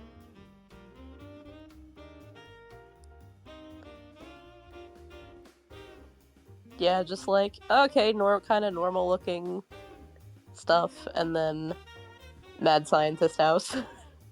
Pierce says another GameCube game was just decompiled. Which one? Ooh. Oh, you got me. Oh. GameCube. Oh, Animal Crossing. Oh no. Oh my god. Oh my god, it's all Oh, the come full chaos. circle. Oh. Oh, it's come full circle. Oh, that's gonna be nuts. Holy shit. Ah. Thank you, Phoenix. Dude, like, decompiling Animal Crossing? Can you imagine the kind of modding people could do with Animal Crossing? That would be amazing. Oh my god, I'm excited now. Like, there's already some cool mods for, I found out about one not that long ago called, Animal Crossing Deluxe. And it's a mod that puts in all kinds of like features that were like, it puts in all like the e-reader stuff, makes it so you can get all the e-reader stuff what you normally couldn't get because who the hell had an e-reader? I might have had an e-reader. It had like in some like features that were only in like the Japanese re-release that they put back in. There was actually I think I have the page here. What does it add? It adds like it adds some cool stuff. Holy shit. Zizel, I've been here. Animal Crossing Deluxe. Integrated 16:9 widescreen option. Free borderless acre camera option. All E+ villagers, which is the e-reader stuff, added to base game. E+ was the Japanese re-release that had all the e-reader stuff. So E+ villagers added again. E+ town decorations added. Blazel, Chestnut, and Shocky given official feature and integrated into special event NPCs. I don't know about that. Flower hybrids and crossbreeding. Oh god, why would you put that back in the game? Jacob's Ladder spawn known you have a perfect down. All Bell denominations added. Expanding clothing list featuring beta shirts and shirts from N64, DNM Plus, and IQ. I have no idea what that is. New carpets from DNM, IQ. Oh, IQ. I know what an IQ is. IQ. Yeah. So IQ Wild is just an World. N64 made in China. Oh, That's wild. it. I guess China had some specific regulations involved with gaming systems. So what Nintendo did was they were like, okay, we will release this game underneath a different parent company, and we're just going to call it like a, education device or something similar to that. But then it happens to also have games on it. So like, then they shipped it to like China underneath this name instead. Interesting. So, So, like, I guess there was different items. There was in some those IQ versions. exclusive things that did exist, that people have like decomiled from it. And, That's like, cool. They put those back in then, along with stuff from Wild World and City Folk, apparently, despite those being on a different console. Re-added furniture removed from N64 and DNM Plus. Added furniture from DNME Plus and IQ. Ordinances can now be placed at the post office. New town fruit types. Leaves weather type added. D-pad tool switching. Oh, that's nice. I forgot that wasn't in the original. GameCube keyboard support. Please reference the GC keyboard lauded as keys map unexpectedly. Additional Wii USB keyboards are not supported. Selectable skin tones, including a reworked tanning sunburn system. That's nice.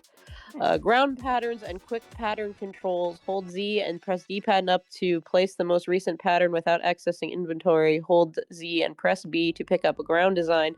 Okay, so you can do ground designs and patterns and things like that. Fixed and craftable paper airplanes. I'm guessing that was a feature that was original. That was like cut or something, and they put it back in. New catch messages after the first catch of an insect or species. Optional intro tours after selecting the house. Oh, so they make the little part-time job for Tom Nook after you buy the house. They make that optional. Town creation intro sequence has 4 layout previews to pick from. Rover will cycle through the 4. If you want a new 4, then you need to reset. That's cool. So it's like the more recent games where when you before you go to the town, you actually can pick a layout. You couldn't do that in the original. Museum donation item selection restricts items which have been donated or cannot be donated. Savings account generates interest at the same rate as Wild World through New Leaf, and max year increased from 2030 to 2099. Apparently, the original GameCube version had a maximum year of 2030. What if they didn't? Oh my god. They've just been like, 2030. All right, assholes. You got 5 years. Have at it. That's funny. That they actually... Man, that is some nuts. Also, Pierce has gone into a little bit more detail about what the IQ was. So yeah, China put a ban on game consoles. So you couldn't actually get one in the country for a while. And you can't really like release non-Chinese stuff like that's outside of the country into China at the time. So what Nintendo did was they just made like a subsidiary company, and they like just released the IQ underneath that company. Yeah. Literally, it's just an N64 that you plug and play into your like TV. Interesting. And there was like 3 games that were included on it. And like, unfortunately, you can't make it a games console, so they couldn't make it expandable. So what you got was only like 3 games on one device, and that was it. I see. But Also, better the than Goshi nothing version if you lived in China. Ocarina of Time speedrunning for a while due to faster text speed. That's funny. Oh yeah. Right. I'm tired. I think I'm gonna go to bed. I'll see you later, Smokey. Kyle. But thanks for coming in and chatting. It's been fun. No problem.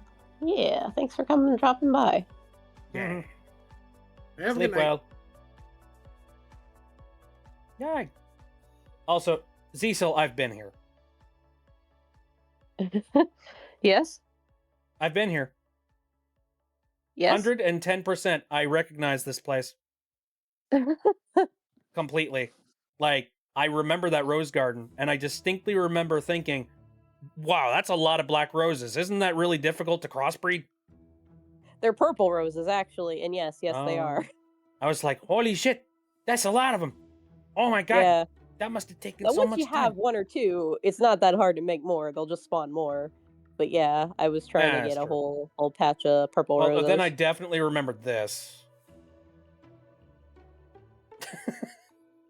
Yep. The My nuclear neighbor. house. The one that's been cordoned off. Yep. I distinctly remember that one. Yep. Oh, good lord. I think I might still have videos somewhere that I took of the inside of it. Oh. Well, again, Which- 'cause I don't- I'm certain that I uploaded a lot. I don't know if it was all the Animal Crossing videos, but I remember uploading a lot of the Animal Crossing footage. So it probably exists on my YouTube channel somewhere. Because I went and I toured a Probably. bunch of people's islands and stuff. Yeah, and I think I made I think I did a Twitter post on where I had a thread of little short videos of I remember the mad scientist house because I really was proud of it. Let me see if I can just because it had some or the rooms in my house were just kind of like fun stuff I liked. Here's my vaporwave basement and my space arcade. The mad scientist house was interesting. So let's see if I can find it. I remember one of the one of the places that I visited was Void's place, if I remember right. And Mhm. while I was traveling through, on my way to like land at the airport, this was around the time that the Easter event happened, and like written on the floor while I was flying into the island was just like in red text. It just screamed, "Hippity hoppity! The rabbit ruined my property!" That's a good one. And I'm like, "Yep, Oh, I can vibe with here's that." some pics of my vaporwave room. This isn't the current version, but it mostly it still looks a lot like this. Oh, I didn't have I didn't have the Greek statues yet. No, I need to go and take new pictures of that. It's not as good without the Greek statues. Uh oh yeah, that's right. At one point, I had a Twin Peaks. I recreated the Twin Peaks Red Room. I should do that. I should do that in my new island. Ooh. Uh here is okay. Here is. Hold on.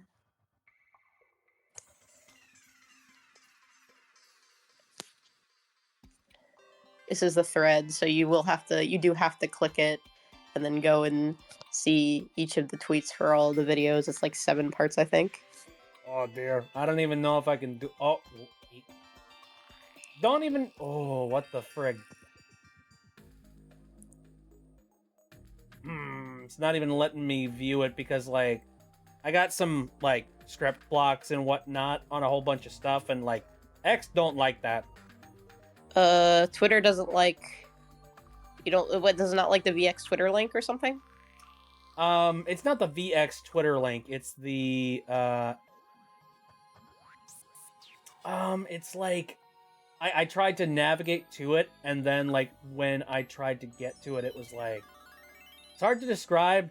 It's like it's giving me a little banner underneath that says Firefox's enhanced tracking protection strict mode is known to cause issues on X.com, and I was just like, no, I don't have strict mode enabled. It's that I have like script blockers that specifically block certain assets and things that aren't really necessary for like a website to run, but that inherently breaks a lot of web pages. So, and also I do not, hold on a second, let me see if I can clear it for now. Okay, so there we go. There we go. Oh, so the thing that it wanted me to enable was twimages.com. Okay. That's it. Okay, let me see if it works perfectly now. Okay.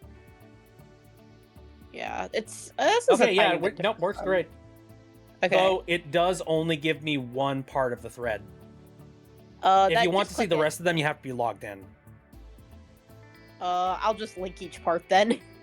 Oh dear lord.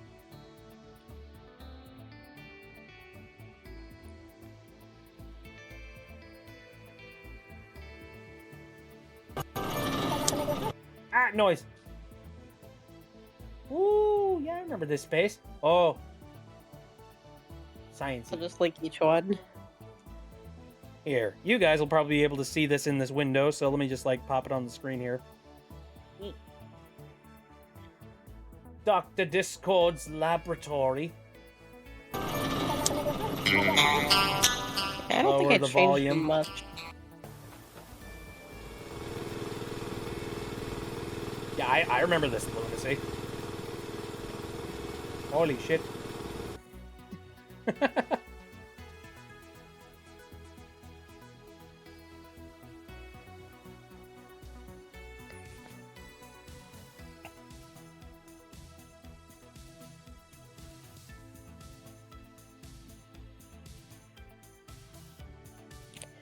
There is sound, I think, too. Yeah, there is. For the music that's in each room. Ah, the record player. I remember that thing.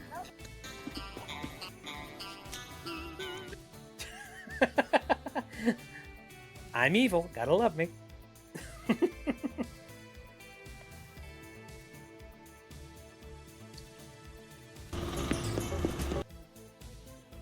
Ah, gosh, blang it. Come on.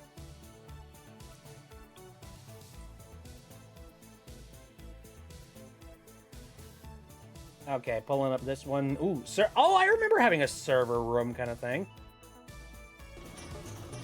The laboratory, the computer, the office computer room thing. Hey, very nice. Bop, bop, The, sweep it the, up, the up. last one is the funniest.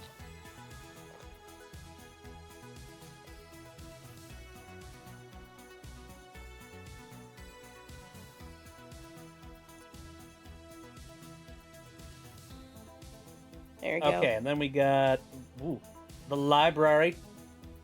Library. Hi, Barbie.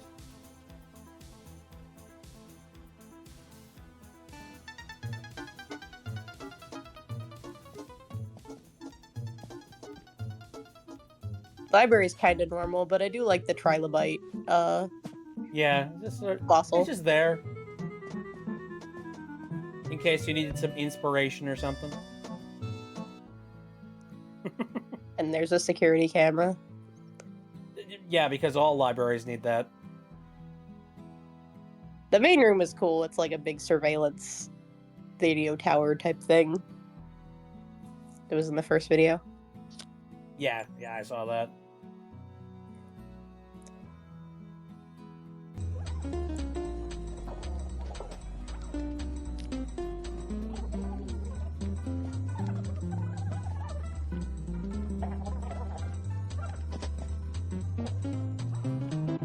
Very classic feel, this one. Very retro, yeah. I feel like I could vibe in there. Like, I want to connect an N64 to, like, a CRT in there.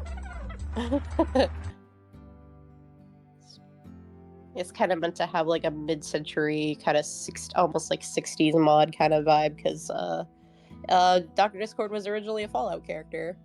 Like, was like a character I played in a Fallout game, so kind of retains some of Gotcha. that aesthetic. Whoa.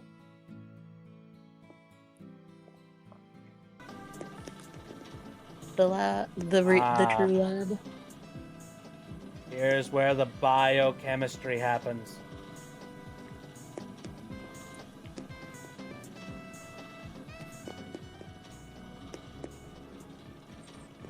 Robots and things. Oh, hey, you got like the masks on the background. Mask? Well, Oh like, yeah, like yeah, the the face goggles and things.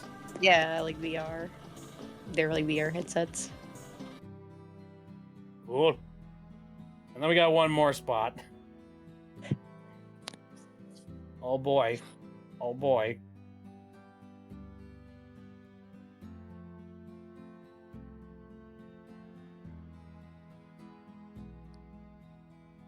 Come on.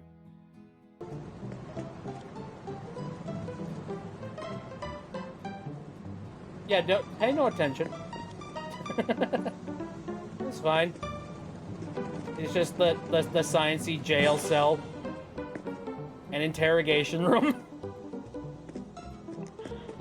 Heads of giant creatures.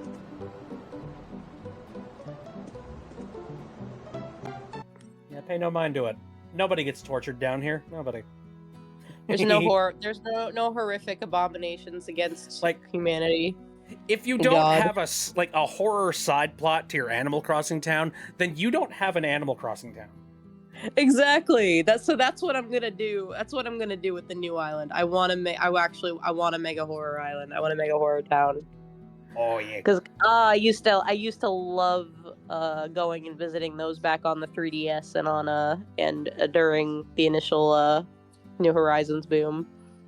And I visited Mhm. so many cool ones. I'm trying to And you know, think back to like I'm thinking back to the wait, Pierce says there's one part of Animal Crossing GameCube they didn't decompile, but I think they can make the game work without it. It's just the NES emulator. Oh yeah. We can work without it. I mean, look, we already have NES emulators in real life. We'll be fine, I think. No, this is reminding me of like so many things. I remember distinctly, like, again, we had the entire gnome subplot in my town, And every single stream, I would like, but before the stream started, I would run out to like random spots in town and just drop off random gnomes. Yep. And then it was just a, like, you know, it was a game of like, you know, everybody would be sitting there and just be like, there it is, it's behind the tree. It's like, what? I don't see anything. What's going on? Anyway, what's going on over here? And I just keep walking. And then there was that one day where like I would vary it up where I would be like, okay, there's gonna be like 2 today. And then I'd be like, all right, let's spice it up to 3. And then like there were some days where like I decided I was going to put no gnomes out, but then I would hide the gnomes in like some very significant place. So like I think there was one day where I go into I think it was like the left side room of my house, and the entirety of the room was just filled with gnomes. And then I didn't say anything. I just backed away.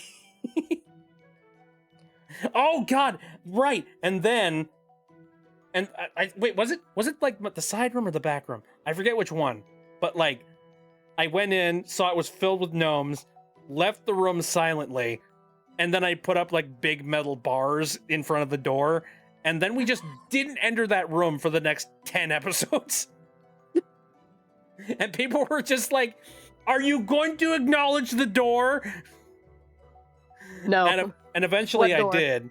Eventually I did acknowledge the door, and I opened it up to like go inside, and I secretly like put together a new room that didn't have gnomes in it while everybody wasn't looking. Just to troll people and be like, yeah, it turns out there's nothing in there right now. God, that was the height of that was makes the me- height that- of my stupid like trolling and creativity. I miss that era. That's incredible. Yeah. Now, I've said this before, but you definitely have to play Puzzle Agent. Yeah, probably should. What was Give I me a think second. given what you just told me and what that happened, you'll appreciate it. Yeah, I did pick that up during the detective thing. So yeah, I will be. Nice, I'll be playing that at some It's point. so good. It's so good. Another series like I'm going to be doing the. I'm going to try and do the entirety of the. Oh, geez, excuse me. Hold up, I'm trying to find the name. He's somewhere in here.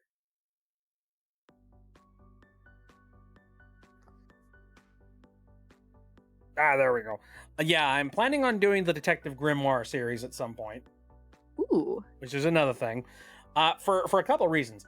One, it's one of Remy's favorite freaking game series of all time. And from what I hear, it's basically just these guys really freaking love Ace Attorney and wanted to make their own Ace Attorney. So I'm like, fuck yes, that sounds awesome. Let's do it. But on top of that, funny enough, like I've actually known about this for a while. The Detective Grimoire series is actually made by like a bunch of people that I've been following for a while, ever since like the old Newground era. Oh wow. Like this is the same dev that made Haunt the House, that one like papercraft like 2D looking game with the funny like goofy looking ghost. Oh, that's cool. I remember that. I remember playing the free Flash version back in the day. That's cool. That's awesome that they're still doing game development. Yeah, and hold on a second. Let me see.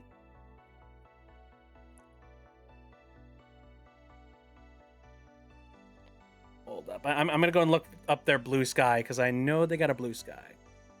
Their recent game is the Mermaid Mask, and it is a part of the Detective Grimoire series. So if anybody is curious about that, maybe go on and dive on into that one. Hopefully, maybe you played the Detective Grimoire games through the the detective sale that just recently happened on Steam. Perhaps. There's a similar game actually I heard about recently. It's also just like these people, these devs liked Ace Attorney, so they made their own Ace Attorney. It's called I think Arcane Attorney, and it's Ace Attorney but in a fantasy world. That sounds kind of cool. Yeah, it looks really cool. What was it called again? There's like the specific. What was the specific name? Arcane Attorney. Okay, I have to pull this up just because it was recently. Tyrion Cuthbert. Cuthbert. I don't know. Tyrion Cuthbert, Attorney of the Arcane. Oh. Have I heard of this? Got really good reviews. Got good reviews on Steam. Overwhelmingly positive.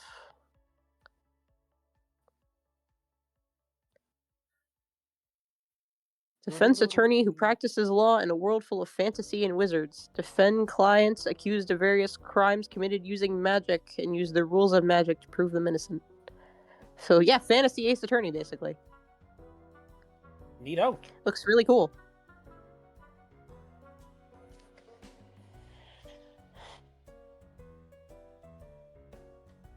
Okay, just wanted to save this. Let me look that up real quick. Hold on. What was the name of the game? Hold up. Tyrion Cuthbert, Attorney of the Arcane. How do you spell?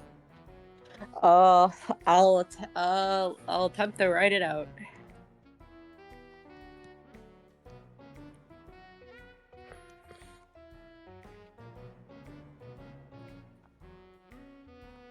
I'll read.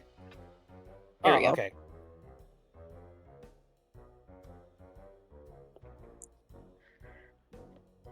Oh my god, this is just Ace Attorney. What the fuck?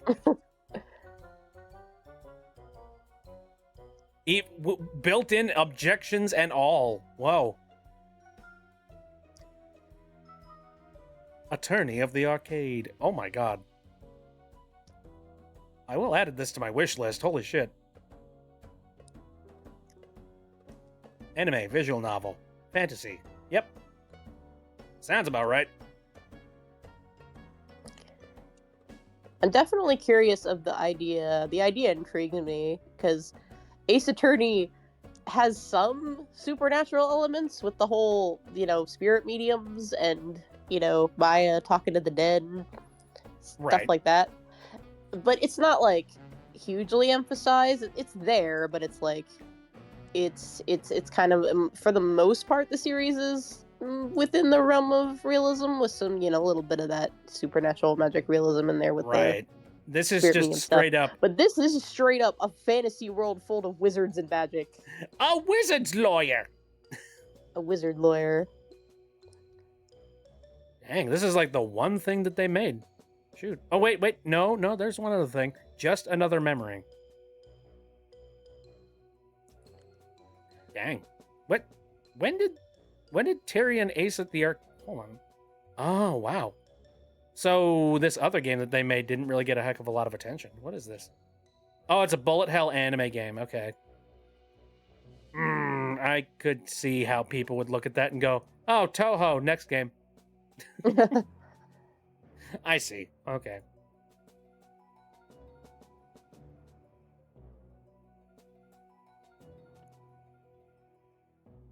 Okay, so recently, they just recently, again, the guys over at SFB released their new game, their Mermaid Mask, and guy who's made SFB, Adam Vian, went and made a little flowchart of all the events that led up to the game being released. And I mean career-wise. And I just want to pull this up on the screen here real quick because there's so much to this. So it starts out. Oh wow! As kids, Tom and Adam play Monkey Island. Nice, good choice. There's inspiration from that, and Indiana Jones and the Fate of Atlantis. As teenagers, they discover Newgrounds.com. Tom and Adam formed the Super Flash Brothers. Super, of course. Holy shit. Adam, aka Dim, makes the decline of video gaming. And then they make the Flash game called Haunt the House. Oh my god. Huge. Nostalgia. They also make a hand-drawn cartoon series called Another Day. And then they discover Professor Layton and Phoenix Wright. Inspired, they make their own Detective Grimoire. Tom and Adam form an actual company called SFB Games, and they make Detective Grimoire Secret of the Swamp. And then they just make snipper clips. Just on the side. On their off time, you know what I mean? I've heard of that For game. Yeah, for like freaking Nintendo for the Switch.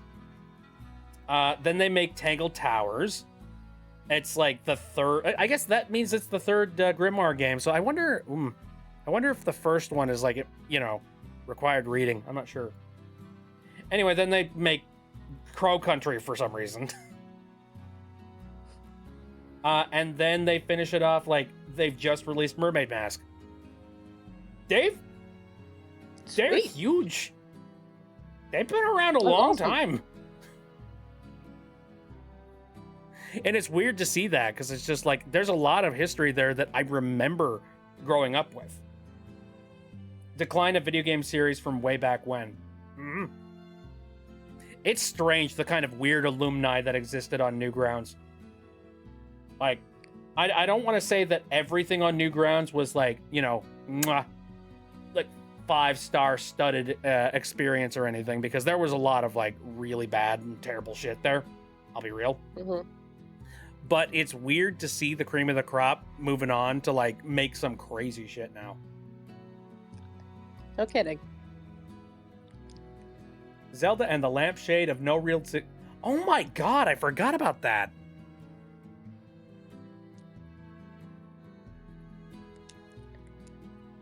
Hold on, I have to look that up real quick.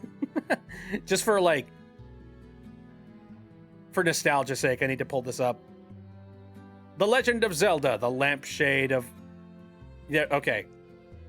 The Lampshade of No Real Significance is a fan-made Flash video game originally created on Newgrounds by the Super Flash Bros. The game parodies Legend of Zelda, with gameplay consisting of one lengthy trading sequence, a typical convention in the series. A few other characters besides Link are included as NPCs, as well as creators and other famous video game characters, including Flash video creator Legendary Frog, who is also referenced by one item being called the Frog of Legend. Link cannot die or get hurt in this game and has no sword. Oh god, thank god, I was worried about that. Yeah, you can still go and play Legend of Zelda: The Lampshade of No Real Significance if you want to.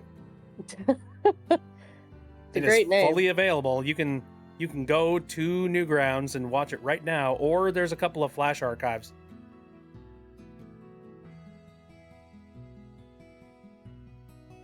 Oh, apparently there's somebody that actually like remade it on Itch.io. What the That's heck? cool. Oh god. Again, Speaking of Itch.io, hey Bit, you know what's also on Itch.io? I couldn't possibly Gravity- guess. Gravity Falls, Pines: A Romance of Two Dimensions, Pines Quest Ah. 2D, made s- by I see. I see. Nova Starlight, aka Cecil Starlight, aka me. Yeah. You dare? See, the problem is you've tempted me with this idea of remaking Pines Quest in a 2D novel form factor, and now I'm like, I don't want to spoil myself now. It'll be different. There'll be mean- there will be like major changes to the story. Yeah, okay. So I think the original version would still be worth checking out. Also, it'll be a completely different genre, so you actually get to, when the original is the RPG gameplay as opposed to the new one, which is going to be like text adventure, more or less. True. Yeah. The villains in Decline of video games were voiced by Ego Raptor. That's a freaking crazy thing to think about. Yeah, Aaron was in a lot of that stuff. Involved in a lot of that stuff. Oh yeah. Well, like all you had to do was basically just be like, "Hey, funny voice man, come here and do a funny voice for me," and he'd just be like, "Oh, you got it, buddy." He did a lot of that. Oh yeah. Because Aaron, that's what Aaron always wanted to be, a voice actor. Oh yeah. Well, think I he mean, just now started- now he's going to be in Gameoverse, so yay. Mm-hmm. I mean, he's been in a couple of things. And he's now. been in a bunch of other stuff. He was in Owl House. Yeah. He was in like Magiswords as well, if I remember right. We Which don't is- talk about Magic Swords. Yeah, it's kind of unfortunate, but it existed, It did. I guess. And there were a lot of other people who worked on it who definitely deserve the credit and their hard work for, Yeah. we just don't talk about the creator. No.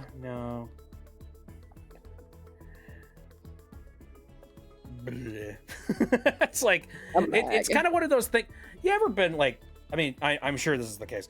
You've been super excited and super Jones about something, and then like, so I mean, we currently live in the era of a lot of creators getting called out and dragged through the mud for what they did in the past, and like sometimes it's reasonable, other times it's not. Yeah. But in the reasonable circumstances, you're like, oh, well, can't like that anymore. That sucks. But it No. really takes the wind out of your sails because you're just like, oh man, I like It just that. sucks that people had to, people were victimized by him. Yep. No, absolutely. Brr. I don't want to get into too many more. Like, we've been very heavy this particular episode. What else do we got going on?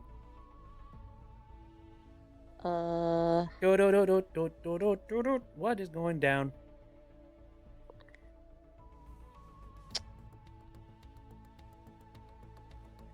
I'm trying to decide how to what to do for the entrance to the hedge maze, because I got this hedge maze, and you enter it from the side of around the side near the beach, and I'm Okay. just like, but what's what do I put there to be like, check it out, here's the hedge maze. Man, it's hard to say. Because, like, as much as I really like the flexibility of Animal Crossing, it's also, like, very limiting in a lot of ways. It just depends on how much you want to work at it. Like, I could make a sign with my own custom design, but that would take a while. Yeah. I could go look for one online, but I don't want to renew my Nintendo Online subscription on my Switch 1 when I have the Switch 2 coming in 3 days. For me, the moment that I stopped really caring about having a Nintendo Switch Online service was the moment I kind of stopped playing Smash. Like, that was the moment I'm like, I'm flushing $20 down the drain. Like, I don't... $20 is $20. You can do a lot with $20. Yeah, if that's the only thing you were using the online features for, that's fair. But like I said, I happen to play a lot of games that make ample use of the online features, so Oh yeah. I know I definitely would not spend money on the the extended package that lets you play GameCube games. I did have that for a little while. It wasn't worth it. It's a No. lot. It's $50 a year. I mean, like, I've heard of In the worse. the grand scheme, that's probably not that much. But yeah, just well, a little if, more. if you think effort, I about could how just expensive, emulate all that stuff for free. how expensive was Xbox Live back in the day? That was like pretty pricey. That's if I a good remember right. question. I don't know. That is a good question. Is Xbox Live still a thing? I don't think it is. I mean, if it is, it's not something you pay for, I guess. Oh, okay. Xbox Game Pass. They've merged it yeah, we over have from the being Game- Xbox Live to Xbox Game Pass. Okay, that makes Yeah, sense. Game Pass. All Which right, is all right. kind of shitty now. It used to be pretty good, but now it's like, is there really a reason to get this? Not really. Okay, so Xbox Live Gold subscriptions. It offers multiplayer access and other benefits. That's what it was, and the price of it cost about $60. Okay. So, I mean, from a big Yeah, I picture guess standpoint, $50 is not horrifying, but it is kind of like, you know, we're kind of retreading the same problem of like online functionality is kind of like, I don't know.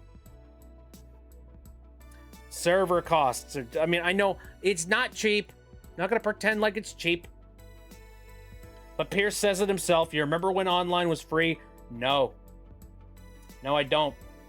Because that was like back before consoles took over the most of the zeitgeist. You know? You used to just connect via like peer-to-peer, or you connected via somebody's server that they rented out.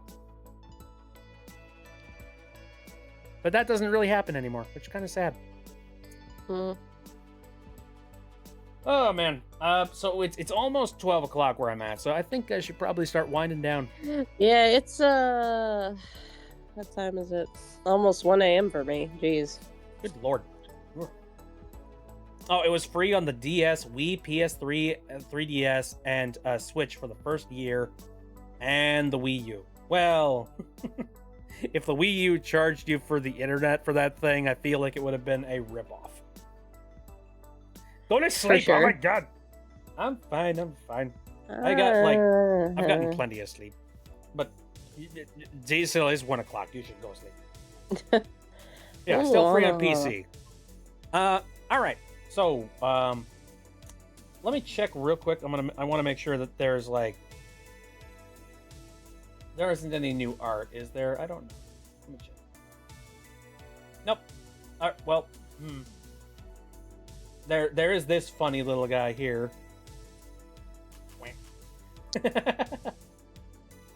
Hello. Ah. Oh, that's like Oh, hey. Oh, that's like Psychro. Oh, that's cool. Oh, Alright, I want couple things I about- want to rewatch the Reform Gym cartoon, but I shouldn't. It'll just make me sad.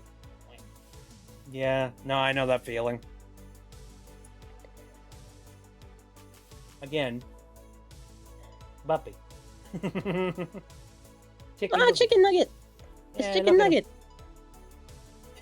nugget. Got chicken nuggets, fries, sauce. They forgot the sauce. They forgot the sauce.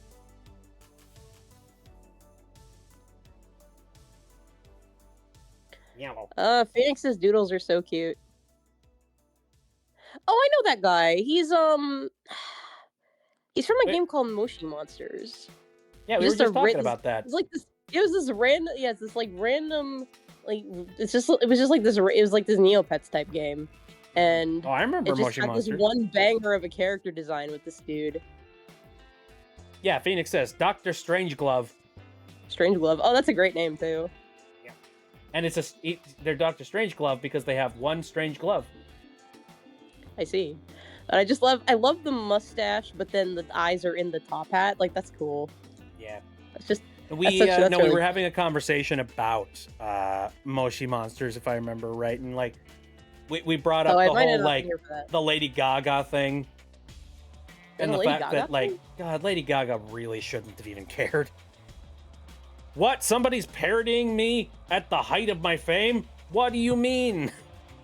Oh, I remember that now. Yeah, they did a parody of Lady Gaga, and she got like mad about it. Yeah, like I think it was like Baby Goo Goo, and it was just like Yeah. you can't let that be.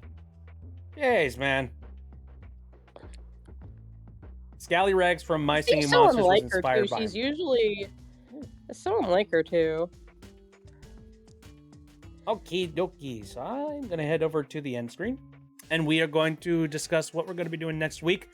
Thankfully, feeling a hell of a lot better. So now I'm ready to dive into some Sonic Frontiers. starting Wednesday. Yay! Hallelujah. And then, non-stream related, Friday, we are going to be watching Lilo and Stitch in the Discord. So if you want some fun nostalgia of a really good animated film, come on out and hang out during, in the Discord during the Lilo and Stitch. Very fun. Then Saturday, finally, hopefully, I will be able to jump back into doing some more Silk Song. I really need to dive back on that. Though I do wonder, like, I've been playing Silk Song on Saturday for a long time now. Holy crap. You're getting towards the end, though. I certainly freaking hope so. Or we're just gonna You're stretch it getting out to there. like another 20 hidden bosses that are just like sitting around in the shadows. If you Also, there's DLC coming out soon. yeah, it'll take you longer if you want to get the true ending, but just to beat it, you're pretty close. Well, I like the idea of doing the true ending though. I know. If I put this much effort into, sunken cost fallacy. Yeah. I guess it depends on just how much more stuff I need to collect in order to do true ending. I don't even know. So the true ending involves, well, you have to beat the game once. You got to get the regular ending first, and then it's just like some extra. It's like one extra quest, and then and then what it does is it unlocks Act 3. So you beat the game by beating the final boss of Act 2, but after you do that, you can go back and do another quest in Act 2 that makes it so when you fight the boss again, something different happens, and then it unlocks Act 3, and then Act 3 is how you get the true ending. I see. And how long is Act 3? Oh, It's not the entire length of another act. Is it? Bosses. It's like 3 bosses in areas you've mostly already been to. That's not too bad, I guess. I don't think Alrighty. it would take you too long. Well, I have to actually be good enough to beat everything, so Yeah. we'll see if I get to that point. Anyway, that's going to be happening Saturday. I seem to remember the last time that I played Silk Song, I left myself above a gigantic molten lava challenge, so that'll be fun to deal with. And then we're going to come back here and hang out and chat on another Sunday here. Hopefully I'll have a few more positive things to talk about, because we had some downer stuff. But, that happens. World is not entirely posies and rainbows and stuff. See? See? See, senor. My dad says hola constantly. He's not even Hispanic. So, I don't know. I've started randomly speaking Spanish, too. I don't think what other, vocal tics I have. I think... Oh my god. I just remembered. I was talking with a bunch of friends here recently. And Show the Show, somebody that I, have talked to a couple of times. He says that... he, after I was done talking at one point, he chimed in and he was just like, Bit, I want you to know, I really love your, dadisms. And I'm sitting there like, what do you mean? What? I don't have dadisms, do I? And he's just like, no, you do. For every single situation where any normal person would say the word fuck, you're just like, gosh darn it. Or conflab it. Or shucksy doodle, or some weird thing like that. He's just like, I want you to know, I appreciate that a lot. And I'm like, well, okay, well, thank you. Now I'm self-conscious about it. I don't know. I like using things other than swear words. Well, what do you want from me? Alrighty. Well, I'm going to tag out of this call here and just hang out for the rest of the night. But, All right. Catch you thanks later, for then. chilling. Thanks. I No problem. That appreciate was the fun chill. chatting. Yeah, it was fun chatting. Catch you later. Yeah. See you later. Bye. Bye-bye. And same goes to you guys. Have a very good one. Have a good night.